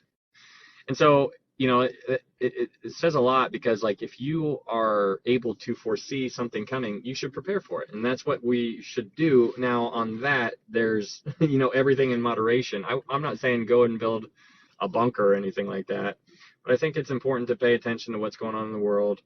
And yeah, I can message you, TL. Okay. I'm ready for tribulation spiritually if it comes, but I'm still going to go off grid, LOL. Well, the fourth horseman is going to be in charge of the beasts of the earth. And so if you believe that the church is going to be going through the tribulation, just be mindful that these eagles are going to be coming out of the air and just getting you. It doesn't matter where you're going to be at. You're going to be under attack. I don't believe we're going to be here during the tribulation. That's my stance. I believe we will be raptured before the tribulation. I believe we can go through some bad times like man's wrath, but I do not believe we will go through God's wrath. And the days of Noah, so shall it be when the Son of Man shall return. The days of Noah, going back all the way to the DNA, the genealogy, Noah's bloodline was pure. So like demon bears, yeah, exactly. And when you say demon bears, I'm saying this fourth horseman. So go to Revelation chapter 6, and it's like, you'll look. I'll do it. I'm already here. Revelation chapter 6. And this is, like, we just went all the way through this, so if you guys are interested in any of this, you can go on YouTube. But in Revelation chapter 6, verse 8, it says, So I looked, and behold, a pale horse, and the name of him who sat on it was Death, and Hades followed with him. And power was given to them over a fourth of the earth, to kill with sword, with hunger, with death, and by the beasts of the earth. So your little Shih Tzu is going to be getting all up, going to be biting your ankles and stuff like that. You know, I don't know what it's going to look like, but these hamsters are going to be coming out of the woodwork just trying to nibble. No, I don't really know. Basically, what the idea here is that these animals are going to be able to be controlled somehow by this fourth horseman. Very, very intriguing. I guess more like the angel of death. I don't know. There's a gray line there. I guess, wait, did I miss something? I hope you're right. Although history has shown us the Christians have suffered. Yeah, Heather. Well, that's why I really think it's important to study who the kings and priests are. That is a huge, huge, huge, huge thing to understand. And then also when you go to Daniel chapter 7, verse 21, I think. Let's go there. See what it says. See if I'm right. Daniel 7. Yeah, Daniel 7:21. It says, I was watching, and the same horn, the Antichrist, was making war against the saints and prevailing against them. So this Antichrist is going to be able to prevail against the saints. So that sounds terrible. But when you go to Matthew 16, oh no. Well, too late. All right, let's go to Matthew 16. When you go to Matthew 16, verse 18, it says, and this is Jesus talking, Matthew 16:18, it says, And I also say to you that you are Peter, and on this rock I will build my church, and the gates of Hades shall not prevail against it. So here in Matthew 16, Jesus is talking about the church, and he's saying Hades will not prevail. But in Daniel, the Antichrist is going to prevail against the saints. So it's important to understand that there's a distinction between the saints and the church. The saints that are referring to in Daniel 7 are the tribulation saints. The church that Jesus is talking about is a completely different category, and that is what is important to understand. So, you can come to your own conclusion. I've come to my conclusion. And then when you chase down the kings and the priests, and you understand who are kings and priests, and you understand that it's Melchizedek, Jesus, and the church, because the church is labeled as a royal priesthood in 1 Peter chapter 2, you understand a lot, because in Revelation chapter 5, the 24 elders that are named in Revelation chapter 4 identify themselves to be kings and priests in Revelation chapter 5. And so you get a whole bunch of insight on that idea, because the kings and priests, or the church, or the 24 elders, are in heaven before the seals are broken. And it's very important to understand that. But yes, that is just my take. Yes, I like your thoughts. Oh, is Bob here? Bob! What's up, buddy? Everybody say hi, Bob. This is the guy that you call, who has no arms, no legs, and floats in the middle of the ocean. Bob. I that was dumb. I apologize again. Just every time. But no, Bob, good seeing you, man. Not much. Just got home from work. How's it going tonight? Going so good, man. We're just hanging out. We're talking about Israel is Israel's at war. Just normal things. Just nothing to see here. It's good to see you though, man. Thanks for coming back. Bob, guys, for you guys, yeah, Ryan, I'm sorry, Eli. It's embarrassing. I'm embarrassed. I'm embarrassed for me. You guys don't have to do it for me. I'm embarrassed enough. But for you guys who don't know Bob was here right when I started going live, and he's our atheist buddy. And we are going to win him to the Lord one way or the other. So just get prepared for that. I'm going to go look for the war. Come back and report back, Kentucky Mama. Very exciting then, yeah. Am I wrong that Israel has been at war, though? They are currently at war. That's what people have told me. I haven't looked any of that up because that just happened while we've been live. I missed that. What did you miss? Little ray of gamma? Wait, what? What? Ryan. Praying for Bob. Yes, keep him in your prayer. Hey, Bob, Jesus always has cookies. Right. And they are so good. I mean, cookies, though. Is that a threat, Ryan? It is. You're coming over to the light side, my man. You got to do it. I'm telling you what. And this is what is interesting, because let's play this out. If the rapture happens right now, and the church is taken up, Bob, I know you've been here long enough that you've heard everything that we've talked about. And your mind is going to be like, Ryan and Katie and Lisa and Amanda and Amber and Eli and Mary, everybody in here, Melly, they've all been talking about Jesus, this guy Jesus, what's going on with Jesus? And now they're gone. What's going on? There's millions of people on the earth that are gone. Bob, you're going to be one of these people. Hopefully you don't wait until that time. But Bob could be one of those people that we end up seeing in heaven. And that's very interesting, because we need to be telling people about Jesus. And if they don't come to know him right there, you're still sowing seeds. And that is what's really neat. You never know what's going to happen. Little Ray, Israel is in war, attacked by Egypt and Syria. Man. Okay, Syria.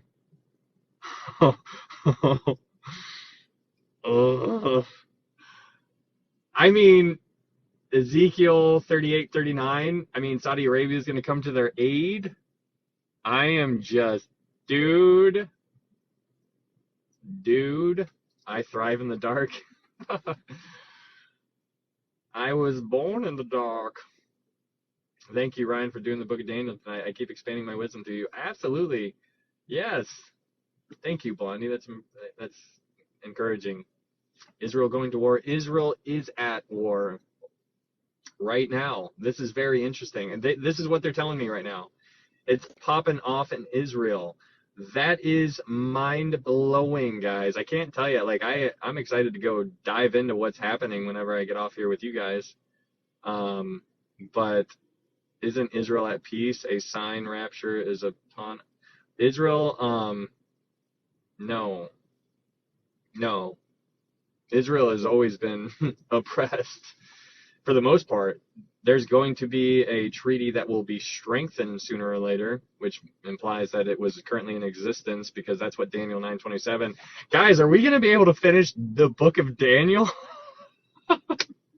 I was just hoping to get through the book of Revelation, but now I'm like, man,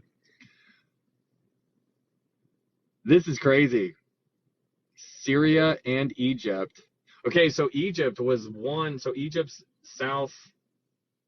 southwest of where Israel is, just by a little bit. And so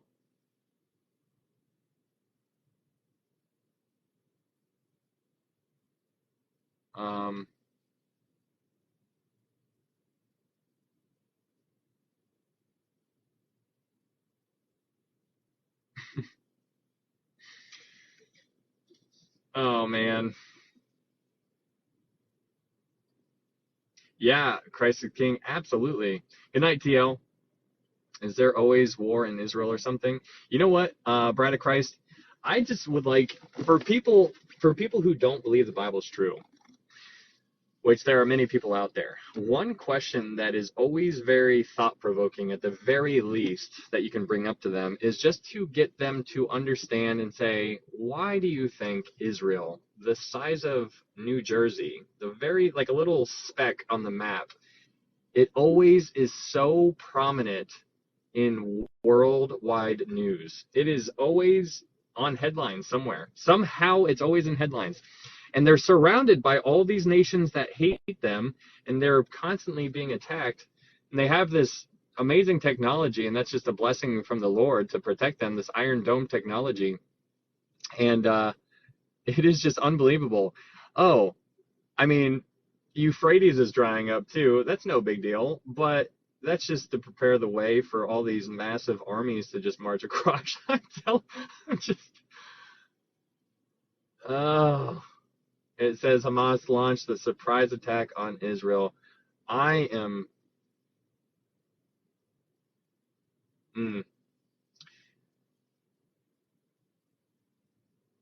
women and children have been killed in their own homes.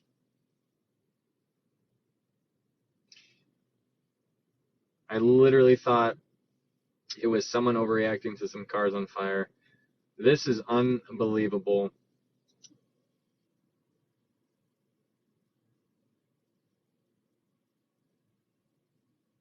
Looks like Hamas also crossed the border into Israel. So not just rockets. Wow.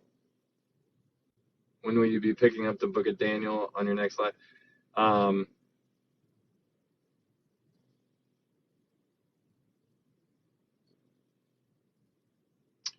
Maybe Tuesday. It's either Tuesday, Wednesday, Thursday, or I'll be doing it Wednesday, Thursday, Friday. I think I'll be doing it 3 days in a row. I'll probably do it Wednesday, Thursday, Friday. That is crazy. So wait, are there boots on the ground going into Israel? We can so finish Daniel Bible readathon.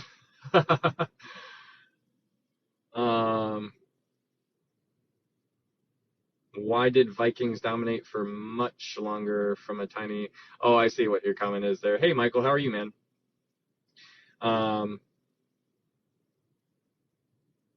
Were they in the world news? I'm with you, man. My heart is pounding. This is crazy. Do you think we will see the destruction of Damascus in our lifetime? Just curious, your thoughts. The Damascus is such a wild card. I don't know, and that's why people speculate. Like Ezekiel 38, 39. This is what Katie we were talking about earlier.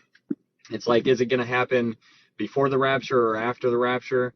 There's no really clear way of being able to make a definitive statement on that. There's speculations and good arguments on both sides, and I don't really know where I fall, but I do believe that Ezekiel 39 occurs before Ezekiel 38, which is actually interesting. But the happenings that are happening right now in Israel is blowing my mind, and it's like setting in, and I'm trying to really wrap my mind around it all while I'm reading comments, and I'm not very good at multitasking, but this is going to be something I'm blown away by this. I remember hearing about troops going to the Strait of Hormuz, and they're inside the border as well.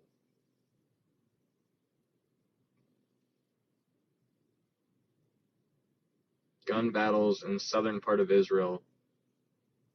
I mean, if they're doing small arms fire, that is, yeah. Wow.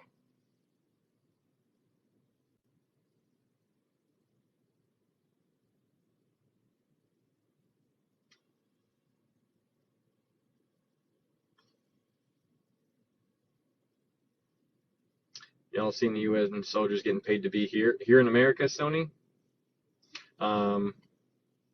Your sister is stationed in Iraq. Ooh, what's her MOS there, Amanda? They're in Israel. My goodness.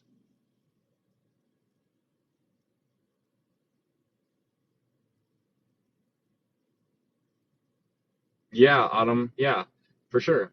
I mean, it'll probably be a little bit, you know, older news because just of the situation, um, because of the time that'll be in between it all. Good morning, Stacy. Me too. It's crazy. Wow. Yeah, just joined. What's going on in Israel? They are under attack, apparently in war, all of a sudden within the last hour, it seems. Israeli Defense Forces declare state of war alert. Militants have entered Israel from Gaza. My goodness.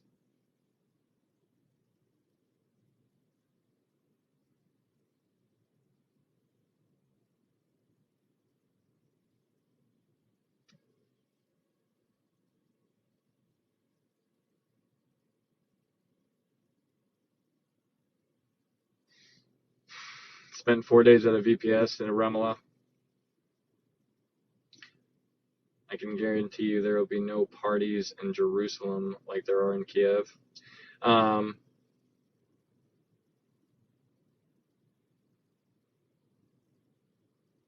yeah, no kidding, Chosen. That is crazy. My son is somewhere in the Mediterranean. Um,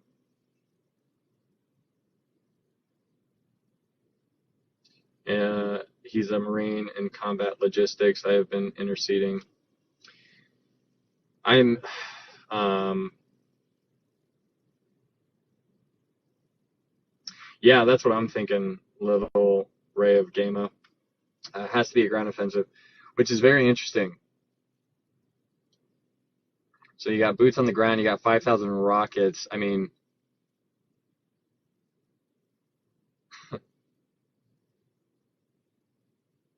I want you guys to imagine. Yeah, Amir Sarfati on Telegram is absolutely a good source there, Rick, 100%.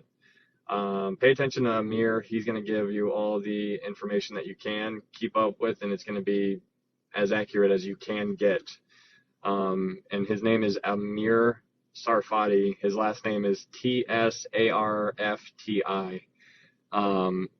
But imagine, what I want you guys to imagine right now is that this is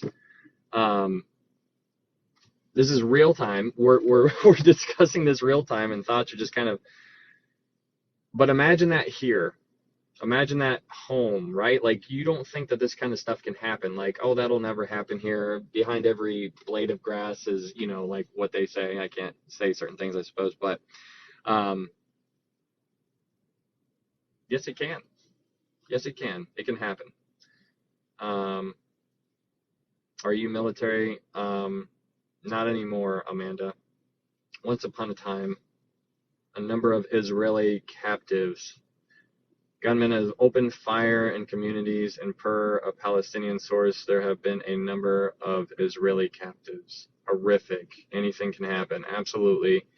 War is just almost knocking on our door. 100%. Except the only difference between us and everybody else right now is that we are, in my opinion, take this with a grain of salt, we have emptied our reserves by giving it over to Ukraine.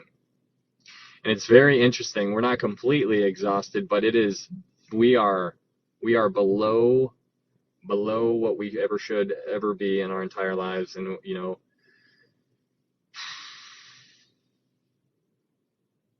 know what? I can't say it enough. You need to know Jesus, and you got to know him. You got to know him, because when the lights go out, and the lights could go out at any moment, the lights could go out. Do you have enough to navigate the rest of your life and to help your family and your children with the knowledge that you have in your mind right now about Jesus? Do you have enough? Lesson of the night, get close to Christ. Absolutely. Do you have enough? Do you have enough in there? Have you hidden it in your heart? And this is such a sobering thing. Like, this is like this is crazy.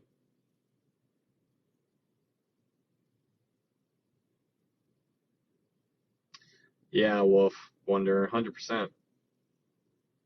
It's amazing how grace works, right? Absolutely.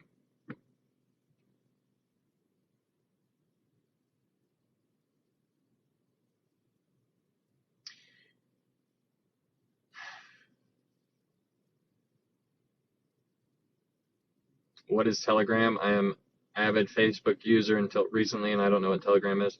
Telegram is just another platform where people don't really get silenced as much. Like if you say something on Twitter, you'll get banned, or X or whatever it's called now, or Facebook, you'll get muted or whatever.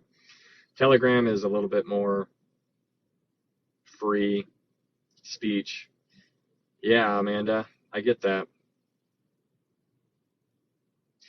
You know, it's funny because I'm sure there are people praying right now that never prayed before or never really meant it before. And I need you to understand this because we can gain a lot of insight from people, because this is all raw emotion that we're having.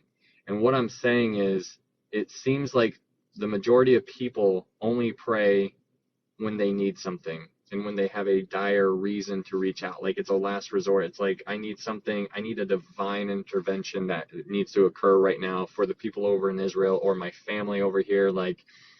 But before this news that we just had, we were all laughing and joking in here. And now you can just see how it just kind of like swept over us. Now it's like a more serious, now we're all just like, we're processing. And so now people are out there living their life differently. Your thoughts have completely changed than what they were a moment ago when we found out about this kind of stuff. And, it's because your perspective has changed.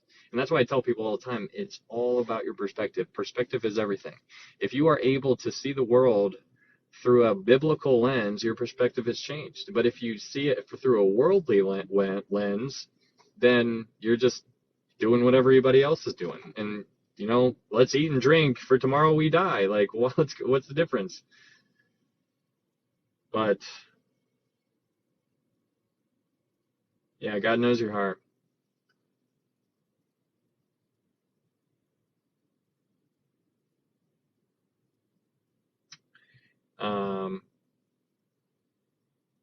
My son lost his faith. He won't let me talk to him anymore about Jesus anymore. Well, and it's heartbreaking. Never stop praying, though, Never stop praying. Rockets are still being launched. Ryan, I've messaged you a link with the video. Thanks, Smelly. Yeah, I'll definitely.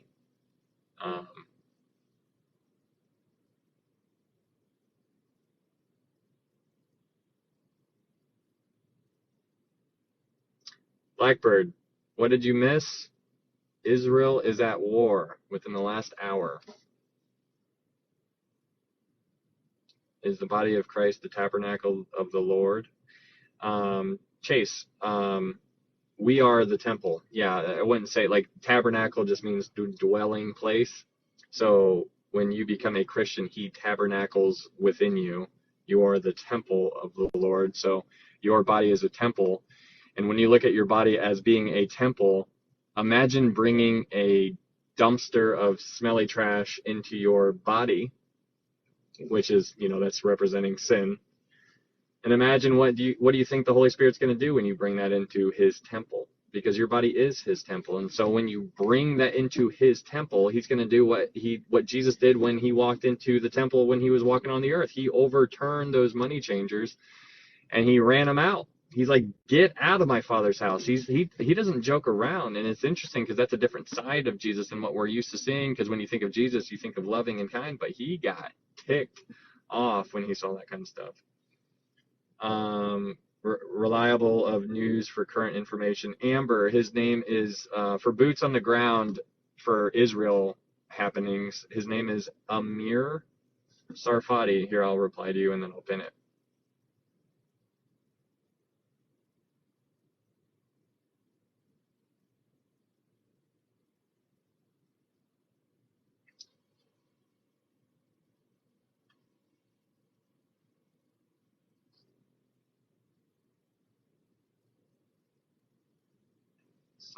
Amir Sarfardi. I think it's spelled like this. Yeah.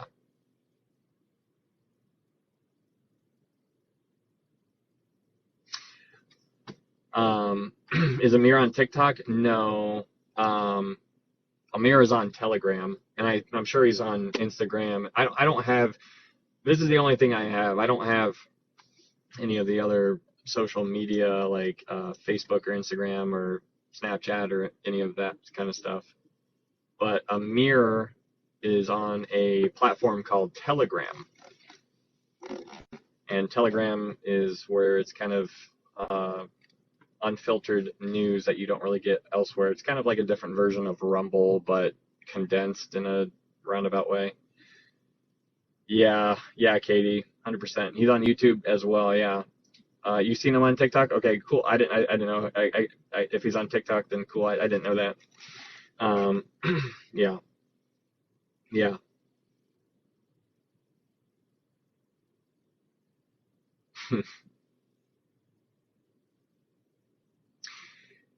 Well, what should we be hoping for now that this war has been commenced? I'm trying to process this whole thing biblically, honestly. I'm trying to look at it. That's what I do with real-time events. I look at it and I try to understand it from what I know. But like I said, like we know there's going to be an Ezekiel 38-39 war. I believe Ezekiel 39 war is going to occur first. I don't know if it's going to occur before the tribulation or after, or I'm sorry, before the rapture or after the rapture. I don't know. That maybe this has nothing to do with it. Maybe this is just another thing to pay attention to, but it's just very, very interesting that this is right in. Guys, I need you to understand that this is right in the apple of God's eye. Literally in the apple of God's eye. Israel is the apple of God's eye. And that is why Satan has always been going after them. That is his whole mission, to take out Israel, because that is God's chosen people. He hates them. Like he hates you and I. Yeah, for sure. But he hates them. That is where the root of David, like where Jesus came from. Those are his people. Jesus is a Jew. He hates the Jews. This is what's going on. Israel is the apple of God's eye, and so he is just poking it with this kind of stuff. It is unbelievable. Military wing has called on armed groups in Lebanon to join the fight against Israel.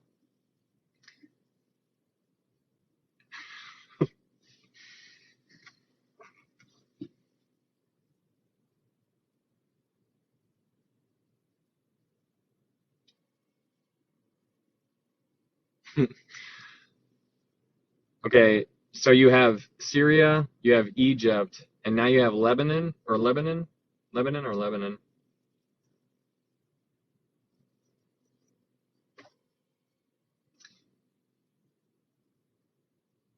Thanks, Evan. That is crazy. Christ is King. That is crazy.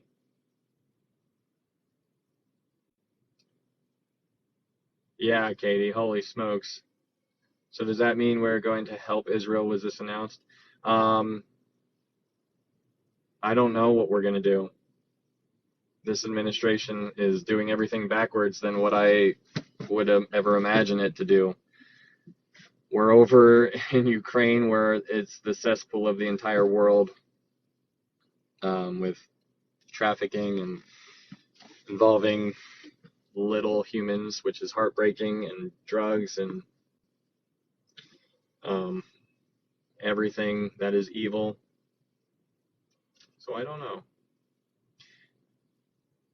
Yeah, no problem, Rick. Thanks for coming back. Last time I heard from my son, he was in Dubai. It's been a few weeks. Yeah, I don't know. You were just telling us to keep our eyes on Israel, and then this happened. Yeah, telling you guys. Keep your eyes on Israel.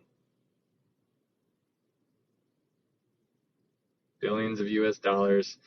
Yeah, and now we're giving Ukraine thousands and thousands of Iranian weapons that we seize from them. It's just this whole game. Son is going to Poland. What exactly is going on? I hope Israel is at war all of a sudden.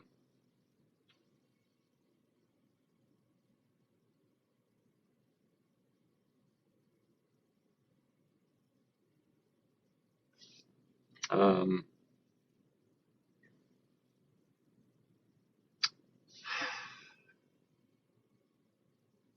Israel is our timeline. Timepiece for sure, David. Absolutely. I mean, guys.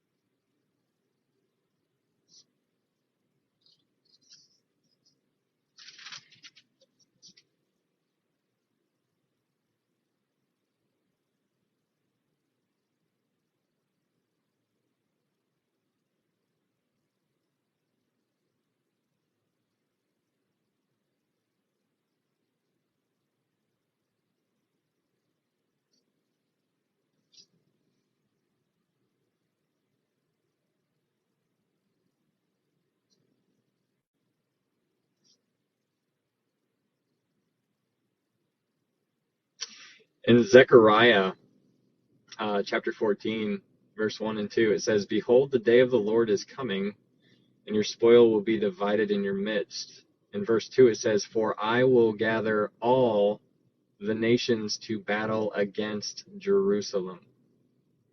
The city shall be taken, the houses rifled, and the women ravished. Half the city shall go into captivity, but the remnant of the people shall not be cut off from the city.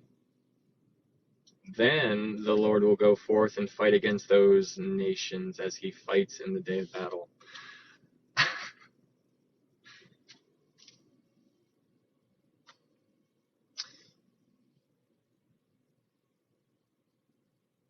Yeah. And it's Jerusalem who's being attacked.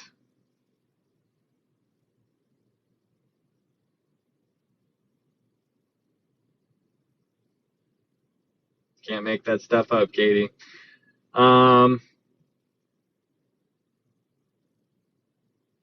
Wendy, Ryan, with all the survival stuff and going on in the world, shouldn't we be with all the stuff going on in the world, shouldn't we be getting survival skills? I mean, yeah. I mean, I think you should like, it's important to be mindful at all times. You should always try to be prepared for the lights to go out at all times. I think that's just a good rule to go by personally myself. Like, I've got months of supplies and stuff like that, and I would encourage everybody else to do that. But that's just, being prudent, like in Proverbs 22 verse 3, that I read that just a minute ago. But because you can see the evil coming and to prepare for it. So I don't think it's good to be, go crazy and, dig a bunker or anything like that, but it's good to be prepared for certain times. But yeah, it's always good to have that stuff. I'm telling you, head on the swivel of this world. What scriptures was that you just read, Jennifer? That was in Zechariah chapter 14, the first couple of verses. Yeah, food is always good to have, all of those necessities. It's happening in our life. I mean, I'm not saying this is, thanks, Brian. I'm not saying this is anything. I'm just paying attention. I'm never going to put a date. I'm never going to say anything. I'm just paying attention to the world. And so I know that there's going to be people who are putting TikToks out right now because they want to get all kinds of views and likes. And they're going to say, oh, the rapture is going to happen tomorrow. Do I think this is it? I I think nothing changes. And I need you guys to understand this. I need you to understand this if you are a Christian. If you are a Christian, this doesn't change anything. Your mission has never changed since the time that you became a Christian. Your mission from the time that you became a Christian is to tell people the gospel. And this doesn't change anything. So, if anything, it should almost make it more emergent. That is your whole focus. That is it. That is everything. Why aren't they evacuating people and ordering them to stay indoors? I don't know. I don't know what's going on over there. I've been on here with you guys this entire time. I can't look at it. Yeah, and it's exactly, Chosen. It's important to understand that God's always in control. He's never not been, and but your perspective is everything, and that's what I need you guys to have. I need you guys to understand that if you are a Christian, to tell people about Christ, because if you believe that this is biblical stuff that's happening, which I do, then it should make it, you should almost be like thinking that the clock is about to strike midnight, and it's about to, everything's about to just light the fuse, which starts with the rapture going up, like us going up. And if you believe that, then why don't you go tell people? That is your entire purpose of being here, and I need you to understand that. Like, this doesn't change anything. The people over there going through this, they're going through a terrible time. They need the Lord. They need Jesus. You need to go tell them. Your people in your world, your family, your neighbors, your kids, your moms, your dads, your aunts, your uncles, your cousins, your coworkers, your friends that you've known forever. You got to do it. But man, thank you for that, by the way. Brian, I appreciate that. That is everything. So don't get caught up, because you're going to go to sleep tonight. You're going to get on TikTok tomorrow, and you're going to see all kinds of TikTok videos about it's the end of the times and this and that, and don't get caught up in it. Pay attention, but don't get caught up into it. Dive into the Bible. That is your friend. Amir posted at 59 that a senior Hamas official proposed ceasefire in exchange for abductees.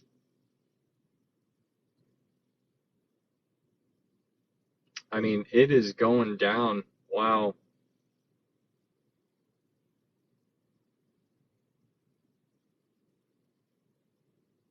I've already been sent like 5 videos from a person. Yeah. Rest in him. Worry for nothing, but pray about everything. Absolutely.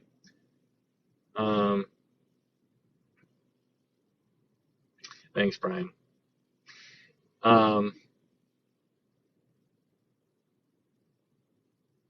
Yeah, Stony, don't get caught up in the child comet and the Revelation 12 sign. I've talked about that a million times on here, but that is nothing.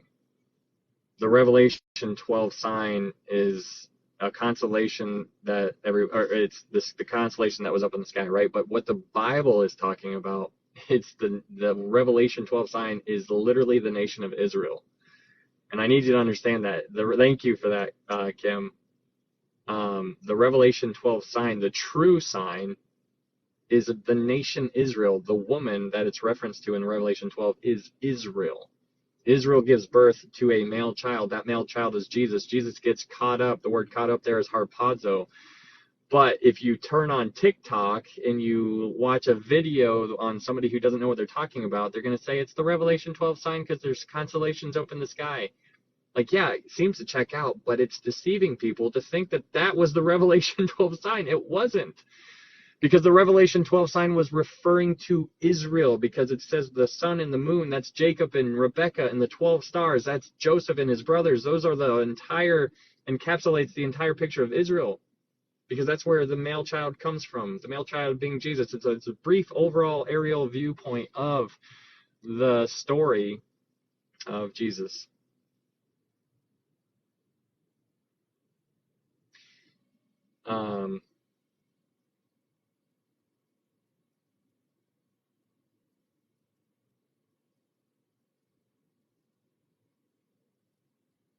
Not giving us the spirit of fear, but of love and a sound mind is what I meant. Yes. Army, Blackbird. Hamas, Donna.